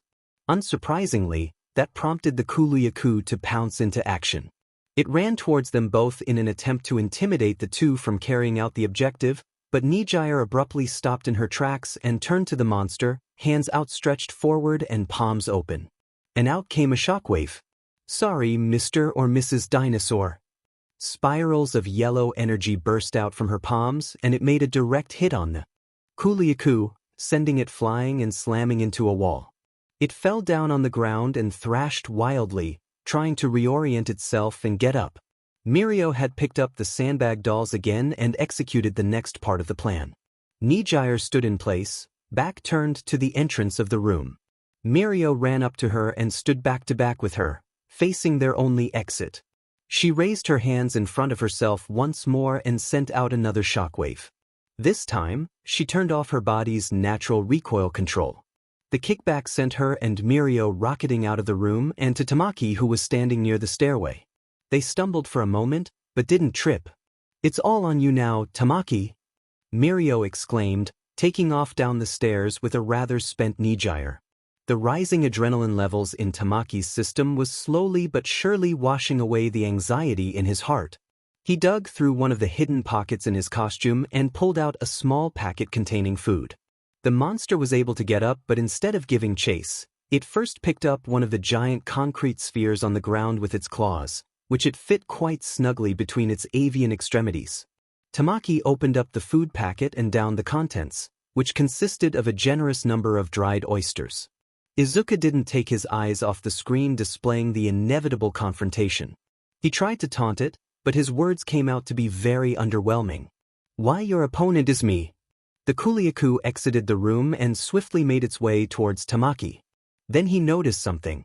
The monster wasn't paying attention to him at all. The final phase of this haphazardly put-together plan required him to stall it for as long as he could for the other two to run back to the safe zone. And he'd be dead if he couldn't even distract it for several seconds. I said. Tamaki's right forearm morphed, increasing in size and weight. It was shaped into an oyster shell, with its exterior uneven and jagged as he swept his rapidly growing arm high. "Your opponent is me." The man-sized oyster shell smashed into the side of the monster's face on the last syllable and put a halt in its tracks. Slightly stunned, the Kuliaku staggered, balance unstable. Tamaki's elbow hurt like hell from lugging around the heavy shell. Izuku analyzed the huge oyster shell as many thoughts came to his head. It was rough and heavy, so it packed a good punch like a hammer, but it was slow due to its weight, so it's not recommended to use it for defensive purposes. Most of the time, clams were a better alternative to use as a shield. The Kuliaku's temper flared and its focus shifted to Tamaki. It raised the ball of concrete in the air threateningly, and he was able to bring up his quirked arm to block the attack at the last second. Both the shell and the sphere cracked upon impact, but remained intact. He fell to his knees and he could only think, "I regret agreeing to this plan so much." Yet he still fought. For his team needed him and he was adamant in wanting to help them.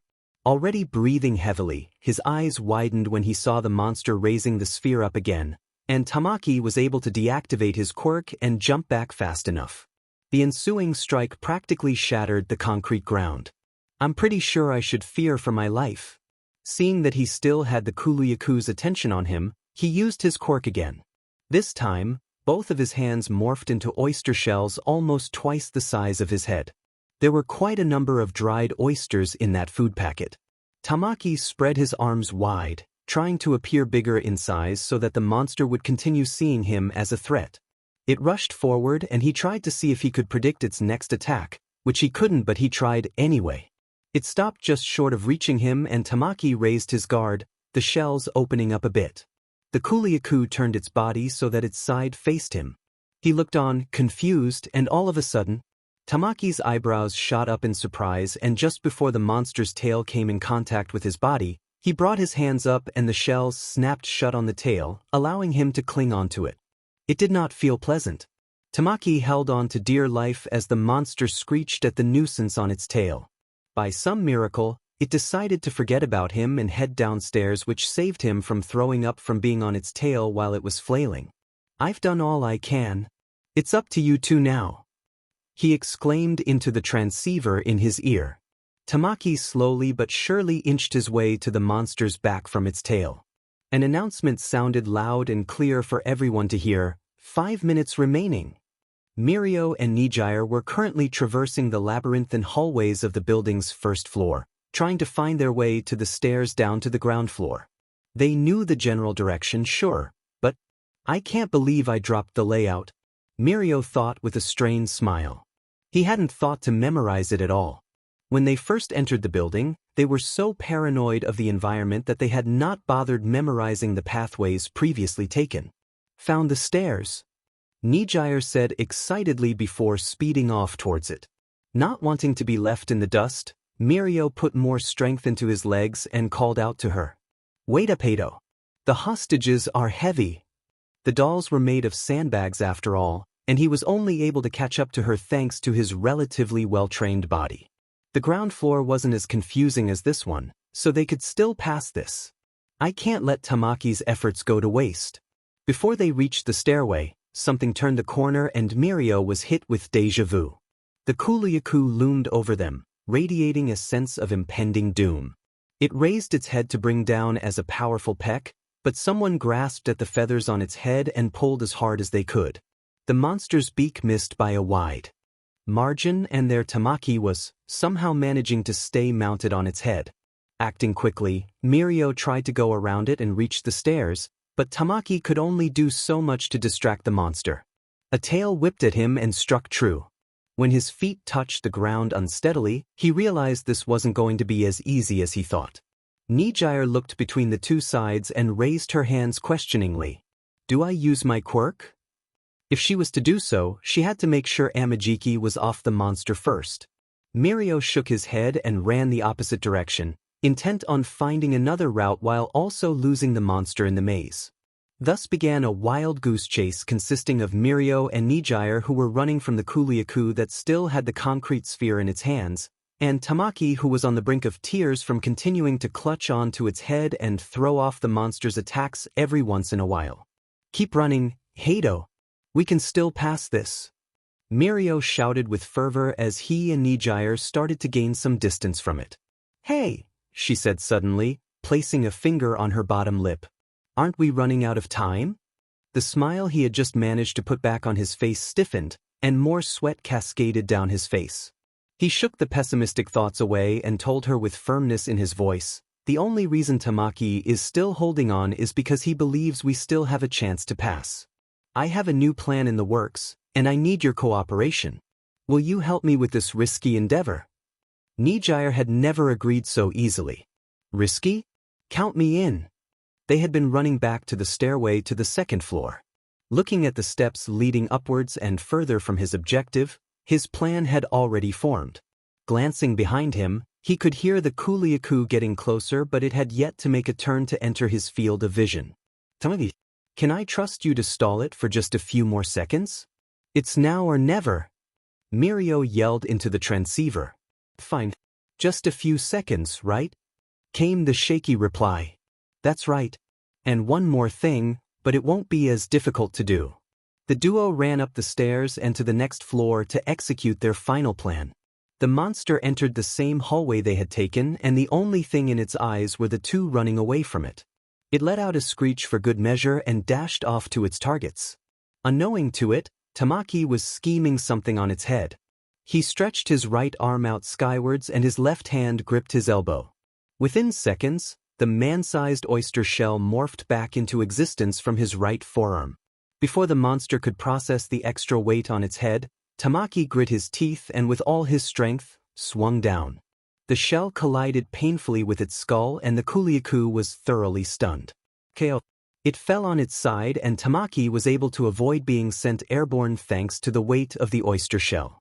The concrete sphere was dropped to the ground and it shattered loudly.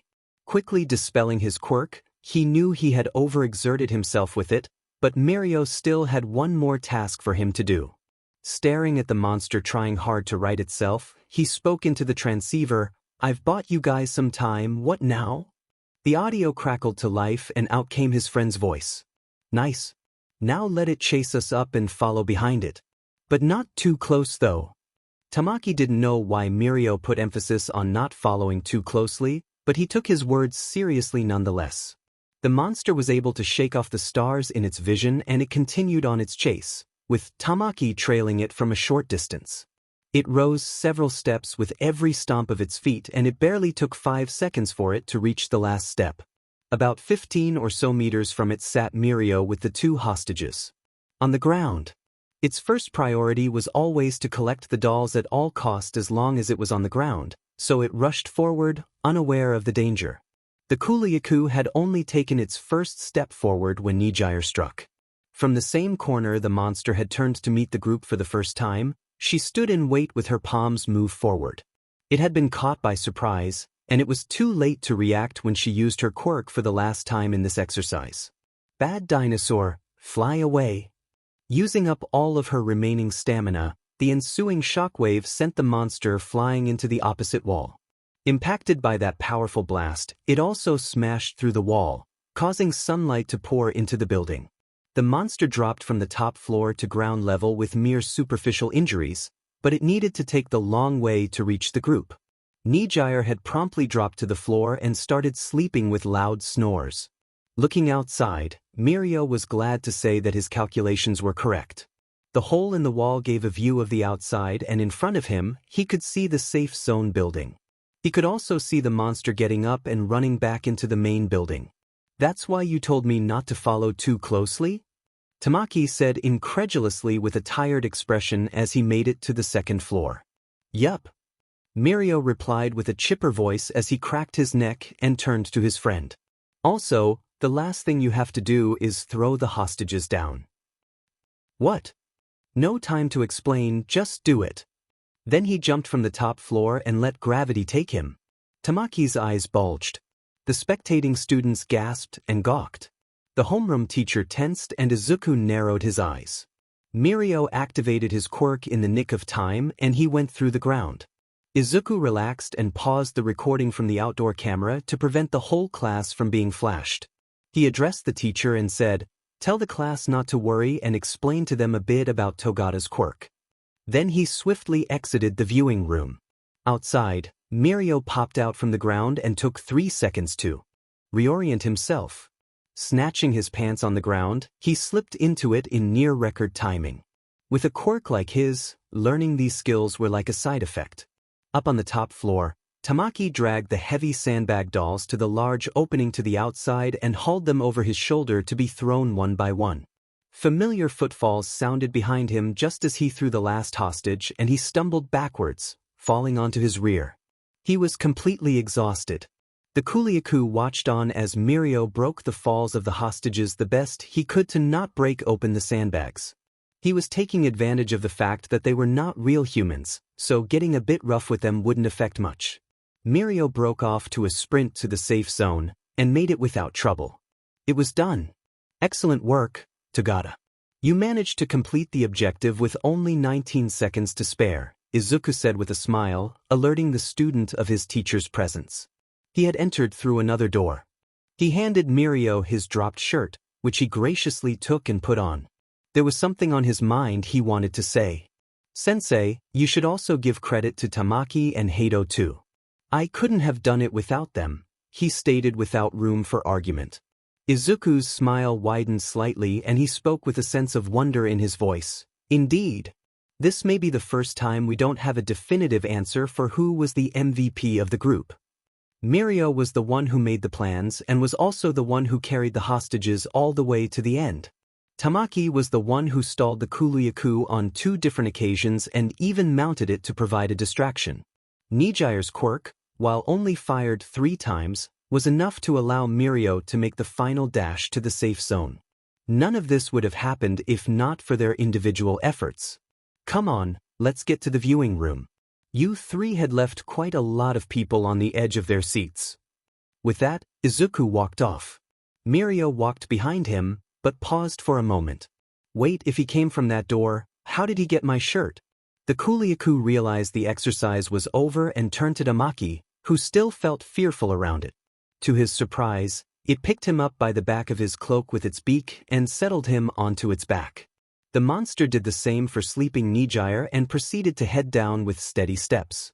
When they were all present for the discussion, there were exclamations of praise thrown around to the embarrassed Mirio. Tamaki was able to avoid having a panic attack with the help of Izuku, who stood by him and discreetly taught him to follow his breathing as he let off a calming aura. Nijire was still fast asleep. Safe to say, the rest of the class was very eventful. The class had been dismissed and farewells were bid. The homeroom teacher had left to the teacher's lounge with notes on the students' capabilities. Only Izuku remained in ground beta, standing outdoors between the safe zone building and the rather battered main building. He placed a palm on the now-healed Kuryaku's side. Bioenergy surged and the monster grew. It must feel weird to fight with most of your strength suppressed, huh? He mused softly as he returned the high-rank strength it had possessed before. It took a whole minute, and the monster grew to a length of about 10 meters. Caressing its giant head with his hands, he said to the Kuryaku, "Return home." And it left without hesitation. Of course, by home he didn't mean where his mother lived. That would be absurd. He had a home for all of his monsters. He breathed slowly, watching as the bird wyvern hurried out of the area. The mist in the air was still present. There were a few curious students who asked about it, but Izuku had simply brushed them off by diverting the topic. Besides, it was near impossible to see the haze through the cameras. Izuku turned his head to gaze behind him. If one were to look closely enough, one might be able to see an outline of something. Something big. "Good thing we didn't need your help this time around," he said, smiling to seemingly nothing in particular. Then the outline shifted. It became a silhouette of a creature. Its features were oddly unclear, but one could still identify its shape. For legs, a head with a sharp snout, like a horn. Large wings, but compared to the creature's body, it's hard to see it taking to the air.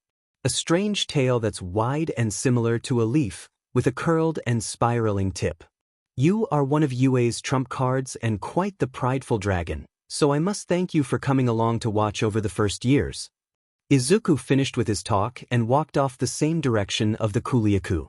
White gas was spewed from the dragon's mouth and the surrounding mist thickened considerably. And just like that, the silhouette vanished from sight. "This J is massive," Mirio thought. The 19 students of Class 1A made their way through the large entrance of the facility, and once they passed through, many students audibly expressed their awe at the sheer size of the place. "This is it. This is UA," a student spoke aloud. Many agreed to his sentiment, if the subtle nods were any indication. 3 teachers stood in front of the class, hero costumes donned on and watching with smiles as the class took in the sight in front of them. The space hero, 13, Class 1, as homeroom teacher, Raku-sensei, and of course, the favorite amongst the student body, Midoriya Izuku. "I think that's enough sightseeing for now, everybody," 13 called out, garnering everyone's attention.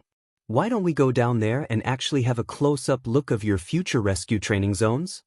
Enthusiastic and affirmative responses sounded from the class, and 13 followed up with their mandatory lecture about quirks and rescue. "Now, I know all of you must be itching to jump right into action and use your quirk in all sorts of creative ways, but you must. Remember, all of you are training to be heroes, whose first priority should always be the person needing rescue. So as heroes in training, let me tell you this. It is our eternal responsibility, powerful quirk or not, to ensure that our powers are used to help people, not harm." Or, to put it bluntly, their homeroom teacher spoke up. "Quirks can be dangerous and made lethal easily. It is the job of future heroes that they learn how much is too much in combat situations and to learn how to use their quirks to rescue the innocent." Listening intently to the lectures given by his teachers, a smile easily came to Mirio's face. It seemed that finally, only now had it sunk in that he made it into UA. 13 began. "Now, according to your class syllabus made by your homeroom teacher, we'll begin with your rescue training in the mountain zone followed by training in the ruin zone. If there are no disruptions to your schedule, we should be able to cover every zone before the sports festival. This should give an edge up in the field for students that may receive internship offers from rescue heroes. Alright, so here's your first exercise." Raku-sensei pulled up a small notebook and read its contents. A student is to be randomly chosen and assigned as the main hero. The main hero can then choose an assistant hero. It can be any one of your classmates. The 2 heroes will be tasked with rescuing someone who had fallen from atop the cliff and broken their leg dash. Like so. Izuku walked right off the cliff's edge and plummeted straight down, ignoring the shrieks of alarm behind him. The homeroom teacher simply shook his head in amusement as his class scurried forward to look over the edge of the cliff. Seeing that Midoriya-sensei was somehow completely unharmed and sitting up with crossed legs, They collectively breathed a sigh of relief. Raku-sensei continued, "There's a catch to this. The person planning the rescue must be the main hero themselves. The assistant hero can only be there to follow the plan, and while they are allowed to give tips, they cannot make up the plan for the main hero. Once a student has been chosen to be an assistant hero, they are not allowed to be chosen once more for the job by another student. Through this method will everyone experience being the main hero and assistant hero. Though because of the odd number of students, we'll come up with another method when the time comes." And thus began the rather unconventional rescue training session. "Togata Mirio." The addressee jolted in attention upon hearing his teacher's voice. "Who will be your assistant hero?" Mirio answered without hesitation and with a smile, "Tamaki." "I knew it," Amajiki whispered to himself in his embarrassment, Nijire pouting behind him for not being chosen yet.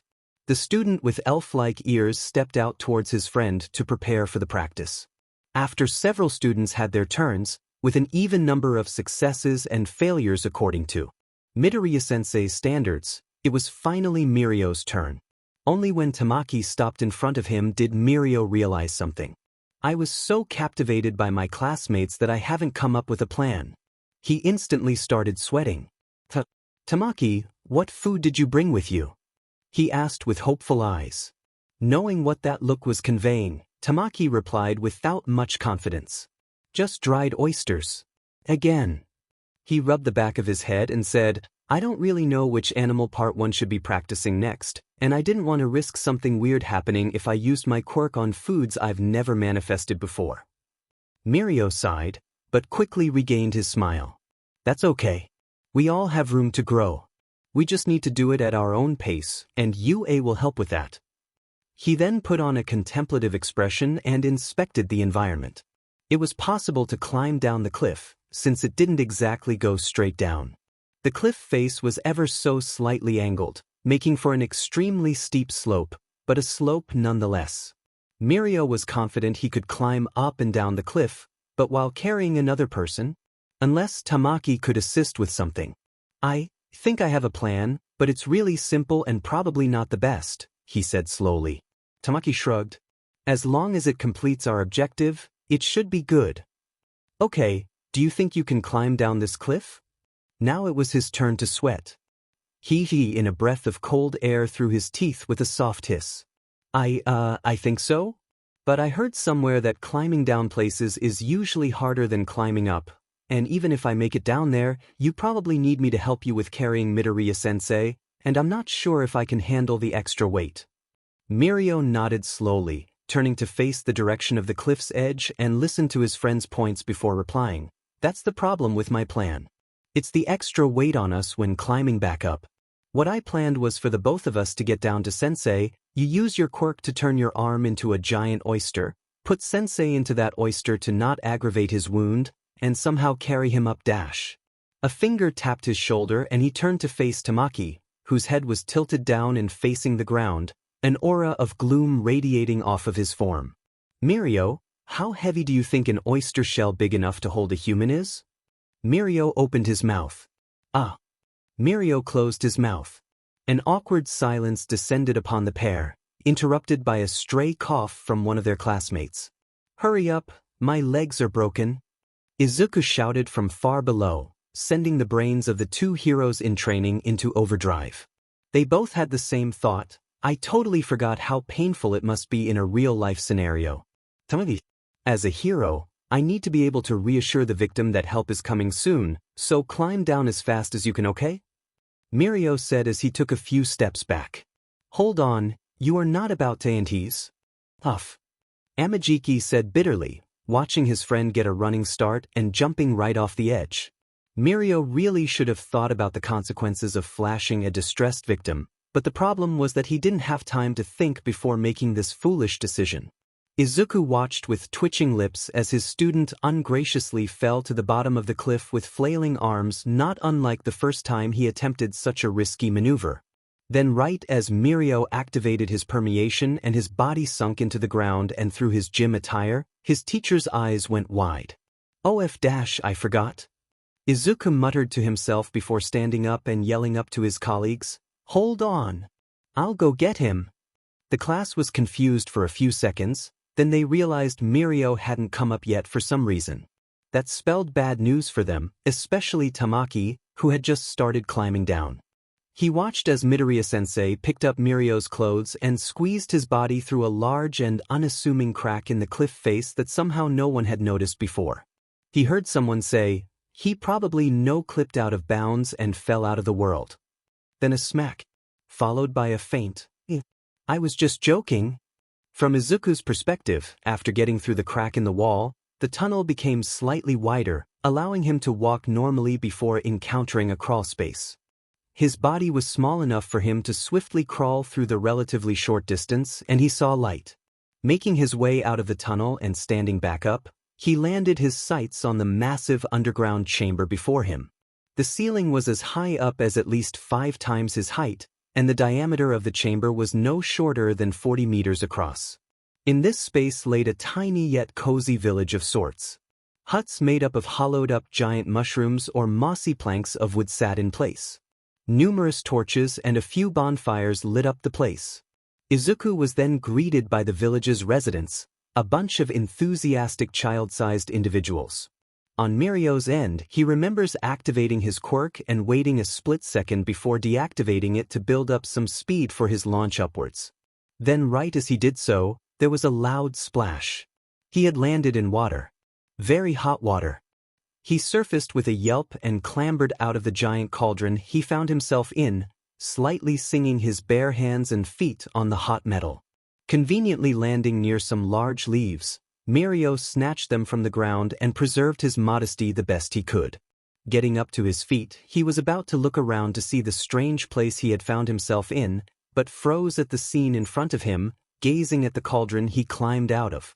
Surrounding the large black pot was almost a dozen bipedal creatures wearing helmets or masks staring right at him.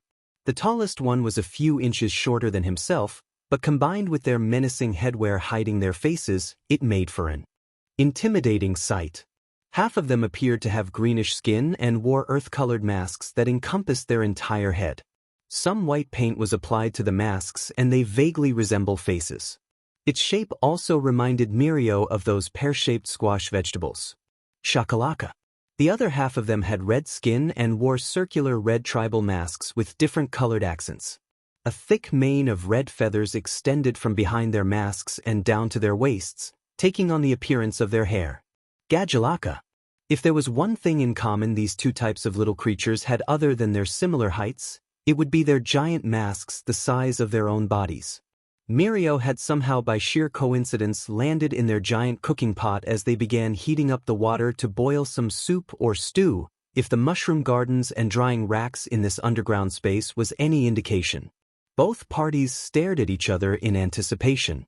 One of the shakalaka let out a high-pitched shriek and Mirio booked it. Izuku made his way through another crawl space which led to the cooking chamber guided by a shakalaka. He was met with the scene of his student holding a large leaf over his privates and leading a wild goose chase with the dagger-wielding Linians. He blew a sharp whistle, alerting the chasers of his presence. All of them stopped what they were doing and started crowding him, as if Mirio didn't exist. Speaking the Linian language, Izuku explains his student's circumstances with the Linians. As Mirio was changing into his gym clothes that Midoriya-sensei had tossed to him, all he could hear was his teacher speaking gibberish with the little people, who replied even more bizarrely. He watched as Izuku waved his arm towards a patch of mushrooms, sending out a surge of bioenergy as compensation for the trouble. The Linians immediately forgot about the previous incident and excitedly crowded over the enlarged mushrooms with intent to harvest them. "Let's get you out of here, shall we?" said Izuku. Backtracking through the same path, Mirio experienced what it was like to crawl through narrow tunnels, and he was led to the main chamber, where most of the Linians would congregate regardless of their species. "The mountain zone is home to the shakalaka and gadjalaka," he explained. "In the event of an emergency, they'll definitely show up ready for some action. It's the same for each zone in the USJ. They serve as habitats for monsters, and in return for getting free homes, they oversee their respective zones." Mirio let that thought sink in. He didn't say that all of the zones were protected by the same little people. The two made their way to the entrance Izuku came in from. The young teacher turned to face one of the Gajilakas guiding them and asked in Linean, "Do neither chieftains want to exchange pleasantries and see me out?" The Gajilaka responded with a series of yelps and high-pitched cries. Izuku took a few seconds to process the response and finally nodded. "So they're dueling in the combat chamber? I see. Sorry for the disturbance and goodbye for now." Pretty much every Linean in the underground village waved goodbye at them as they both crawled out from inside the cliff face. Once outside, they were greeted by a very concerned-looking Tamaki standing outside. "What happened? Are you all right?" he asked his friend worriedly. Mirio flashed a grin at Tamaki and said reassuringly, "No worries. I'm completely fine thanks to Midoriya-sensei." A breath of relief left Tamaki's lips and he straightened his posture slightly as he faced Izuku. Is the exercise still on? Do you have a plan to carry me all the way up the cliff?" Izuku retorted simply, making the pair stiffen up. Mirio told him about the initial plan involving Tamaki's quirk and the main flaw of it. Their teacher stroked his chin in thought after hearing the plan. "If that somehow worked and both of you were able to carry me up, I'd have considered that a successful rescue." Mirio gave a strained smile as he realized he was unable to pass this activity. "It seems we failed, huh?" Izuku waved his hand in dismissal. "No need to worry about it. This type of scenario can be quite unfavorable for many heroes and their quirks. That's why we're not grading this exercise." The three of them walked up to a nearby metal ladder that led them up to the class. Obviously, they were not allowed to use this during the actual exercise.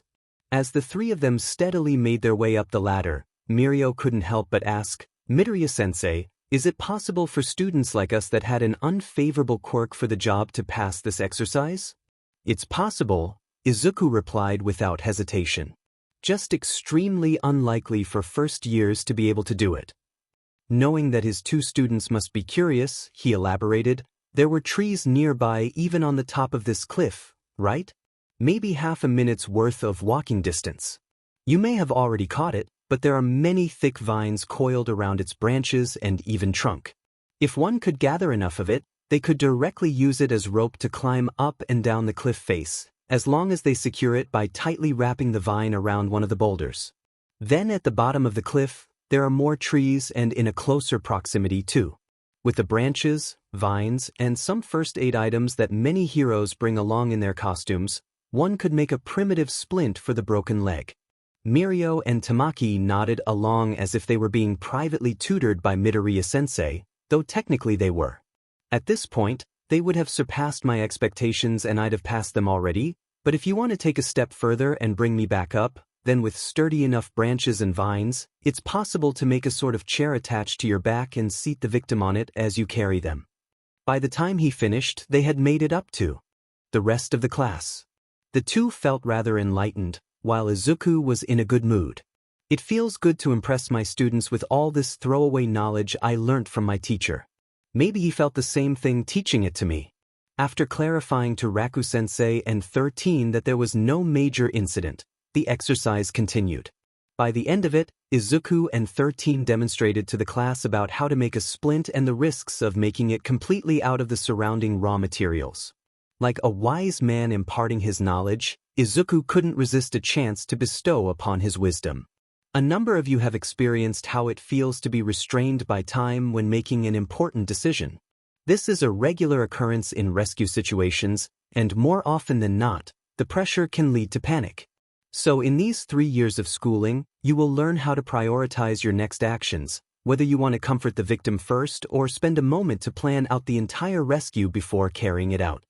"Alright, I believe we've spent enough time touring the downpour zone," the homeroom teacher stated before barking out a laugh. "Let's all hope you don't get sick tomorrow."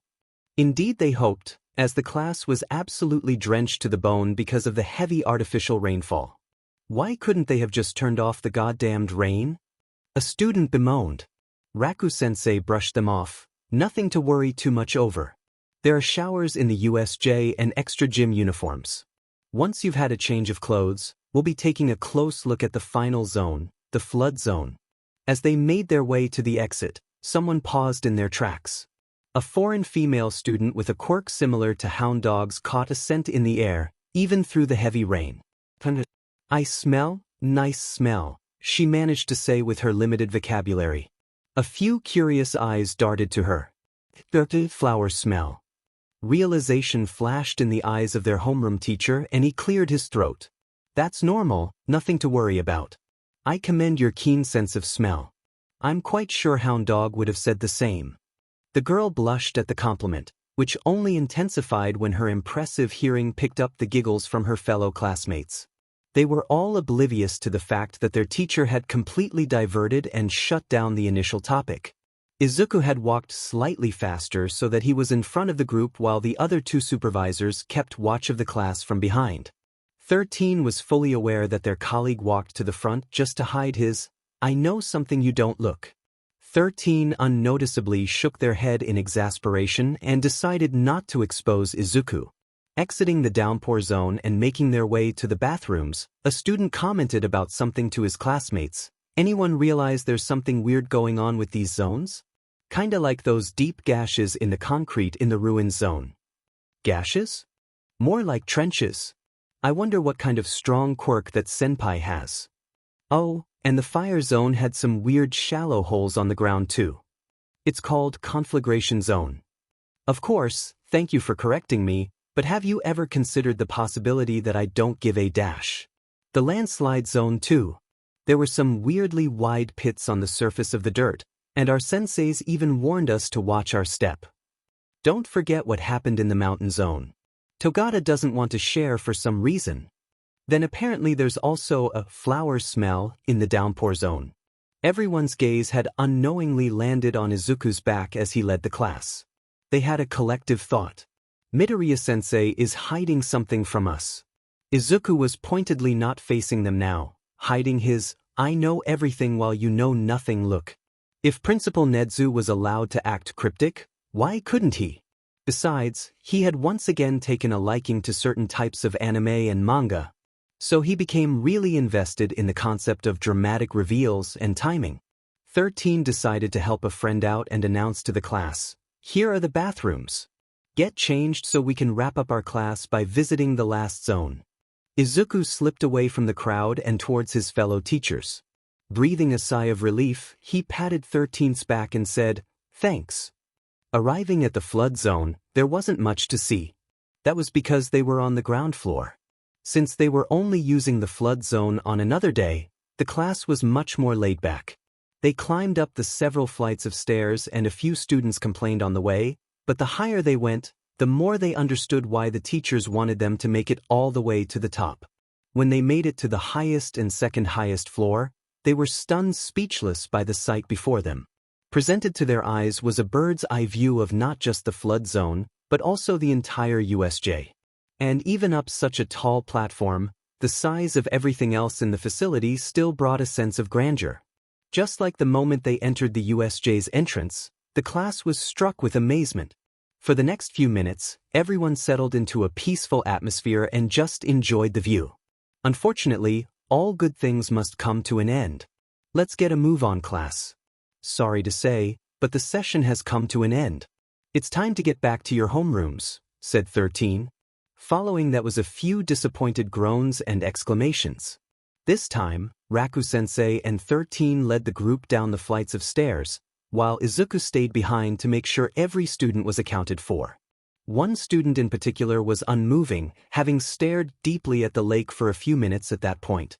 Seeing that she was the only one not going down, Izuku approached her. "Hato, it's time to go." Nijire turned to her teacher with wide blue eyes of wonder. "Sensei, there's something moving underwater. Something big." Izuku only smiled. Lifting a finger to his lips, he said, "That's a secret. But one day you may find out, so don't go spreading what you saw, all right?" Instead of being scared or anything of the sort, she smiled widely. "A secret? I'm good at secrets, oh." Nijire put a hand over her mouth, looking down the stairway to see if anyone heard her. Facing Izuku again, she pinched her thumb and index finger together and dragged it along her closed lips, performing the action of zipping her lips. The young teacher chuckled in amusement, following behind the inquisitive girl as she made her way down the stairs. This was the first time a student didn't react with fear of the shadow in the lake. Though knowing what exactly it was, perhaps it was only rational to fear what lies in the depths of the flood zone's waters. Walking down a shopping mall leisurely with nary a worry in the world was Izuku, with a destination in mind. It was a Sunday afternoon, and the teacher with the freest decision of his class schedule had very little paperwork to deal with annually. Unless he wanted to make a large-scale and permanent arrangement in UA, in which case he would seek help from Nedzu on dealing with the hefty paperwork given by the commission, he rarely had to write anything. Izuku also needed to state his plans down to the smallest details to submit to the head honchos of the Board of Hero Education or whatever they're called. After signing that contract, he had less privacy than he would have desired. But it's not all bad. At least the Board and Hero Commission approved his request for improving security measures in the USJ without any questions. They probably thought that they might as well humor Izuku since there had never been an attack on the USJ since its founding. If they had asked up front about the reason he wanted to have monsters guarding the USJ's interior, Izuku would have honestly replied that it was because it just seemed really fitting. The zones looked too much like habitats for him to pass up the opportunity. Even if it meant he had to dedicate every Sunday morning to travel to the USJ and feed them bioenergy to their fill. At least the Rajang could get some cardio out of carrying him to his destination. Thanks to the contract, he had full ownership of every single monster spawned from his quirk. While that didn't stop their researchers from paying visits to the school to collect discarded tissue samples from the monsters, they could only do so because Izuku gave permission. Otherwise, he would just show through his actions why going against him would be a bad idea. Something caught his eye and he found the shop he was looking for. It was an instrument store. A string instrument store to be more precise. The sliding glass doors parted upon sensing a presence. Izuku entered with a smile. Glancing around the store interior, he took in the collection of string instruments out on display. After taking a moment to marvel at them, he set his sights on the section with the cellos. Picking out the most expensive one, he asked a store employee, "May I try out a few notes?" "As long as you actually know how to play it, sure." They replied simply. Nodding gratefully, he pulled up a chair that was placed conveniently nearby and sat himself down on it. Extending the pin in the bottom end of the cello, he set the pin on the ground as he placed the instrument between his knees. Letting its upper body rest against his chest, he received a bow from the store employee to give the cello a go. He tested a few notes before frowning. After asking for permission once more, he tuned the cello and played the notes until he was satisfied. He began playing the beginnings of a beautiful tune. Then he stopped halfway and nodded in satisfaction, much to the dismay and disappointment of the window shoppers turned spectators. One might be wondering where Izuku learned to play a cello. He was indeed a fast learner, but he wasn't some kind of musical genius.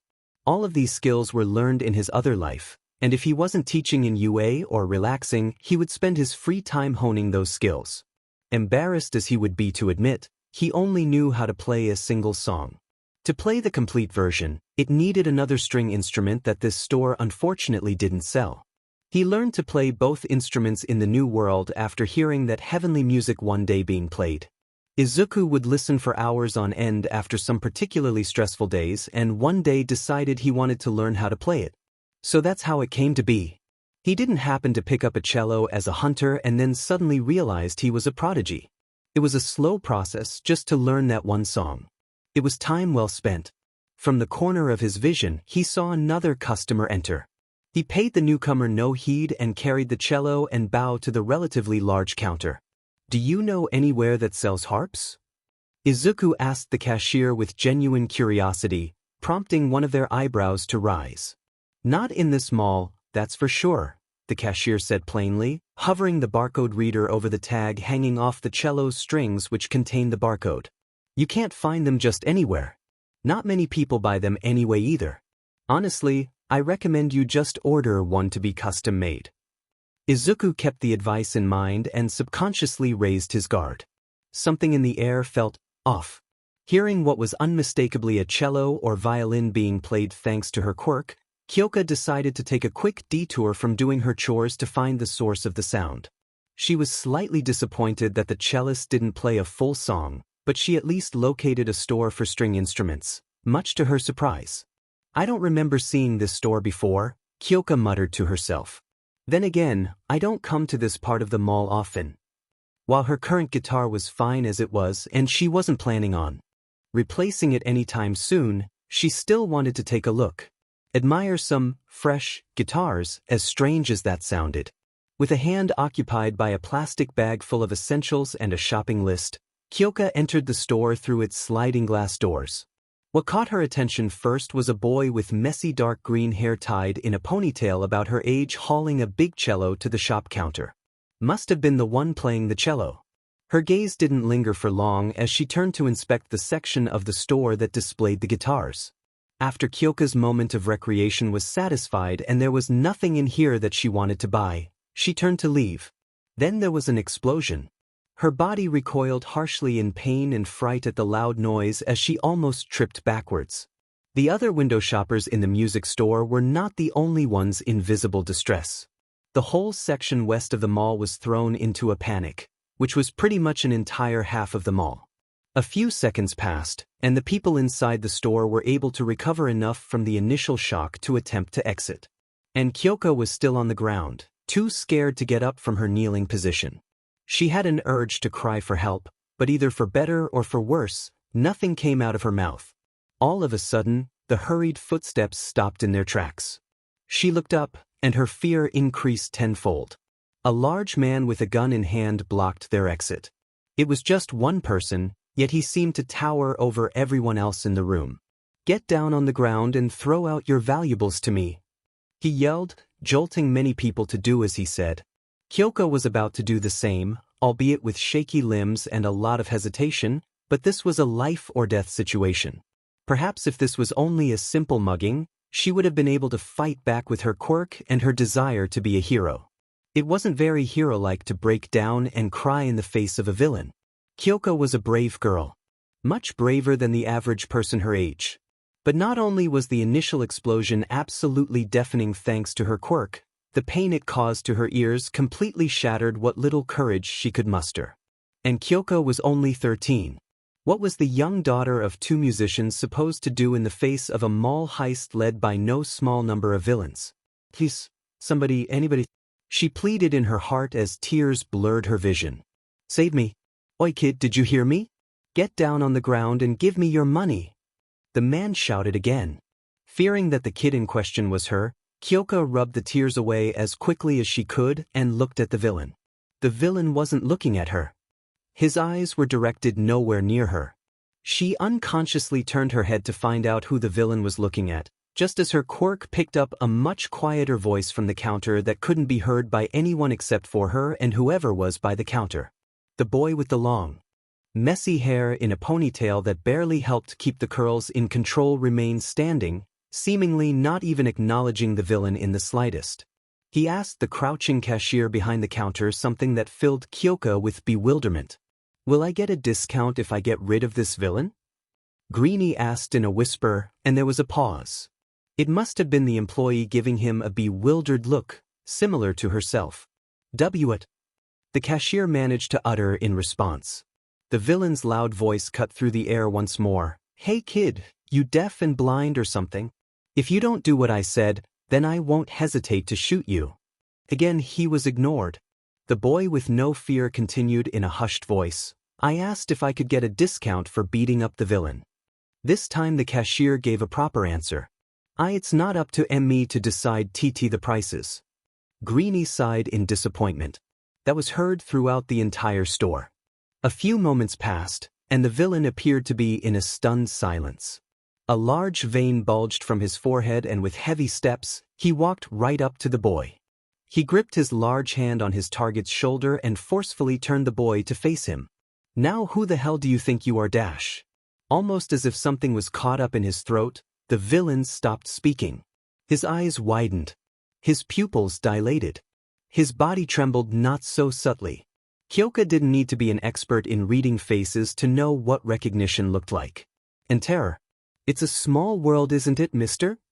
How could Azai have known that he was meeting the scariest person he knew when he took up the offer to participate in the heist?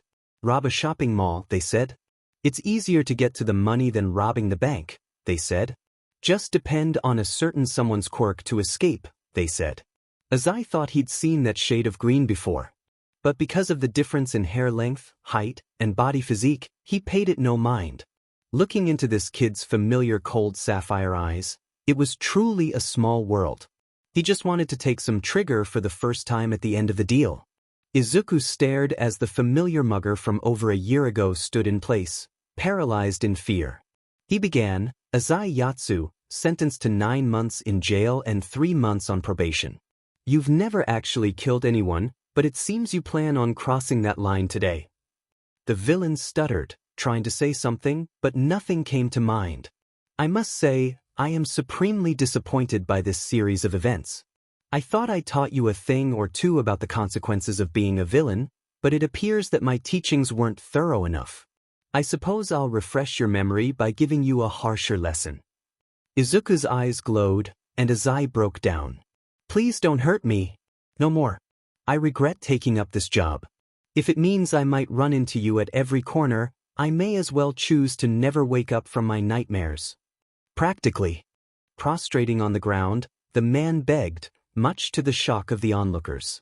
Hey, mister. Azai slowly looked up to feel a twinge of familiarity, seeing Izuku's sapphire eyes looking down on him like he was an insect. I don't think I believe you. Before he could devolve into more desperate begging, another person entered the scene. Hey big bro, what's the hold-up dash? The new villain, with a much smaller frame compared to Azai, ceased his walking. The sliding glass doors sensed his presence and slid open. By the time the sliding doors opened fully, little bro already had an idea of what was going on here. He immediately pulled up his own handgun and pointed the barrel at Izuku. Stop whatever you're doing to big bro or I'll shoot, he ordered firmly. Izuku spared a glance at the newcomer's direction and pressed his lips into a line. He took out a wallet from his pocket and dug through it. Ignoring the threat, he read the price of his cello that was on display after the barcode was scanned. Ichie. I said let him go. Right this instant. Little bro ordered again. There was a stutter. Another pushover. Just like his big bro. Pulling up a wad of cash from his wallet, he placed the stack of yen notes on the counter as he muttered, that should be the exact cost. Izuku settled a hand on the large instrument strings. His fingers curled around the cello's neck. Alright. Don't blame me for what happens when I dash. Faster than anyone could react, Izuku swung around, sending the cello flying. The bottom of the instrument impacted hard against little bro's face. There was a crack, and Izuku couldn't tell if that came from his target's nose or his cello. Probably both. The heavy instrument hit the ground about the same time as the villain, who was knocked completely out cold. Everyone in the store gawked at the sight, including Azai. Izuku clicked his tongue as he walked up to the unmoving body. Definitely a broken nose right there. Hopefully he doesn't get a concussion. That was a pretty strong blow. He turned to Azai. Besides, weren't you the one who said something about throwing my valuables? Picking up the handgun from the ground, he found out that while it was loaded, the safety pin was still on. Izuku audibly expressed his surprise. So it was on safety mode the whole time. I had a hunch, but I didn't think you two would be so scared of shooting anyone. Actually, Azai shakily raised a finger. My gun isn't dash. Thank you for letting me know, mister. His breathing hitched and he shut right up. Izuku picked up his cello to see that it was still intact, but the damage done had most likely significantly affected the quality of the instrument negatively. He shook his head and spoke up, Azai Yatsu, you're coming with me to assist with taking out your coworkers. I think I'd rather just dash. It wasn't a request.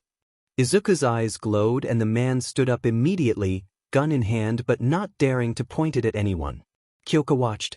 With wide eyes and awe as Izuku walked out of the store, the cello's neck in hand and its body resting on his shoulder, being followed closely behind by a large man who dared not even think about defying his captor. We were in the presence of a real hero. After the chaos and arrival of almost a dozen heroes from all over, All the villains were either captured or had escaped through a means of a peculiar quirk. Witness reports stated that they saw a villain knock 3 times in rapid succession on a door and open the door to be greeted by a dark room. Viewing the recordings of some of the security cameras, the police witnessed as a villain with a moderately sized cloth bag of cash knocked on one of the staff-only doors spread across several locations of the mall. After knocking it 3 times under a second, the villain opened the door, which clearly led to a pitch-black area that looked nothing like anywhere in the mall. A pro hero had experimented going through the same procedure only to see that opening the door yielded no desirable results. There were 22 villains in total, 8 of which were able to escape through the strange door quirk as caught on the security cameras. That brought up the puzzling nature of this heist. It was clear to see that the participants of the robbery were no big-named villains and were just overambitious individuals hoping for a big payday by the end of it. Who orchestrated the heist? Was it the one with the door quirk? Or someone else behind the scenes? What could they have offered to convince so many villains to participate in such a risky operation? A positively wrecked cello by his feet, Izuku sat himself down on a chair that just happened to be nearby as he was held back by a few police officers that didn't recognize him. Instead of pulling out his license and potentially getting accused for fraud, he waited for a person he did know personally. Midoriya? What are you doing here? You're not wearing your hero costume, so it doesn't seem like you took part in this. A familiar voice asked him, and Izuku turned to look at one of his closer acquaintances. Tsukachi Naomasa approached him with his signature hat and trench coat. There was an inquisitive look on his somewhat plain face. You're a detective, why don't you figure out yourself why I'm stuck here? Izuku shot back playfully. Stuck? Tsukachi donned an expression of confusion for a few seconds before coming to a realization. You're being detained? Why didn't you just show them your license? Izuku simply shrugged. I didn't mind waiting for you. Let's talk a bit. The detective nodded curtly after a moment of surprise. You must be referring to today's events. Of course, I'm a bit puzzled over the true objective of this operation. You'd think the mastermind behind this should be quite wealthy to be able to sway so many petty criminals, but all they did was rob a shopping mall? And the villains were terrible at working together too. Izuku voiced his thoughts. Well, from what I heard from another detective when I had just arrived, apparently every single villain recruited was promised a big payment of a whole suitcase of trigger if they managed to escape with enough money. Tsukachi recounted what he had heard. Izuku scoffed in disdain. Then these villains are incompetent and easy to manipulate. Did they not even think about how expensive a whole suitcase of trigger is? It's nothing a few cash registers worth of money can buy. If their means of escape wasn't so convenient, I doubt even one of them could walk out of the place without cuffs. Tsukachi nodded in agreement. There's bound to be something bigger at play behind the scenes. But in any case, you must be quite busy with your responsibilities in UA. It's best you let me and the other pro-heroes handle this case. Izuku stood up with a huff, his good mood for the day long gone. I will. Unless it involves UA or its students, I'd much rather do my job as a teacher for the younger generation than jump into a long-term operation which would cost a lot of my free time. Alright, I'll see you next time. We should sit down sometime to have an actual conversation, Tsukachi said with a smile. I'll be sure to explain your circumstances to the ones who detained you. One more question. Izuku stopped the detective for a moment. As you may have already been told, 8 villains escaped via a door quirk. Based on the quirk's description, do you recognize it perchance? Has there been a case in the past involving this quirk? Tsukachi stared at Izuku for a few moments, as if searching through his memories for a reply. Finally, he answered. Yes, but it was an isolated case. From what I remember, a civilian had reported that they saw a masked man enter through a door, and the other side was completely different than what the civilian had seen before. Izuku tilted his head and cupped his chin in thought. Is that so? Well, alright then, goodbye for now. Yes, I do agree that we should sit down for coffee or tea sometime just to talk. Both of them bid each other farewell, and Tsukachi waved at him with a smile on his face as Izuku walked out of sight. Then his smile fell. The detective shook his head, muttering to himself, I didn't want to lie to you, Midoriya, but you would have picked up on something if I said no. This is something I can't, in my good conscience, involve a good person like you in. Izuku turned a corner, leaving Tsukachi's sight. He frowned immediately after. Tsukachi, you think fast, but did you think I wouldn't catch that lie? He said to himself. He was observant. Always had been. When the detective was telling Izuku about the isolated case, it felt as if he was actively trying to maintain eye contact. On Izuku's end, it felt like he was purposefully being stared down on. Why would Tsukachi try so hard to maintain eye contact if he was being truthful? There was also the abnormal pause before his. The intensity in his eyes looked more like he was trying to think up a convincing story instead of simply trying to remember something in the past. Tsukachi was a detective. Throughout the years in service, he had met many interesting individuals and his experience had taught him a thing or two about psychology and the minds of villains. However, his bluff was still easily seen through. Tsukachi was a detective with superior deduction skills, whereas Izuku was a monster hunter with superior observation skills. Tsukachi deduced the best course of action was to lie, whereas Izuku observed his facial features and body language to notice the lie. Izuku stopped walking and tilted his head up slightly. I did say I wasn't about to participate if it didn't involve UA, so, you lucked out this time, Tsukachi. He sighed and was about to continue walking, but something or someone tapped his shoulder. He casually turned around. And the one who caught his attention was a purple-haired girl about his body's age, about half a head shorter than him. There appeared to be an earphone jack attached to each of her earlobes. Izuku tilted his head down slightly and almost instinctively smiled warmly. Well, hello there. I'm glad to see you're unharmed. My name is Midoriya Izuku, may I know yours? The girl, who did not expect Izuku to be so direct, floundered a bit trying to form her words. My name is Jiru Kyoka. Before Izuku could say anything else, she bowed down a full 90 degrees, much to his surprise. I just wanted to thank you for saving me, she said loudly, but not loud enough to cause a scene. He raised an eyebrow upon seeing this young lady express her gratitude so audibly. It wasn't every day a hero was thanked so personally for his job, but Izuku supposed no one here knew he actually was a pro-hero. Even so, he humbly replied, think nothing of it. As long as you're safe, then I was at the right place at the right time. Kyoka's admiration for him grew, but so did her hesitation in saying her next words. She got up from bowing, but her gaze was still towards the ground. I wanted to ask, if someone like me could be a hero? I couldn't even do anything to help, because I was scared. I was so scared for my life. How can I possibly be a hero? She still didn't look up as she played with her fingers. Taking a breath, Kyoka continued, and also, I was selfish. I kept pleading for some to save me and only me. I forgot about the other innocent people around me that were in the same position.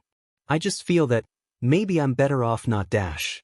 She felt something land on her head, and she stopped talking. Slowly looking forward, she realized that it was the hand of the boy across from her. Izuku was patting her head softly. Jiru Kyoka, he started with a tone soothing to the ears. To admit and acknowledge your faults. That shows you are strong. Coming all this way to thank me. That shows you are kind. Bowing down. While doing so. That shows you are courteous. Thinking yourself to be in the wrong for not actively caring about the people around you. That shows you have potential to be selfless. I think you would make an excellent hero. What you're missing is resolve. You've yet to cement your decision to become a hero, so you were easily swayed from that path because of what happened today. But even so, looking into his eyes, Kyoka had not thought that blue, a color normally associated with coldness, could feel so warm and caring. She almost teared up in relief. It's only natural to feel fear in the face of a real threat. Only through training and gathering experience can heroes put up a brave front when faced with the most dangerous of villains. Does that mean you also get scared? She couldn't help but ask him. Izuku broke eye contact, his gaze directed somewhere else. His eyes had a distant look to them. Yeah. Looking back to Kyoka, his smile was a bit different. It felt serene. I, too, have experienced freezing up in fear before. Before she could say anything more, Izuku took his hand off her head and grinned good-naturedly. Let's not forget, you're still young. You have a lot of time ahead of you to think these things over, Gyro. Just know that becoming a pro hero comes with serious ups and downs, both of which will undoubtedly fill your head with unforgettable memories, both happy and sad. Besides, which hero school did you plan on enrolling in? Asked Izuku. A bit flustered over the quick change in topic, she replied with a stutter, UA would be my first choice. Is that so? He took a step back, indicating he was about to leave. If you do decide to become a pro hero, then I'd be glad to show you around UA. As Kyoka stared at his retreating back, she blinked upon processing the last sentence. Show me? Like a bolt from the blue, realization struck her.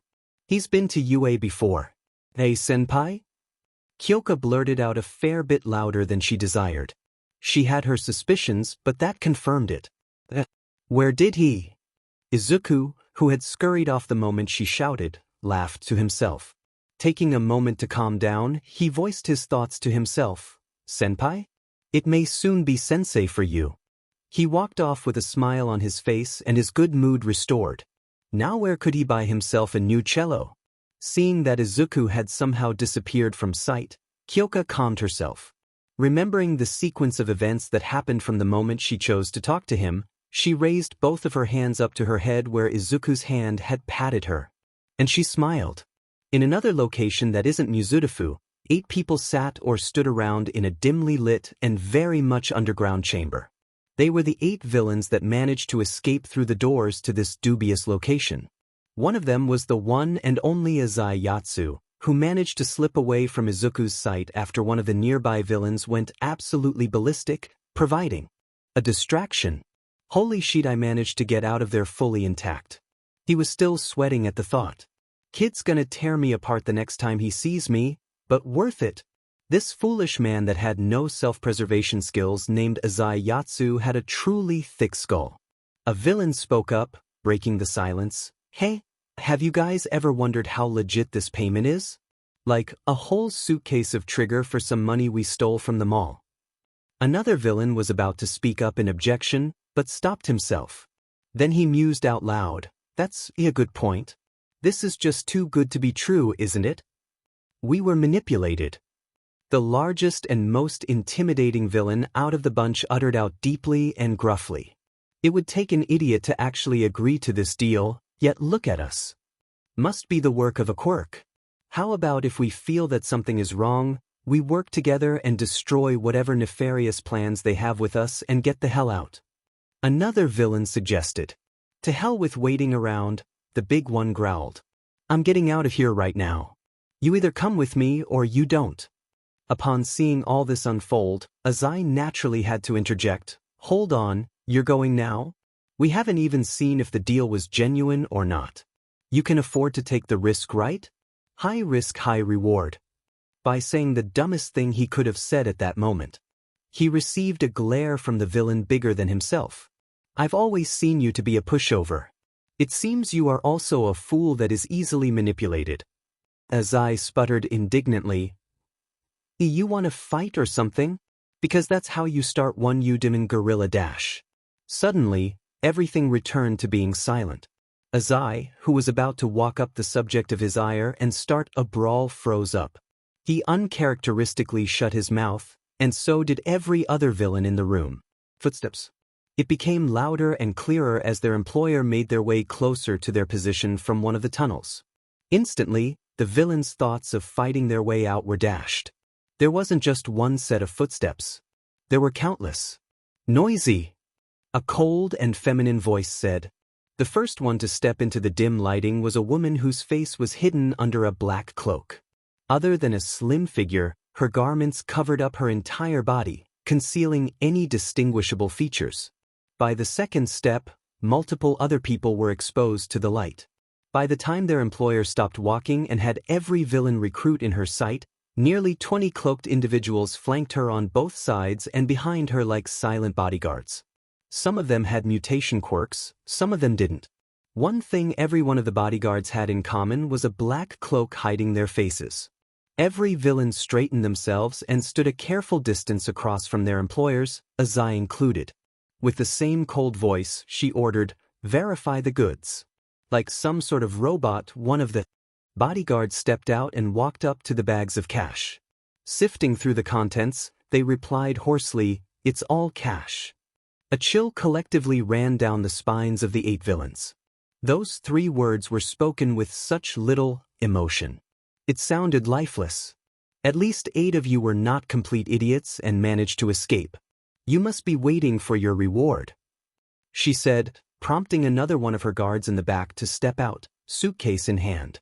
They opened it with a click and revealed the 5 syringes of trigger lined up inside. It was technically a suitcase full, but the villains were in no mood to argue about false promises. Only one person can be rewarded a day. The rest of you will stay here until it's your turn. My dash. The intimidating one interrupted her. You either pay up right now or I'm waltzing right out of your little base and out of whatever scheme you've got involving me. Their employer turned to him. Then she spoke up, I suggest you follow my orders, ape. The atmosphere turned tenser, and he bared his teeth in fury, and his body shook for a moment, before calming himself down and saying, Of course, I was acting out of line. I guess your arrangement isn't that unreasonable. It was almost as if the man forgot all of his previous pent-up aggression. Now no one dared to speak up out of fear. No one except for Azai, of course. Hey, I dunno what you did to that gorilla, but I am not staying here overnight. You've already got the suitcase right there, right? So give it to me. He angrily exclaimed. She turned to face him. Even though Azai couldn't see her eyes from the shadow of the cloak, the hairs on the back of his neck still stood on its ends. Cold sweat cascaded down his back anew. He could only think of one thing. She's still not as scary as the blue-eyed kid. Since you're so against staying, she finally spoke up through the silence, then you shall be the one being rewarded first. Ignoring the wide-eyed looks she was receiving from her employed villains, she continued where she left off previously, My followers will escort you to your temporary place of stay. Behave, or else. Any chance of protest died out the moment she uttered the last line. The other 7 villains were led away by 2 followers each, one leading and one following a single person. Azai watched them walk away without another word and turned back to the open suitcase in one of the followers' arms. Since we might work together in the future, then it's only fair I show my face, she said with the same cold tone full of disdain. Hearing her words, Azai suppressed the urge to laugh darkly. Creepy beach, if we meet again I may as well sick that green kid on you, regardless of what he does to me first. She pulled up the hood of her cloak and their eyes met, and his vision faded to black. Dull taps, like a stick poking against solid rock, came rhythmically amongst the many footsteps, making the sound very easy to discern from the Who could it be other than ectoplasm and his prosthetic legs? His appearance attracted some stares from the civilians, which wasn't a surprise since he was in costume. At least they weren't crowding him. After all, it was business as usual to see the pro-hero walk down this street during the weekdays, heading towards UA. Although he would be lying if he said he didn't like the times people, regardless of age, came up to him and asked for an autograph. As for why he didn't just take public transportation to reach the school quicker, he simply believed it to be better to reach his destinations on foot despite his disability. The ensuing explosion that occurred on the side of the street was a good enough reason for him to don his costume before actually arriving in UA. Since it was early in the morning, there weren't too many pedestrians walking about and the explosion came from a shop that had yet to open up for business for the day.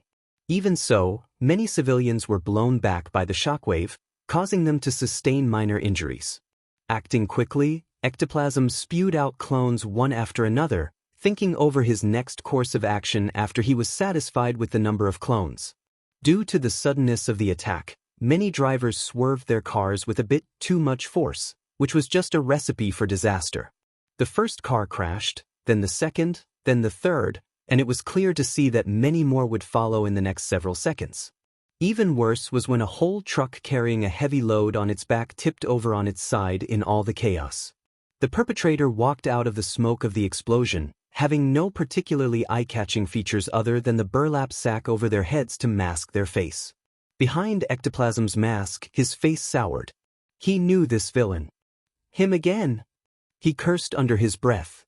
Trying to look through the eye holes of the sack around the villain's head, Ectoplasm remembered the villain that was active for a few years already, never to be caught by the heroes. The crazy villain with a self-detonation quirk that didn't harm himself, Mad Bomber. Stupid name for a stupid villain. Have the heroes really been reduced to being unable to capture a madman such as him? Ectoplasm seemed to scold himself. After setting the priorities in his head, he carried out the next course of action. Sweeping his gaze over the 24 created clones, Ectoplasm began giving out orders. 2 for the truck driver, 8 for the civilians injured by the shockwave, 10 for the drivers in the crashed cars, for with me to pursue the villain. The mad villain made a dash for the alleys and the team of Ectoplasms followed hot on his trail. Every few months this Mad Bomber would blow up somewhere indoors, catching everyone by surprise and causing heavy collateral damage to the place. His goals remained largely unknown and no one knows exactly how his quirk worked. The heroes and the police acknowledged this person as an actual madman who needed to be put in an asylum or worse. The fact that the villain was able to escape from the scene only to be never seen again for a few months led many to believe that he was not alone in his operations, but there had yet to be concrete evidence supporting this. "Stop right there, villain!" Ectoplasm shouted. To nobody's surprise, he did not stop. The villain was quite swift, so there was a distance between him and Ectoplasm's group. The bomber made an abrupt turn over a corner and the hero was only able to reach the same spot a few seconds later to find out that his target had seemingly vanished into thin air. Stifling the displeasure in his heart, he quickly made 6 more clones, which was his limit. Addressing the 10 clones by his side, Ectoplasm commanded, "Sweep the area." Mad Bomber likely has memorized the layout of the network of alleyways, so we'll best him with numbers. His clones immediately scattered like a squad of trained soldiers. A pro-hero's first priority was undoubtedly to ensure the safety of the innocent, so instead of searching with them, the original decided to return to the scene of the crime. Looking at the unfolded chaos upon arrival, Ectoplasm couldn't help but feel a headache bubbling up. At the very least, his clones were doing a good job at their tasks. A voice caught his attention and Ectoplasm turned to the truck driver, his 2 clones pulled from the truck that had tipped over to its side. The man looked more dejected than frightened of the situation. "Not again, boss won't be happy with me for this," the Deku guy sighed, downcast. "That seems a bit unreasonable." The guy sobered up, noticing himself standing face to face with a pro-hero in the flesh. The original one, too, not one of the clones. It was an unprompted villain attack that no one could have predicted. It would be unfair for your manager to take out their anger on a victim, Ectoplasm continued. "Ectoplasm, sir." He stuttered for a moment before being reminded of the tragic event that was awaiting him. The DLVY guy let out another sigh. "Hey, I'm afraid it's not that easy. After all, not all clients are so forgiving when it comes to a late DLVY. Even if it was caused by a villain?" Ectoplasm questioned. "Well, the company I work for is big enough to guarantee these kinds of stuff, which is a given. After all, the company can't grow if the boss keeps giving out excuses for incidents hindering their operations, regardless of whether or not it could have been prevented," the man explained in low spirits. "And when things like this happen, there's a policy to follow for compensation to the client. In this case, a huge discount." Ectoplasm nodded mutely. He wasn't really expecting a crash course on managing a business, but here he was. Even so, the client has all the right to complain to the boss, and how can the boss be so shameless as to blame their employees? So on the surface, the fault is ultimately theirs, but once get back, boss is gonna rip me a new one, he finished. "Right?" said Ectoplasm, turning his head to look at the progress of his clones. Most of what he heard went in one ear and out the other, so if he wanted to know more then he'd ask one of the business course teachers. "Tell you what." He turned back to the DLVY guy. "Maybe I can help you. Where were you planning on delivering all this canned food?" Jesus Christ, that's a lot of canned food. The smell of spam was starting to permeate the air. "Akioji, Tokyo. To a local company that runs a huge convenience store there," the guy replied. Tokyo, that's quite far. Alright, while I won't be able to try and convince your client to go easy on your employer, I can at least try and talk your manager out of punishing you for this. Ectoplasm made a compromise with himself. Really? The DLVY guy was ecstatic. Thanks, Ectoplasm sir. No need to thank me. I'm just doing my job as a hero and helping people, no matter how small the matter, he responded humbly. Standing around in wait, the hero sighed inwardly upon realizing his 10 clones could not even catch another glimpse of the perpetrator of today's events.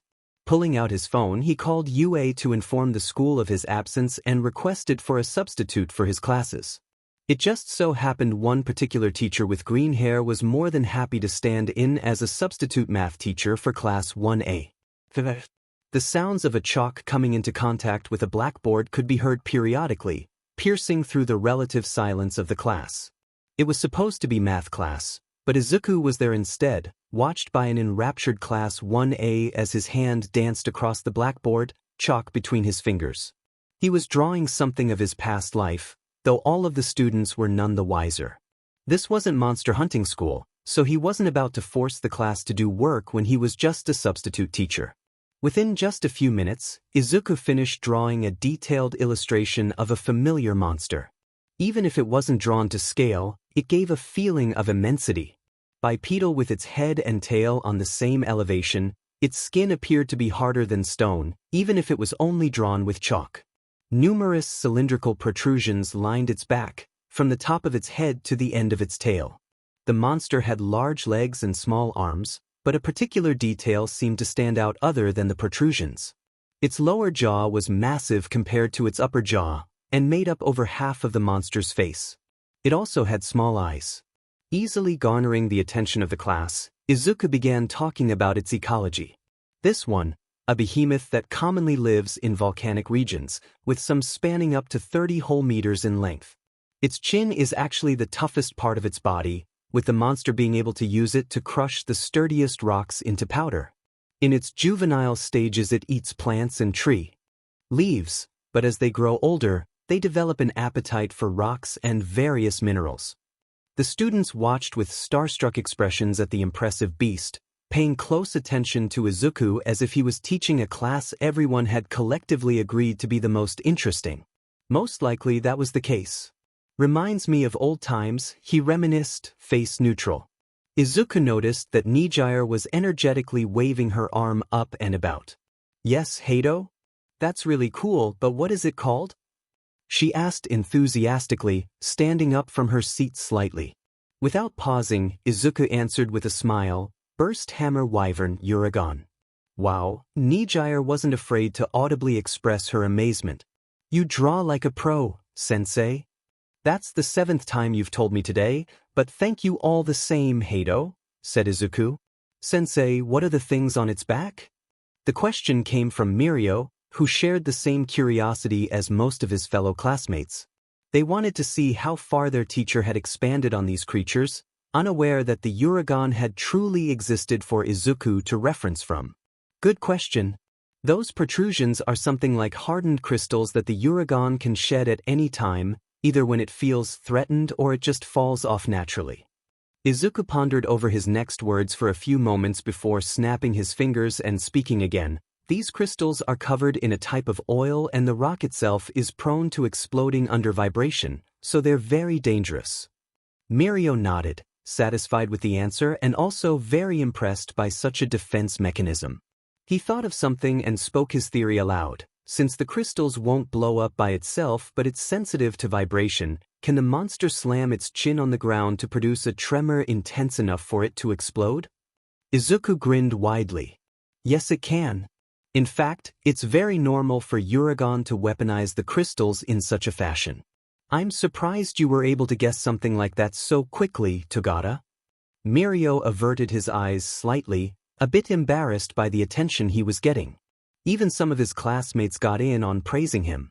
Looking at how close the class was and how quickly they've made acquaintances with each other, Izuku couldn't suppress the happiness in his heart, nor did he want to. Another student asked him a question. Sensei, how many of these monsters did you create? Hearing that, Izuku gave it a bit of thought before answering with a tone of slight uncertainty, way over 100, give or take. The chatter in the class increased, and some students couldn't help but exclaim in awe and throw in their 2 cents. Midoriya-sensei, with your drawing skills you could become an artist or something. Artist? That's boring. Sensei could be a mangaka with how quickly he draws. Definitely. With so many monsters and a whole world he's created, Sensei could definitely make an awesome manga. Hearing all these suggestions, Izuku chuckled a bit in amusement. His next words significantly reduced the volume of the class as he admitted, I'm not good at drawing people. A few students giggled at that. And besides Dash, he turned back to the board and reached for the duster, intent on erasing the illustration to make room for another. It created this world as a hobby and nothing more. I had an active imagination back when, a few years back. Still have, actually. And as someone who plays a role of both teacher and teaching assistant of many subjects, I rarely have free time for something like that. It felt a bit bad to claim all of the other world as his, but as the only person from there, Izuku wanted an excuse to make things a little more familiar for himself. He would also be able to showcase the spectacular world he lived most of his life in, tragic events be damned. Was that wrong? You could make a novel out of it, then. When you're not busy, of course, said a student. His movements seemed to pause, if only for a moment, before continuing to erase the drawing. Facing away from the class, the students couldn't see the soft smile that his lips curled into. I wonder, Izuku said under his breath. Several books under the series, Monster Hunter, depicting the rise of a young orphan to a living legend in a world largely dominated by dragons and other fantastical beasts. Written by a certain retired pro-hero. Unknown to everyone else except for his most trusted friends and family, it would be the autobiography of Midoriya Izuku in the other world, but with changes in the beginning and end. Here's a monster I've shown you all before. I wonder if someone can guess its name, he said as he began to draw. Once again, the entire class lapsed into silence and watched as their teacher sketched out another one of his creations with surprising grace for how quickly he drew. The monster began to take shape, and it appeared to be a type of quadrupedal leviathan. Nijire was the one who guessed first, breaking the silence. Oh, I remember. It's called the Acanter. Close. Izuku told her. But incorrect. There's a reason I wanted you all to guess. He wasn't done drawing yet, but he still turned to face his class. The students recognized it, but a few seemed to be struggling trying to remember its name. One boy in particular actually made eye contact with Izuku. Amajiki. The addressee almost jumped. You look like you're confident in your answer. Izuku wore a teasing smile as Tamaki accepted his fate and answered with a soft voice. It's the Agnactor, but its name sounds a bit similar to a canter and the latter is easier to remember. His classmates were enlightened, but he had a bit more to say. It lives inside volcanoes and can swim in lava. Its long beak is shaped in such a way that it can drill through volcanic rock, and its body is designed to be able to dig and tunnel through such rock. A moment of stunned silence passed in the classroom, and Tamaki had to resist the urge to squirm under his classmates' scrutiny. A clap from the front of the room took the attention away. It was Izuku, looking rather proud. That is correct, Amajiki. I'm surprised but delighted that you memorized some details of its ecology despite it not having anything to do with heroics. It's really interesting to learn about them, Tamaki muttered just loud enough for Izuku's enhanced hearing to pick up on. He then finished drawing the monster for his students to admire. Realizing it should be almost time for the next class, Izuku decided it was a better time than any to tell his students something. Class, there's something you should know that I've been holding back on telling you all for a while now. But now I feel it's a good time to tell you. He paused to make sure everyone was listening before saying more. Somewhere in the forest of the school grounds is a building where I reside in. I'm not a certified counselor or anything, but if anyone wants to talk to me, doesn't matter what topic, I'll be more than happy to lend an ear or give advice, or just make small talk. You can come around at the end of any school day. Before dismissing the class, he remembered another thing. If you want to know where it is, ask another teacher for the specific location. Izuku reached for the duster to clean up the blackboard. He was cut off from dismissing the class again, but this time it was because of someone else. Sensing a presence about to enter the classroom, he turned to face the door that wasn't fully closed by the last person who used it. The students were too enraptured by his teachings to notice the warm outdoor air enter from the slight opening into the air-conditioned room. A scarred hand that conveyed years of experience gripped onto the door frame before a head of reddish-brown hair peeked into the room. It was just their homeroom teacher, Raku-sensei. His eyes darted around, sight landing on several students and Izuku before he informed the class, "Get ready for your next class." Izuku thought it was strange that Raku came all the way up here just to tell him that. Meanwhile, the students expressed their disappointment loudly and even began complimenting the young teacher's artistic skills for some reason. "No? Can't Midoriya-sensei draw another monster? Come on, sensei. Just one more. We'd love to see more from you. You're my favorite teacher, Midoriya-sensei." The last one made Izuku even more suspicious of the situation. Making eye contact with his colleague, Raku leveled an unimpressed look on his face and brought up a small remote into view. Pressing the largest button on it, cabinets holding hero costumes slid out from the wall. The next class was Heroics class. A very obvious and forced smile made its way onto Izuku's face, and he turned back to the class. "Time to shorten the next class by wanting me to draw more. Buttering me up so I might go easy on you when I'm actually teaching." His voice was not loud, but it gave the endangered students a feeling of the calm before a storm. "I better see every single one of you in Gym Gamma in 10 minutes or else I'll call Aizawa over as an extra supervisor." The class moved swiftly, pulling out the cases containing their costumes from the large cabinets. Actually, Izuku spoke up again. "Instead of Aizawa, how about I call Madam Hathaway?" This time, everyone booked it at record speeds with their faces as pale as can be. Within seconds, the classroom was completely empty save for the two teachers. Good one. But as one BS homeroom teacher, would she really agree to leaving her class unattended to supervise a rival class? Raku asked. Izuku smirked slightly. Would that old woman agree to leaving her quiet class in exchange for disciplining a rowdier class? You tell me. The taller one of the two teachers laughed, knowing too well what the answer was. I don't know why I even asked. Stepping over a fallen branch on the ground, Mirio followed the narrow dirt path to where a teacher had directed him to. Behind him were his friends, Tamaki and Nijire. Midoriya-sensei just told us of this place earlier today. Couldn't we have waited a while before coming to visit? Tamaki tried to rationalize a reason to not visit Izuku's home on school grounds. He didn't feel ready to have such a personal conversation with a teacher, even if they appeared to be of a similar age. Don't be like that, Tamaki. Don't you want to talk to Midoriya-sensei on equal grounds? I can't say if I have a favorite teacher, but I'll take any opportunity to learn something from him. Mirio encouraged Tamaki with a smile.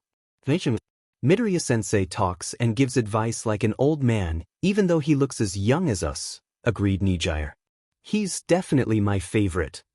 The trio made their way through the rather dense forest in a line, not daring to stray from the path. Before long, lo and behold, Izuku's humble abode came into view. Lush greenery covered up the entire building from top to bottom, with exception of the entrance door and the huge glass dome on top shining under the light of the sun. The building was situated on elevated ground, appearing to be sitting atop a very short hill. Concrete steps led up the slope to the front door. The front of the building down to the bottom of the little hill was like a small meadow. There were no trees, only grass that seemed greener and healthier than normal. Beautiful. If one were to look from above, the clearing would be the shape of a semicircle. Izuku's personal facility gave off a feeling of being reclaimed by nature. Not even Nijire could offer words to say as they basked in the atmosphere of tranquility. Snapping out of it, Mirio realized that the three of them had subconsciously walked up to the front door and entered the facility. He glanced at the closed door behind him before they walked through the hallway that led to the living room. Their footsteps echoed the enclosed space. As they stepped on the polished wooden floor, it was very cozy. The room was large, but with the way the furniture was positioned, there didn't appear to be any wasted space inside. Large bookcases lined the polished wooden walls, filled with an assortment of countless books. Mirio couldn't help but wonder how many of those had Midoriya already read. Dim orange lighting lit up the interior of the living room like old lamps before the invention of the light bulb. Couches of different lengths were settled in the center of the room surrounding a low table with one armchair most likely for Midoriya. A wooden desk sat near the wall between two bookcases, facing towards the center of the room, sandwiching the seated person between the wall and desk. Placed atop the table was an electronic lamp and a stationery holder. It must be where their teacher read and wrote stuff. The air was cool but not overly so. Cozy indeed. The first one to make a noise was, unsurprisingly, Nijire. Jumping unceremoniously onto the largest couch, she laid there comfortably as she rested her aching muscles. She breathed a sigh of satisfaction. Soft. I'm never going to get used to this place, am I? Tamaki said under his breath. Hado. You should show a little more etiquette in Midoriya-sensei's house. Mirio exclaimed in a panic. No. So, Sensei was the one who made us this tired in the first place. I deserve this, Nijire mumbled, pulling a square cushion towards herself. She sat up all of a sudden to inspect the cushion that had cat faces stitched onto them. Wow, how cute! Was Sensei the one who stitched this pillow? Mirio looked at the counter by the side of the room to see a tea set and a kettle sitting on an inactive stove. The living room was also connected to a few other hallways. Looks like we can only wait for Midoriya-sensei. Nijire seemed to have restored all of her previously lost energy all of a sudden as she stood up straight, stretching her arms. So many bookcases. I wonder if Sensei is hiding a hidden door somewhere behind one of them. Mirio raised an eyebrow for her antics as he made himself comfortable on a couch. With a wry smile, he said, even if he was, how would we be able to find it? Click. All three of them froze at the sound. Mirio's eyes went wide. Tamaki's face looked as if his worst nightmares came true. Nijire looked fascinated, her eyes shining with interest. She pressed a finger on her lower lip in intrigue as her other hand remained rested atop the thick book she had just pulled out a few inches. Like a spring, the book pulled back into its original position when she let go and low noises echoed from behind the bookcase. With a quiet rumble, the large piece of furniture moved aside by itself, revealing an actual hidden passageway going downwards. Let's go explore, Nijire finally said excitedly. Mirio's smile became a bit strained. Hado, that's a bit, it's an invasion of privacy, no? What if we see something we weren't supposed to see? Tamaki was a lot more paranoid. Whatever secrets Midoriya-sensei might be keeping, we're better off not knowing. Nijire's eyebrows knitted into a frown as she stood facing the two with her arms crossed over her chest. She defended their teacher with much confidence. Midoriya-sensei is our teacher. Even if he doesn't call himself a pro-hero for some reason, Sensei is still one of the most heroic people I know. I don't believe that he could do anything bad behind our backs. Because I know Midoriya-sensei is a good person. Taken by surprise, Mirio was speechless after hearing that outburst. Tamaki looked a bit guilty for assuming the worst. Then, a large smile bloomed on the blonde's face. He chuckled a bit before standing up and saying, "You're right, Hado. Sensei is definitely a good person. There's no reason to suspect him of anything bad." Tamaki did not say anything, but he nodded in agreement with Mirio's words. Nijire regained her smile. Then come on. If we find a door or something, then even if it's unlocked, we won't open it. It seemed that behind her childish exterior, there was the presence of a small amount of courtesy. Feeling slightly curious themselves, Mirio and Tamaki decided to go along with her, but they made a compromise to tell Izuku about it, though they doubted if they could actually hide it. They didn't know how to return the bookcase to its previous position after all. Besides, there wasn't much to explore anyway. The walk down the stairs was not long, and it simply led to a narrow hallway. What lied on the other side, however, was quite disconcerting. It was a steel door of a considerable size. A number pad was installed on the door, suggesting that it required a password to enter. The password that was written on a piece of paper attached to the same number pad. Staring at the string of numbers that made up the password, they felt as if their fates were sealed. Well, what do we dash? Gah! Mirio swung his fist behind him on instinct, only for a hand to grab his forearm, stopping his hasty attack. Me Midoriya-sensei? He yelped in shock as the rest of them turned around in alarm. Izuku stood there with an amused smile on his face, gripping onto Mirio's arm before the fist impacted his face. His hair was no longer tied up into a ponytail, so they fell down to his shoulders. Sneaking around? It was Hado, wasn't it? We won't tell anyone, promise? Don't turn us into your lab experiments. Nijire pleaded dramatically.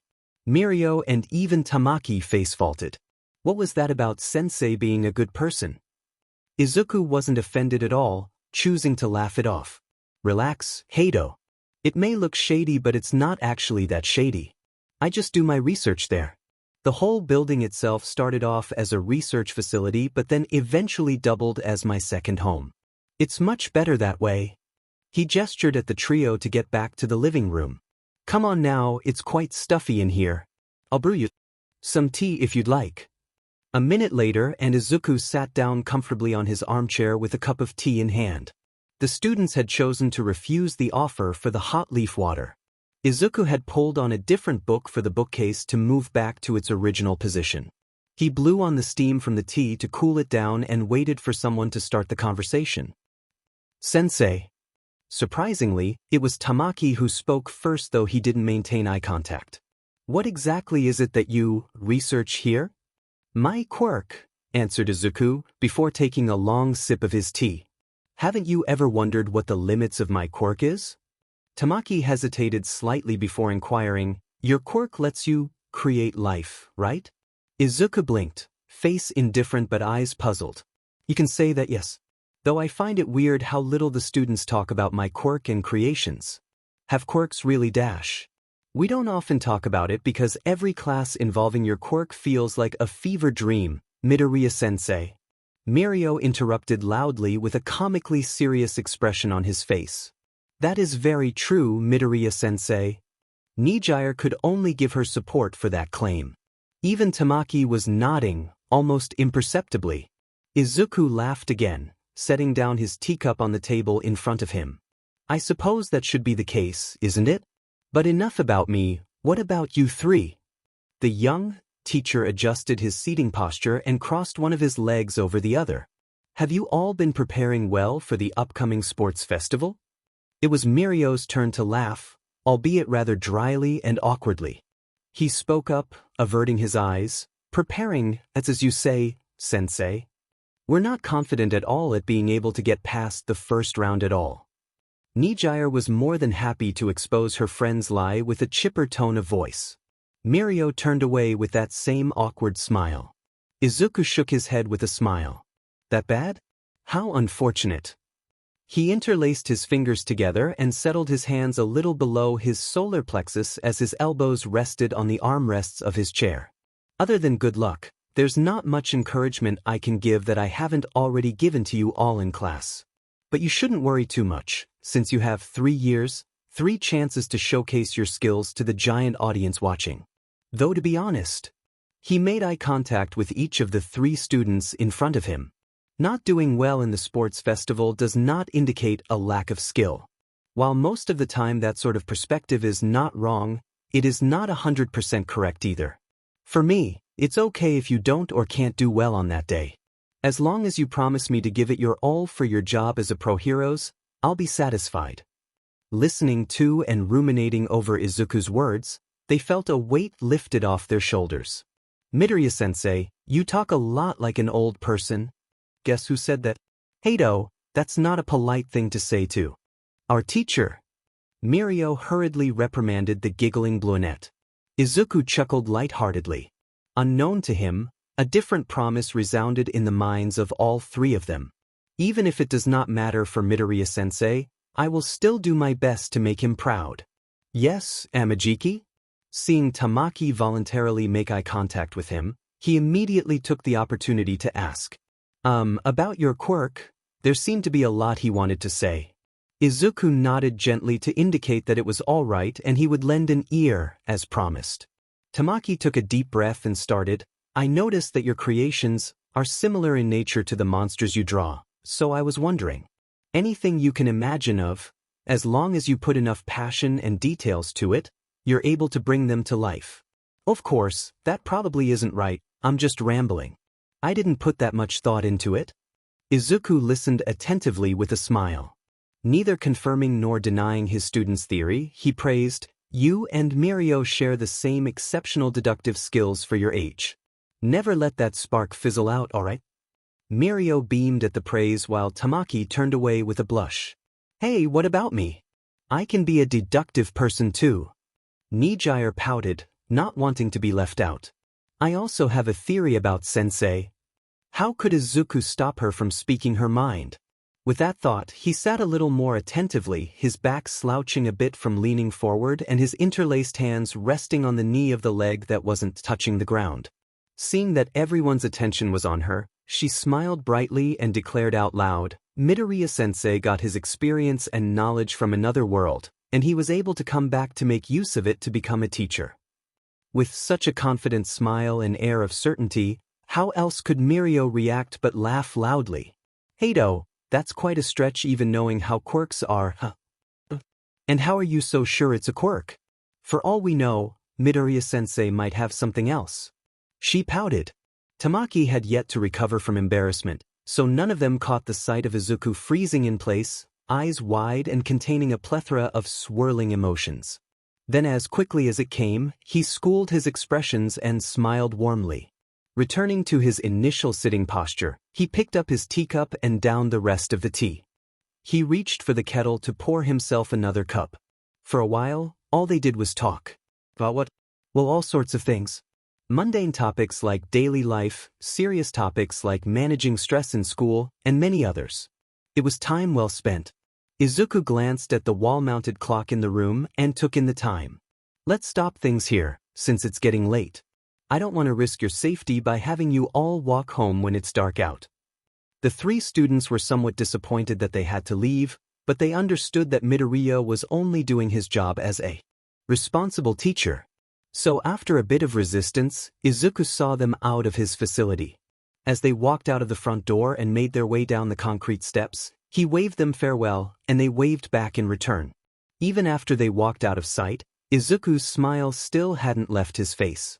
He closed the door and walked back to the living room. He then cleared the table of the kettle and teacup and put them in the sink in the counter in the corner of the room.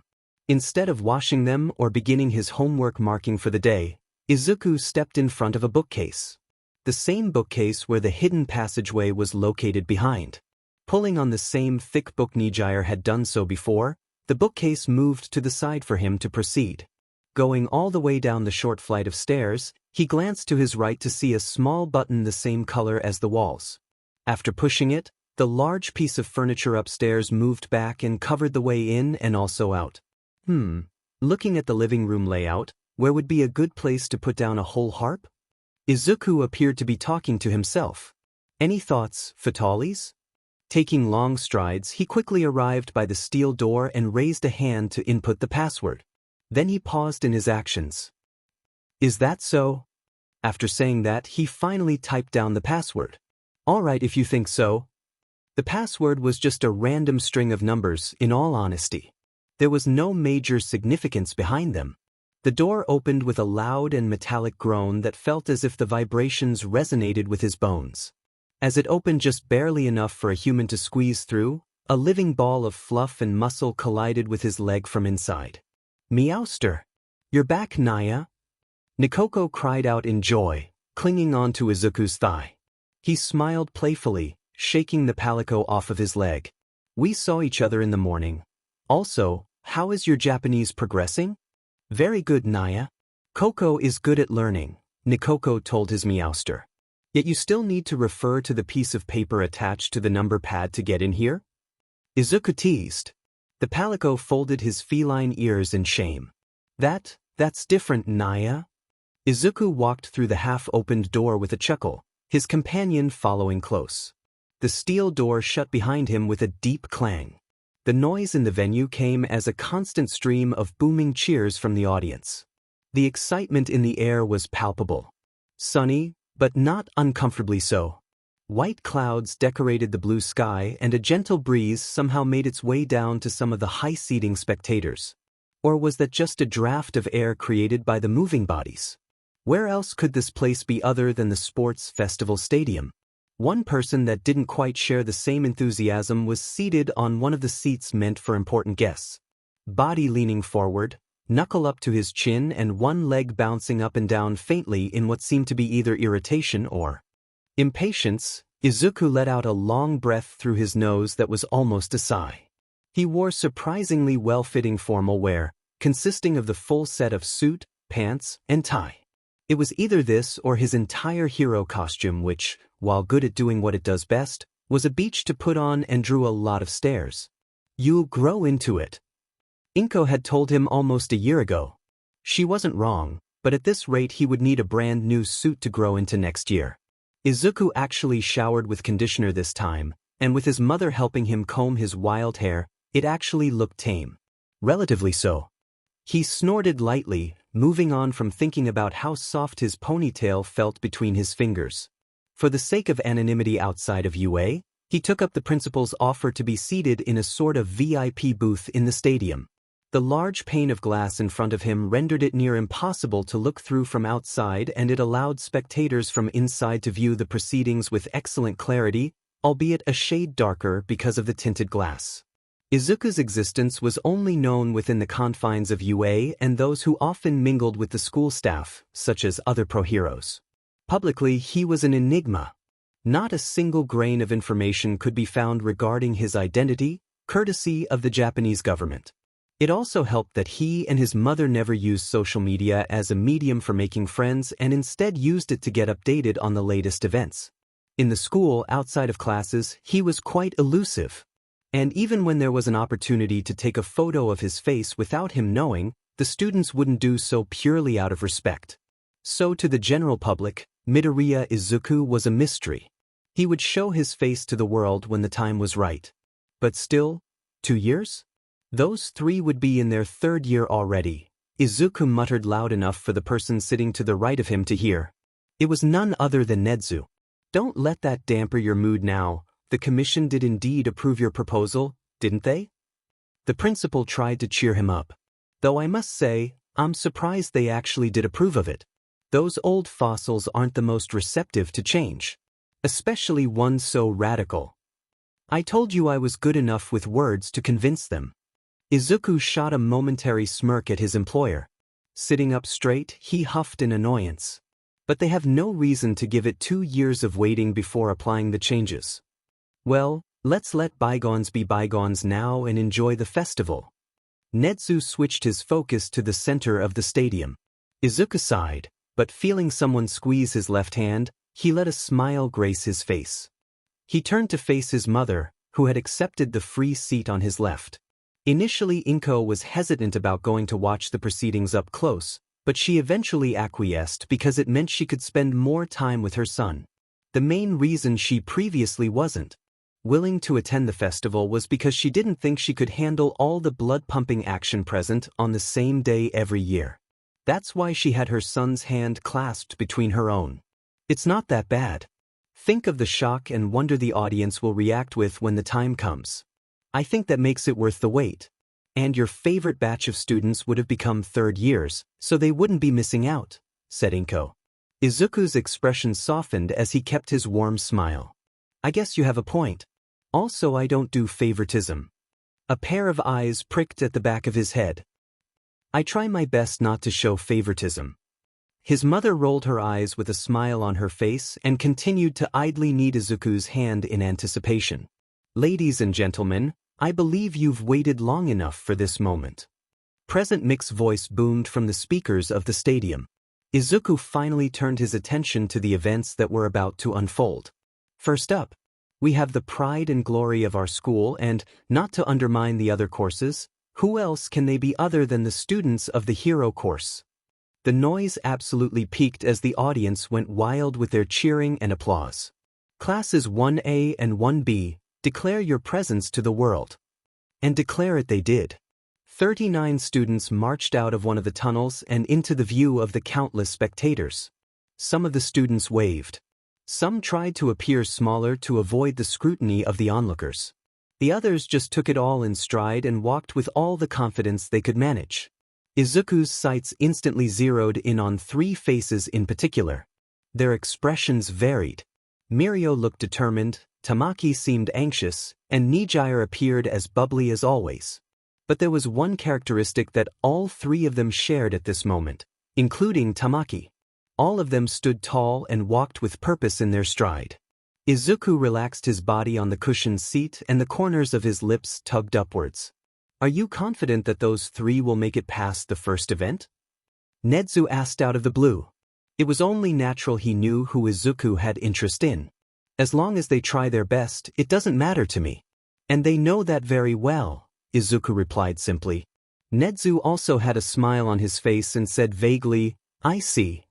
Alright you two. No talking like cryptic old men when we're supposed to be enjoying ourselves. Inko's chiding voice cut through their little veil of mystery. The 2 men chuckled in response. Yes, Mom Inko. Let it be known that Izuku's mother and the principal of UA had an amiable enough friendship that they were on a first-name basis. Although there is one more thing I would like to address, Nedzu spoke up. I wonder who in general education will move up to take the missing spot in the hero course. Izuku hummed in acknowledgement of his words as he felt his hand get squeezed a little tighter upon the announcement of the first event. A long sigh escaped from Mirio's mouth. The 3 friends chose to wait in one of the waiting rooms to somewhat wallow in their failure. Though failure is a strong word, since this outcome was not very surprising. Even so, Mirio and Tamaki couldn't help but feel a little gloomy about not being able to move on to the second event. As for Nijire, she was sipping a drink through a straw with an innocent expression that he couldn't read. If no one wanted to be the optimistic one, then Mirio would have to rise up to it. At least we tried our best, right? I'm sure Midoriya-sensei and the other teachers would be happy with that. He lifted his own spirits first.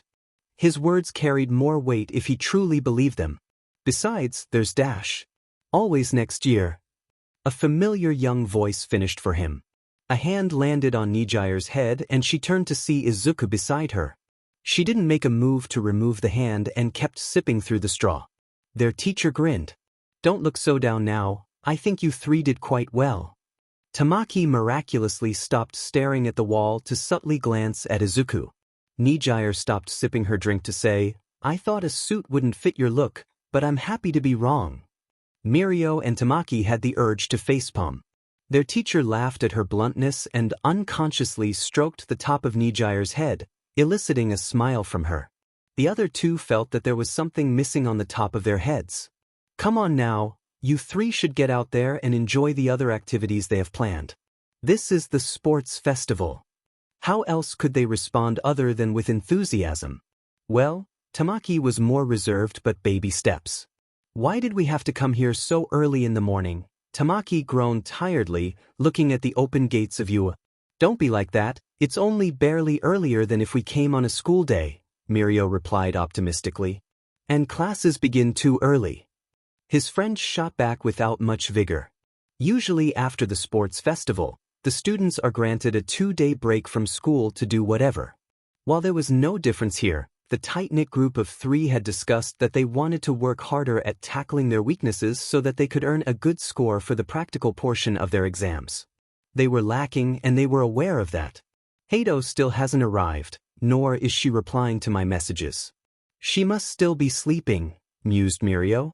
Well, that's fine. She did exhaust herself quite a bit yesterday. Let's go in first. So the 2 entered school grounds and took a path through the main building. Then they just so happened to run into Cementos, who was carrying a large stack of papers in his hands. Oh, you two. You're here for extra training, right? The teacher asked. Yeah, and Midoriya-sensei gave us the okay. There should be no problems, right? Mirio scratched the back of his head nervously. Not at all, Cementos clarified calmly. Since you're here, it's a good time for me to tell you that Midoriya had asked me to help you out with the training. Both of them were surprised. Mirio quickly waved him off in a fluster, wanting to refuse the offer. Ishiyama-sensei, we wouldn't want to impose. Isn't this 2-day break also a kind of break for the teachers? The cement man only chuckled in amusement. And what kind of training are you planning to do with both of your quirks? They're quite unique, so I fear that without assistance from someone like me you wouldn't be able to make full use of the time given. That got the blonde thinking. His permeation and Tamaki's manifest were definitely tricky quirks to get around. Cementos' quirk could honestly be the best one in terms of helping them train, and Midoriya-sensei did ask the man to do so. So he bowed, and Tamaki hurriedly followed his actions. In that case, thank you Ishiyama-sensei. We'll be in your care. Cementos simply chuckled again before saying, the pleasure's all mine. And if there's someone you should be thanking, it would be Midoriya. He gave me this opportunity after all. Mirio stood up straight and smiled brightly. We'll be sure to do so. Shifting the papers in his hands slightly, Cementos turned to leave.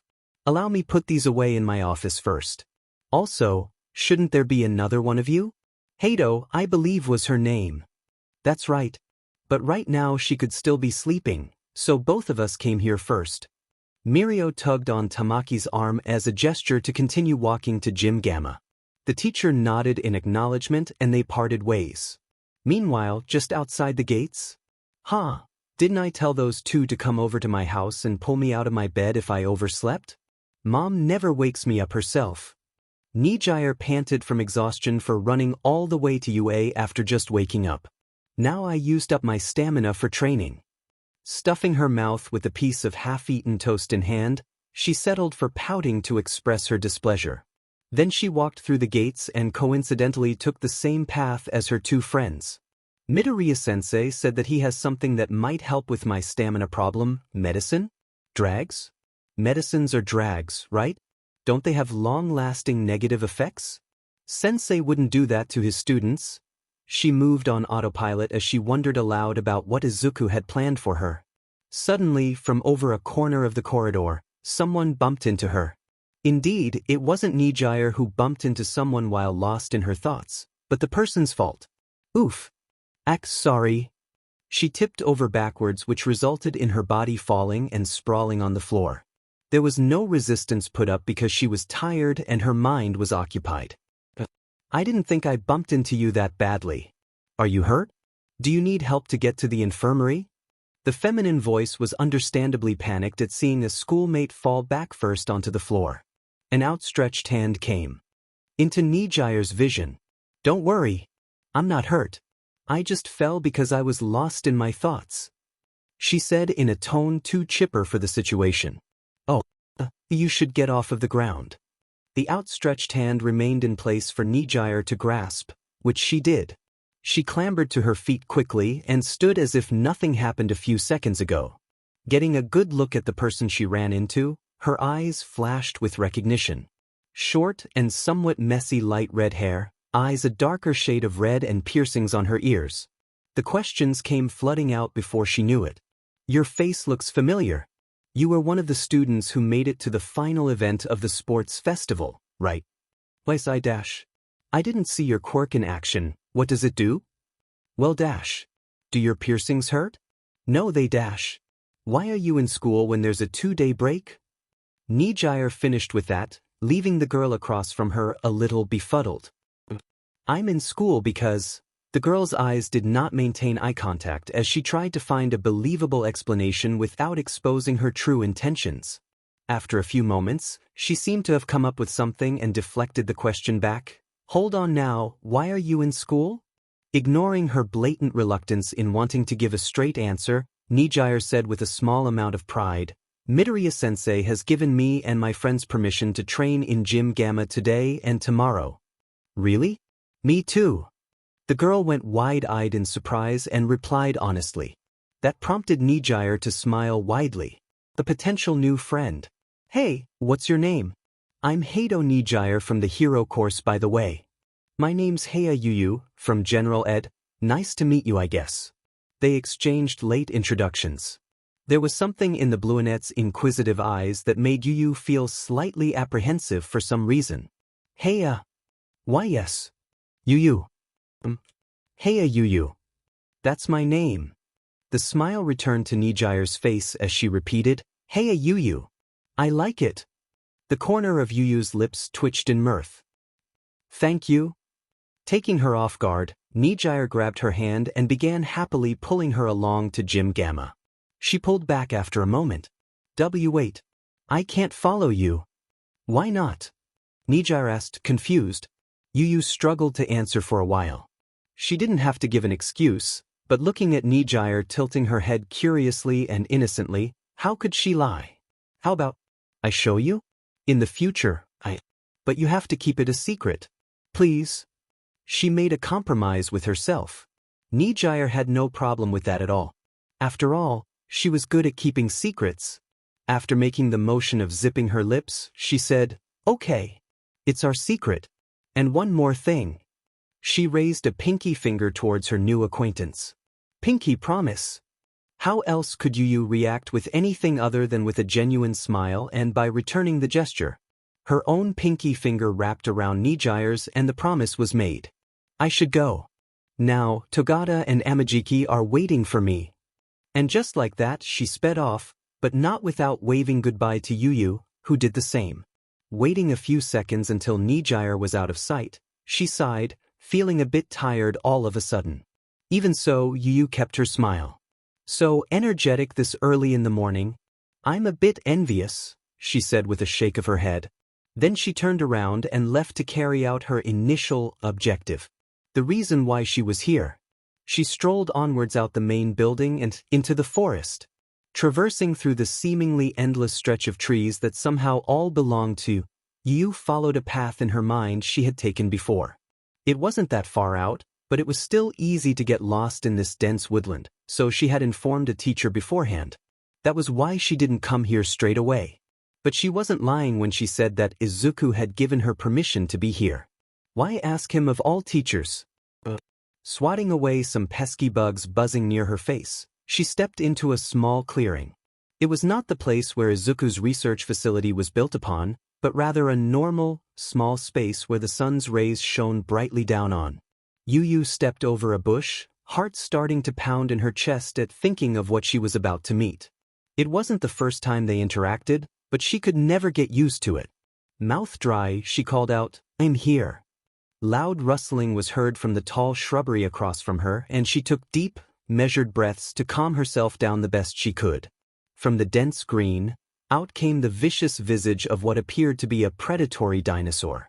It slowly closed the distance between them, looking intimidating, menacing, dangerous, and absolutely goddamn cool. Yu held in a squeal as she grinned with enthusiasm that could match the girl she had met a few minutes ago. The monster was built like a giant raptor and had blue scales with black stripes. Attached to the top of its head was a dull red crest. Size-wise, the height at which its avian head rested was already on the same level as Yu's own head. Velocipede. Stretching out one of her arms tentatively, she too moved forward slowly with the intent to pet the scary blue dinosaur. The Velocipede slowly leaned a little closer, as if understanding that she was still on guard and that quick movements would spook her. She inwardly sighed in relief. It was the same one she had met before. Yu's hands moved to caress the cold and tough scales on its head. Wow, she breathed. The Velocipede was unperturbed, accepting her pats like a domestic animal. Midoriya-sensei had told her that there were many more of them around patrolling the forest along with a few other different monsters. They're pack animals, so that means they have an alpha. That one is easily distinguishable from the rest, since its body is much bigger and the crest more developed. The Velocipede itself was already huge in her eyes, so Yu could hardly believe that they could grow much bigger. I'm pretty sure Sensei was just messing with me, right? Though I'm glad there's more of them, so this one won't be lonely. She wasn't part of the hero course, so she had not seen the massive creatures that Izuku would pull out for training the second and third years. The only knowledge she had of bigger monsters were all just hearsay. Yu sort of wished that she could be selfish about hanging out with this cool monster and keep these moments all to herself, but that wasn't very nice. Now she had made a promise she didn't want to break. But since Nijire was willing to keep it a secret, she reckoned it was just a one-time thing. And whenever Yu had looked back to this moment of the past, she would laugh at her naive and younger self, for there was no such thing as a one-time thing when one becomes friends with Nijire-chan. The 2 days of rest were over and the homeroom was packed as usual. The trio were at their seats and were conveniently sitting in an L formation so that they could simply lean towards each other to converse. Their homeroom teacher Raku-sensei entered the classroom and sent the students back to their seats. He cleared his throat and said, "I hope you all are well. You've just had a 2-day break, so I expect all of you to have rested more than long enough to continue with the coming lessons." There was mixed feedback from the class, some excited to get back to the swing of things and some wanting to relax for longer. To begin with, he started, silencing the class. "I would like to say that our class did quite well in terms of the nominations submitted by the pros. They're quite well spread out among the class, although there are still a few students who did not receive any." The homeroom teacher swiftly wrote down the names of the students with nominations by pro heroes on the board. Unfortunately, to Mirio's chagrin, he and his friends did not receive any. Well, that was to be expected for not being able to get past the first event. Regardless of whether or not you've received any, you will still be given an opportunity to get workplace experience by the more magnanimous pros, so don't think any of you can slack off on this, he finished, turning back to the class. The students were chatting amongst each other again, but this time they didn't raise their voices. Mirio, Tamaki and Nijire didn't notice how Raku's gaze lingered on them for a short while before moving on. First things first, hero names. I'm joined by Dash. Me. Midnight all but barged into the room without warning, whip in hand. Midnight, since she's better at judging names than I am. After explaining the importance of a good hero name and assuring the students that the names could be changed later in the year, they were given empty white plaques to write their hero names on with markers. Now this was something Mirio had confidence in, as he had already decided his hero name long ago. Lemillion.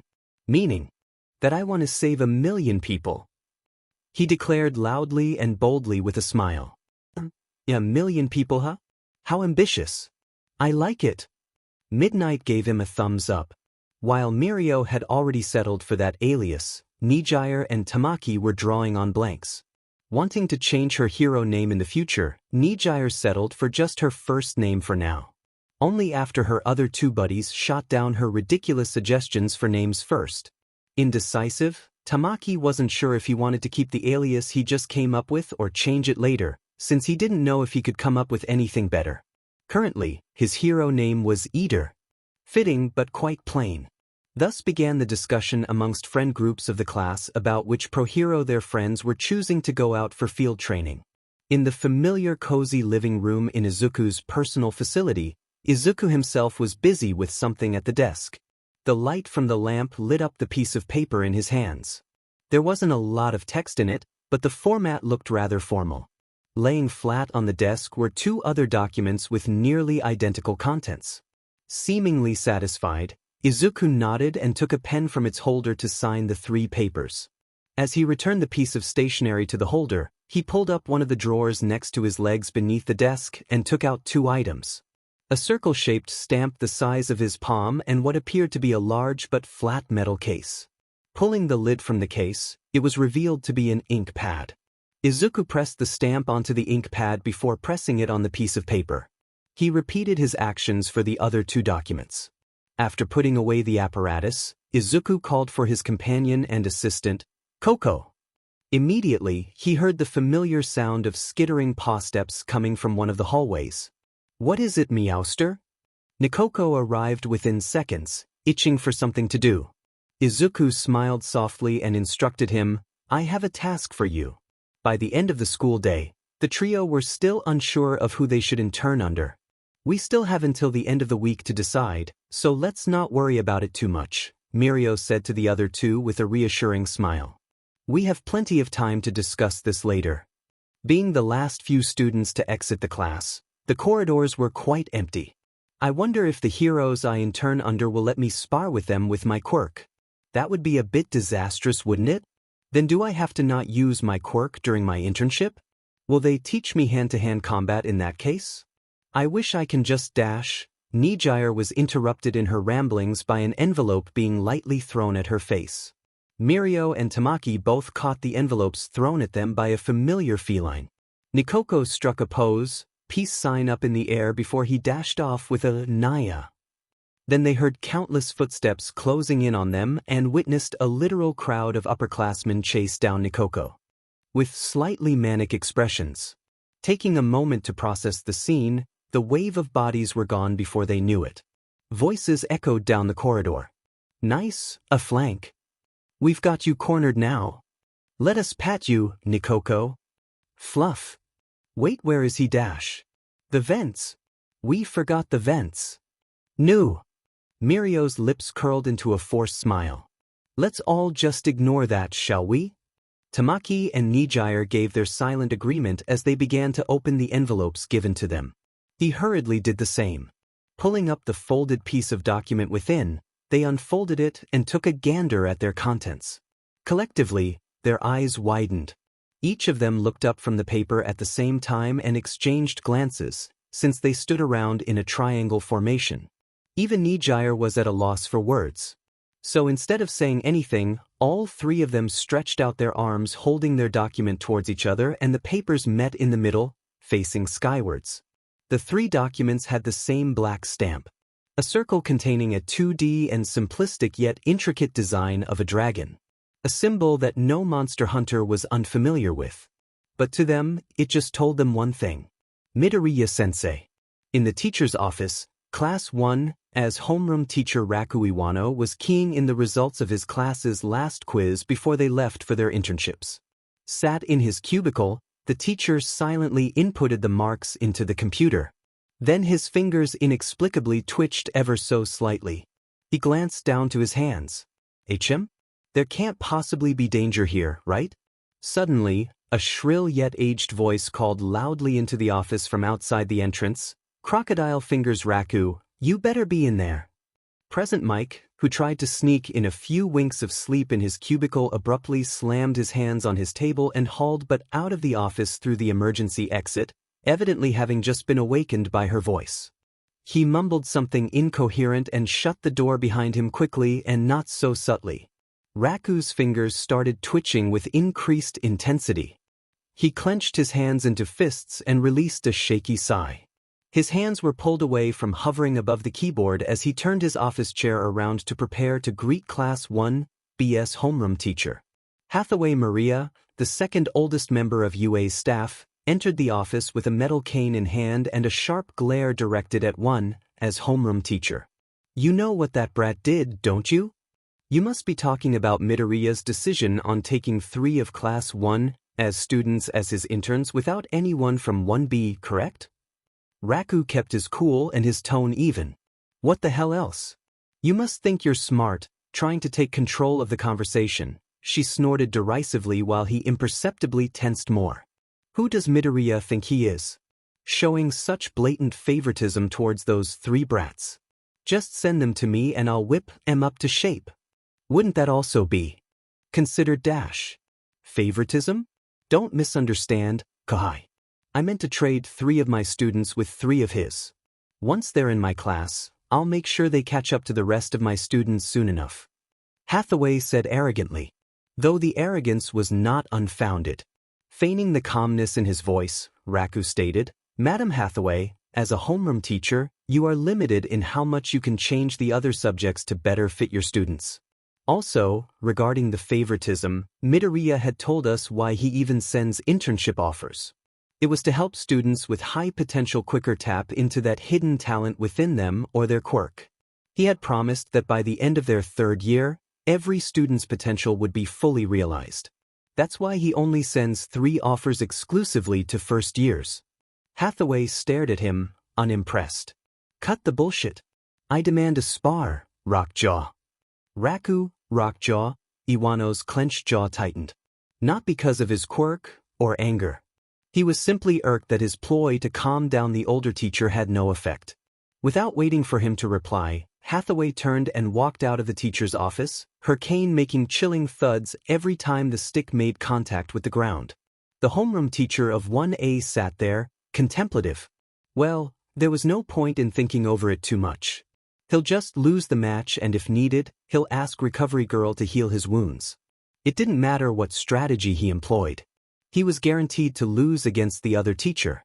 Her quirk was growing more proficient the older she became. And she was, After all, the teacher who taught homeroom for Eraserhead's year and also Miruko's. Even though the last spar between Hathaway and Miruko was only a year after the Rabbit Heroine's graduation, not once had Miruko won in a fight against her teacher, who was already of the age to retire long ago. Holding onto her steel cane that was heavier than it looked by its wooden handle, Hathaway, Bizarro which Maria walked down the halls of her deceptively cloudy eyes observing each and every individual student who thought they were discreet in avoiding crossing her path, while she simply continued along her way.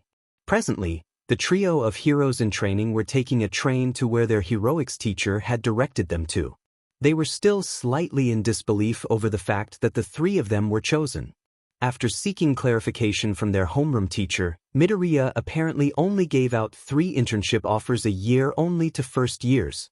If they were chosen, it meant that he had a way to give them an edge for the rest of the year. Mirio, Tamaki and Nijire stepped out of the train, luggages of clothes in hand for the week of internship. There was a date and address attached to the documents they were given, which led to a residential area in Mizudafu. Does Midoriya-sensei expect us to patrol the residential area? Not that I mind, since it's bound to be different experience than patrolling in the city, but it's a bit surprising. Mirio pondered aloud. I'd prefer that, since it's probably less eventful in this neighborhood. Tamaki mumbled just loud enough to be heard by his friends. Nijire was just curiously looking around for any indication of Izuku's eccentricness on any of the apartments. No such luck, as the address brought them to an ordinary apartment room no different from the others. From the outside, at least. Mirio double-checked the address to make sure. He looked up at the unassuming wooden door in front of him and exchanged glances with his friends. Maybe this way no one would assume a pro-hero lives here?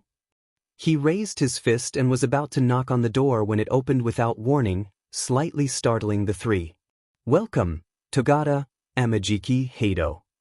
Izuku greeted warmly with his hair untied and reaching his shoulders. Nikoko was also there beside him, waving his small paws at them. Please enter. They did so, taking off their shoes and inspecting the interior. It was surprisingly plain but cozy. This is actually where I used to live. Now my mom lives here, but she's away buying groceries. He clarified, motioning at them to follow him. I'll show you where you'll be sleeping. His former room had been refurbished to have bunk beds and a more simplistic look. There was also a bed in the guest bedroom. Since he wanted to split them by gender, Mirio and Tamaki occupied the bedroom with the bunk beds and Nijire occupied the guest bedroom. She had asked Izuku where he was sleeping and all he did was smile and wave the question off, telling her not to worry. This place doesn't seem very well guarded against villains, sensei. With how popular you are, isn't your mom being put at risk living here? Mirio asked him genuinely. Izuku replied with a smile, this place is more secure than you think. You just can't see it easily. He requested of them to put on their costumes as they were going patrolling in the city. The city? Isn't it already like the safest city in all of Japan because it contains the highest concentration of heroes? Also, are we taking the train? Nijire questioned him many times. Yes, the city. While you're not wrong in assuming that Mizudafu is one of the safest places in Japan, it is because of that why villains in Tartarus normally come from the safer cities.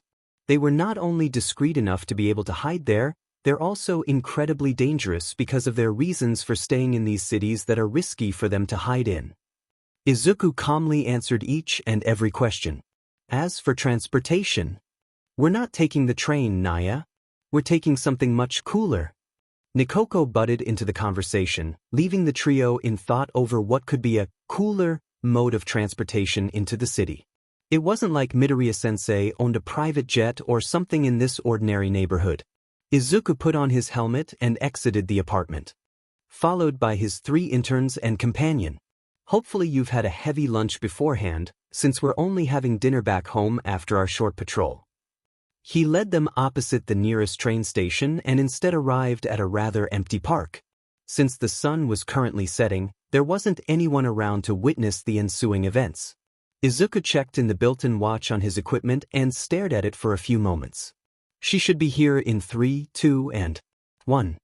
A heavy gust of wind hit their bodies, and the three students stumbled back slightly, alarmed and scanning what was in front of them, only to see nothing.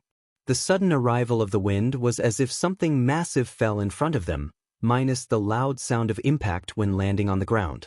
Tamaki glanced downwards and saw a very noticeable depression on the park's ground. For depressions, actually. Then his eyes caught the outline, traced it, and his pupils promptly constricted in fear. "Luna," Izuku called out to it, voice warm. "Very good timing." Then it phased into visibility. Black scales and fur, along with a barely noticeable feline grace to its posture. Wing edges as sharp as the sharpest blades gave off a dangerous sheen under light of the setting sun. Its tail contained several serrated and detachable spikes just waiting to be flung out from their roots. Its eyes were bone-chillingly red.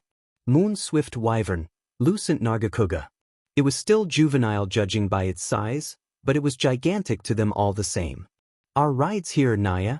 Let's go." Nikoko hopped onto Luna's back, followed by Izuku, who did the same. "Come on, you three. She's more than strong enough to fly us to the city." He patted the Nargacuga's furry back.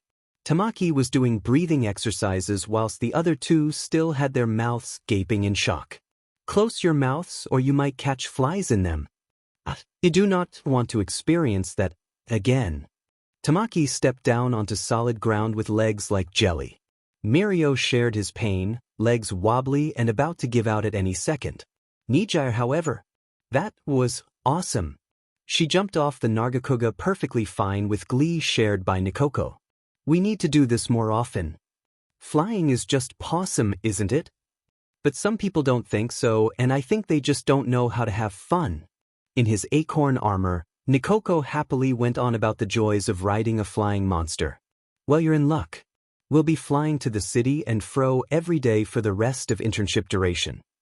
Izuku told the group, ignoring the two male students' growing despair. "Anyway, let's get down from here." Luna had landed on top of an apartment complex that had roof access, allowing them to walk down to ground level and start patrolling. "She'll be somewhere out of sight above us, or more often than not above me, since she's quite attached to me," said Izuku reassuringly. While they drew some stares from passerbys, the patrol began without a hitch. Sort of. They had even passed by another pro hero who had brought his single intern out to patrol his usual route. The pro was oddly jittery when the two groups met, and he seemed to avoid making eye contact with Midoriya. How strange. Gazing up at the darkening skies, Izuku thought about something. "Let's split up and reconvene here in an hour." The trio was surprised at that. Splitting up? Wasn't that dangerous? "Togata will be with me, and Hado and Amajiki will be with Nikoko. If any of you encounter a situation where using your quirk will save your life or the lives of others around you, I give you permission to use your quirk," Izuku said to them straightforwardly and seriously before shaking his head slightly. "But I suppose you shouldn't worry too much. If there actually is going to be a villain, Koko should be strong enough to deal with them alone." The Palico puffed his chest out with pride, pulling up the mallet on his back nearly his size. The interns didn't argue, and so their group split up. With Izuku and Mirio, it was like a leisure walk. Well, most patrols in Mizudafu were like that. If you were an incompetent hero, that was. The young teacher simply trusted his instincts. Mirio was more tense and appeared hesitant on something. "Is there something you want to ask me, Togata?" Izuku turned to face the blonde student. "Well," he scratched the back of his head for a second, "I don't want to come off as rude, but how will the patrols bring out our potential? Of course, if you have something else saved for us later in our internships, then that's completely understandable. I just wanted to ask." Izuku hummed for a moment before nodding. "I do actually have something else planned during the last 2 days of the internship, but since one of the purposes of these internships are to give students a taste of hero work, I started off with patrols." Mirio nodded in understanding, but he had another question. "Then may I ask why we split up? Is there a reason you chose me to accompany you?"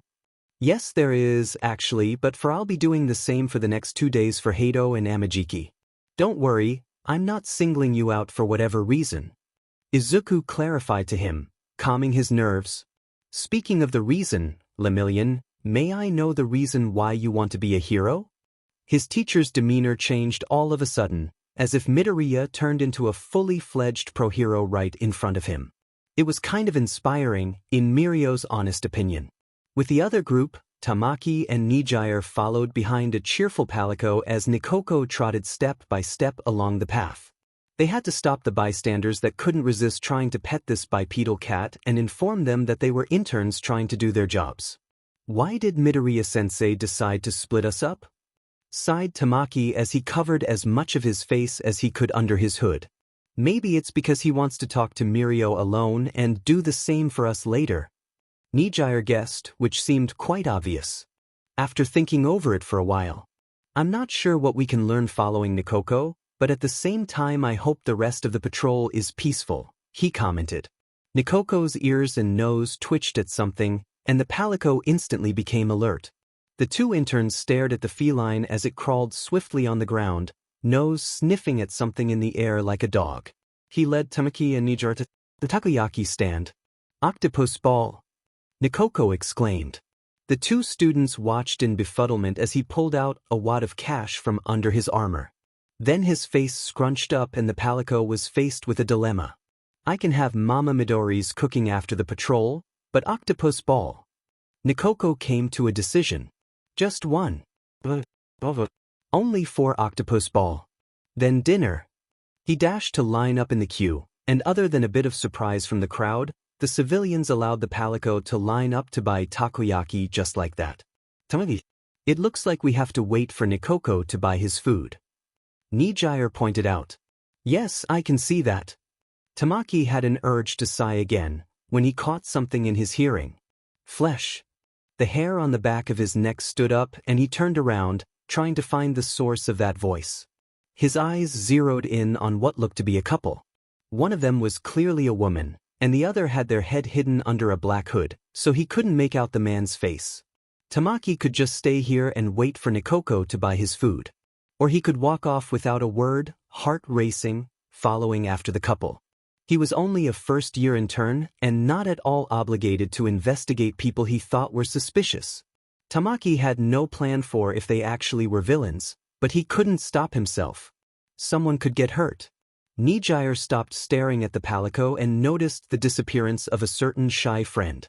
Tamaki walked past many civilians, almost squeezing through them, as they were by a supermarket at night. The two suspicious individuals turned to an inconspicuous alley, and he came to realize the utter lack of people around the area. Looking into the dark path leading into the shadows, his breathing quickened. "I need to go. This was a bad idea. Tamaki, why did you run off like that?" He froze. So did the couple. Nijire caught up to him and lightly smacked his shoulder. "You shouldn't run off like that. What if you find yourself in trouble? Don't you remember what Midoriya-sensei said? Villains in this city are the most dangamef." Tamaki's hand flew to her mouth and covered it, stopping her from speaking any more. But the damage had already been done. The couple turned. The man, who he initially thought was the actual threat, could barely be seen under their hood, his eyes being covered. Tamaki could at least confirm that the man's scraggly hair was brown. The woman could be described as beautiful if not for the warning bells that rang in his head the moment his eyes landed on her. Long black hair. With purple highlights. Eyes a shade of green so light that it was almost yellow. "You must be hero students, right? I feel quite lucky to be able to talk to two at once," she said with a smile. "Is there a problem?" Tamaki's mouth was dry. "I just misheard something. Sorry for bothering you." He backed off slightly, gripping onto the arm of a clueless Nijire. The smile never disappeared from her face. "Oh, may I know what you might have heard? My boyfriend here is known to mumble a lot to himself. I hope he didn't say anything strange." "It was flesh," Tamaki blurted out. Nijire was surprised at the abrupt raising of his voice. He paled and turned around, only to see that both of them had unknowingly stepped deeper into the alley. Her eyes met Nijire's and they seemed to pulse with a dim light, almost like their sensei's eyes. Before the darkness enveloped Nijire's vision, the woman seemed to decide against her current course of action and broke eye contact. She stopped smiling and said one word that sent chills down both their spines. "Moonfish." A tide of razor-sharp teeth spilled from the man's mouth and shot straight towards the interns. Nijire's reflexes were slightly faster, sending a controlled blast of energy at Tamaki's center, the shockwave pushing both of them in opposite directions and out of the stream of endlessly growing teeth.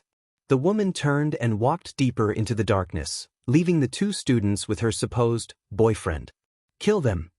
Nikoko's ear perked up and he almost dropped the plate of takoyaki in his hands. Naya? Where are the other two? Making a costume out of your hair? That's probably the best course of action for you. Izuku rubbed his chin in thought. Mirio nodded energetically. They said they would start working on it after the internships, so I'll probably be nearly bald for the rest of the year to collect enough hair to make the entire thing. So you're going with your current design? Asked Izuku, glancing at the 1 million on his student's chest. Of course. After all, I'm going to save 1 million people in the future as Lemillion. Mirio smacked his chest in pride. That's good to hear. He paused. Izuku turned his head towards the direction of his other two interns, eyes serious. Sensei? Let's go. His voice held a certain authority. He changed course out of the blue and went the opposite direction. What's wrong, Sensei? It hasn't been an hour yet. His student asked, concerned. His eyes turned to Mirio by his side, never stopping his strides. There's trouble. The concrete ground beneath them was in shambles. So were the walls. And the same could be said about the two down students. Tamaki was on his last legs, using a giant oyster shell to barely ward off the assaulting teeth coming from the man a distance away from them. Nijire had tried to let out a shockwave at the second wave, but the blast didn't take out all of the teeth and some stabbed into her shin and shoulder. She was lucky it wasn't hooked. Tamaki could only be forced into the defensive, trying to protect both their lives. The teeth can only go in one direction, so maybe, no. I just need to wait. The cat, Sensei, will save us. He definitely will. The onslaught stopped suddenly and Tamaki took the opportunity to get a breather. He looked over his marine shield and any words of strategy he was about to say died in his throat as he witnessed a literal wall of teeth being spewed from Moonfish's mouth. Each individual tooth twisted and curved as if mocking Tamaki's previous observation that they could only go in one direction. The sight sent a message to his mind. I could have killed you too whenever I wanted. Yet Moonfish wanted to play with his food, so while the next wave razed the floor and walls, it eventually concentrated on Tamaki's shield. There had yet to be contact, but he had already seen how terrible it could go for him and Nijire. Help! He could only croak softly. The ground shook lightly, and something popped out from beneath the concrete right between the interns and the teeth. Nikoko had burrowed into concrete, went deep enough to burrow into soft soil to travel to them, then promptly burrowed out of concrete without effort with his big mallet in hand. Real! The palico swung the mallet that looked like a toy into the rush of countless razor-sharp teeth. And it smashed through them, stopping their momentum and surprising the villain behind. Nikoko's visage appeared to darken as a black fog overtook his features with only glowing red eyes to be seen. How dare you! He swiftly hopped up onto the teeth and reached the middle before swinging the hammer down again, the shockwave compromising the structure of the villain's attack. Moonfish detached his current set of teeth to try and grow a new set, but was stopped by a knee digging into his slouched back, his face smashing into the ground from Izuku landing on him. Mirio came into the alley running. Are you guys all right? Looking at the injured Nijire miming in pain on the ground and seeing Tamaki collapse onto the ground from exhaustion, Izuku's expression darkened. He looked at Moonfish, who was lying on the ground motionlessly. Then he spoke, I know you're not actually unconscious.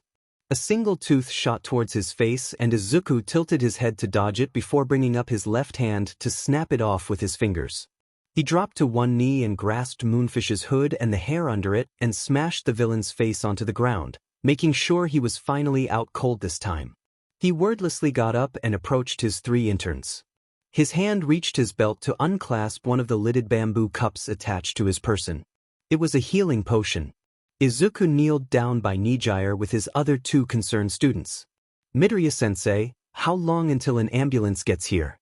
There might be an infection, Mirio said apprehensively. The young teacher detached the lid of the cup and slowly, Poured the potion over the wounds on your leg and shoulder. "Oh, it hurts, it hurts." Nijire's voice shook, her eyes teary. "Don't worry, it'll be over in a few seconds. We're all here for you," Izuku said softly. Healing potions and vigor wasp nectar were truly miracle items. He had given a steady supply of them to Recovery Girl if the old pro wanted to use them. The wounds closed quickly in no more than 10 seconds. The police cars had arrived at this time and Izuku carefully helped Nijire up to her feet. "To God, help your friend up, will you?" Mirio did so immediately, going under one of Tamaki's arms and hoisting both of them up to their feet. "I apologize to the three of you. You shouldn't have had to experience something like that so early in your life," Izuku said to them somewhat bitterly. "Koko apologizes too. I was too distracted by food, Naya." The Palico's ears were drooped in shame. "It's okay, sensei." Izuku turned to Nijire, who was the one who spoke. "You said before that hero work is unpredictable like that, so you were preparing us for the worst, so it's nobody's fault but the villains." Looking at the familiar albeit weak smile on her face, he too found a soft smile on his face and snorted lightly. He patted her head subconsciously. "Of course. Anyway, I'll take responsibility for the events that unfolded tonight. All you three need to do is be patient. Don't worry about being late for dinner. Our ride's right above us." Unbeknownst to them, their voices were carried by an unnatural flow of wind. Their words traveled through the alley and deep into a dark and damp room through an open window. The woman from before sat on a worn couch, listening in to the conversation brought in by another person's quirk. Someone she had arranged to meet here beforehand. She glanced at the unit of a man inside the room with her. He was almost the size of Endeavor and wore a long and thin white coat over his red shirt along with long black trousers. Settled on his head of dark hair was a black top hat that almost covered his sharp and nearly avian eyes. His forearms were wrapped in what appeared to be silver bracers. The two villains weren't exactly enemies, but they were far from allies. They could only hear the conversation but not see Izuku's face, so they were left guessing his identity. Midoriya was by all accounts a wild card. Even when the large man turned to look at the woman, his eyes locked on her eyebrows. "It seems we have a problem." "We or just you?" "You getting a new teacher matters very little to me," she inquired with growing amusement. Indeed it mattered to him. A competent and powerful pro-hero had sprung out of nowhere and nobody had information. There were suddenly wind currents blowing inside the room, and the woman's hair flowed with it. "I'm in no mood to converse right now. Leave," he demanded of her. She complied, standing up with a cold smile. "Then I'll leave it to you," pulling open the closest door to her which somehow led somewhere else. She uttered a name no one in Japan didn't know of. Mad King. The two of Mizudafu's most dangerous villains minus the one hidden in Kamino were then left to their own devices, with the Mad King standing on the same spot unmoving, hands crossed. My sincerest apologies to all those who thought a new chapter just dropped after all these years. I'll have to disappoint you all. After nearly 3 years since the last update, as I am about to graduate from university, I am officially pulling the plug on this FIC. I think I truly abandoned this story much earlier, but I told myself that maybe, just maybe I'll get that muse back. But now I think we all know we're a bit too far gone from who I was and what my interests were 3 years ago. To those who held on to the hope I would continue the story like I used to, I'm sorry, but that's just not possible. To those who suspected it, this will serve as confirmation. But I'm not done yet. I'm a bit stubborn in that I'm unwillingly to put this FIC up for adoption. Maybe if someone really insists I'll think about it, but there are a lot of questions I've opened that I feel that I as the author should be the one to answer. I actually have a lot of scenes planned for pre-canon and canon that has yet to meet the eyes of anyone but myself, so I have a proposal. How would you all feel about an epilogue chapter to bring closure to this story where I write out all those scenes in a flashback sequence from Izuku's perspective? It will take place in the future where a happy ending is achieved and all your questions will be answered. If you are disappointed, it can't be helped. I'm not as interested in MHA as I was a while ago, so this is the best I can do to send off Heart of Safi. Seeing that this story has the highest number of kudos in the Monster Hunter section despite being unfinished leaves a bad taste in my mouth, So I wish to bring this unfinished chapter of my life finally to a close. You guys deserve to have your curiosity sated. It will also be in remembrance to any readers that have left AO3, the fandom, and/or stopped following this FIC entirely. Any objections? Or shall I proceed? The flashbacks will be up to the overhaul arc plus a few bonus scenes I haven't written down but still remember might be interesting.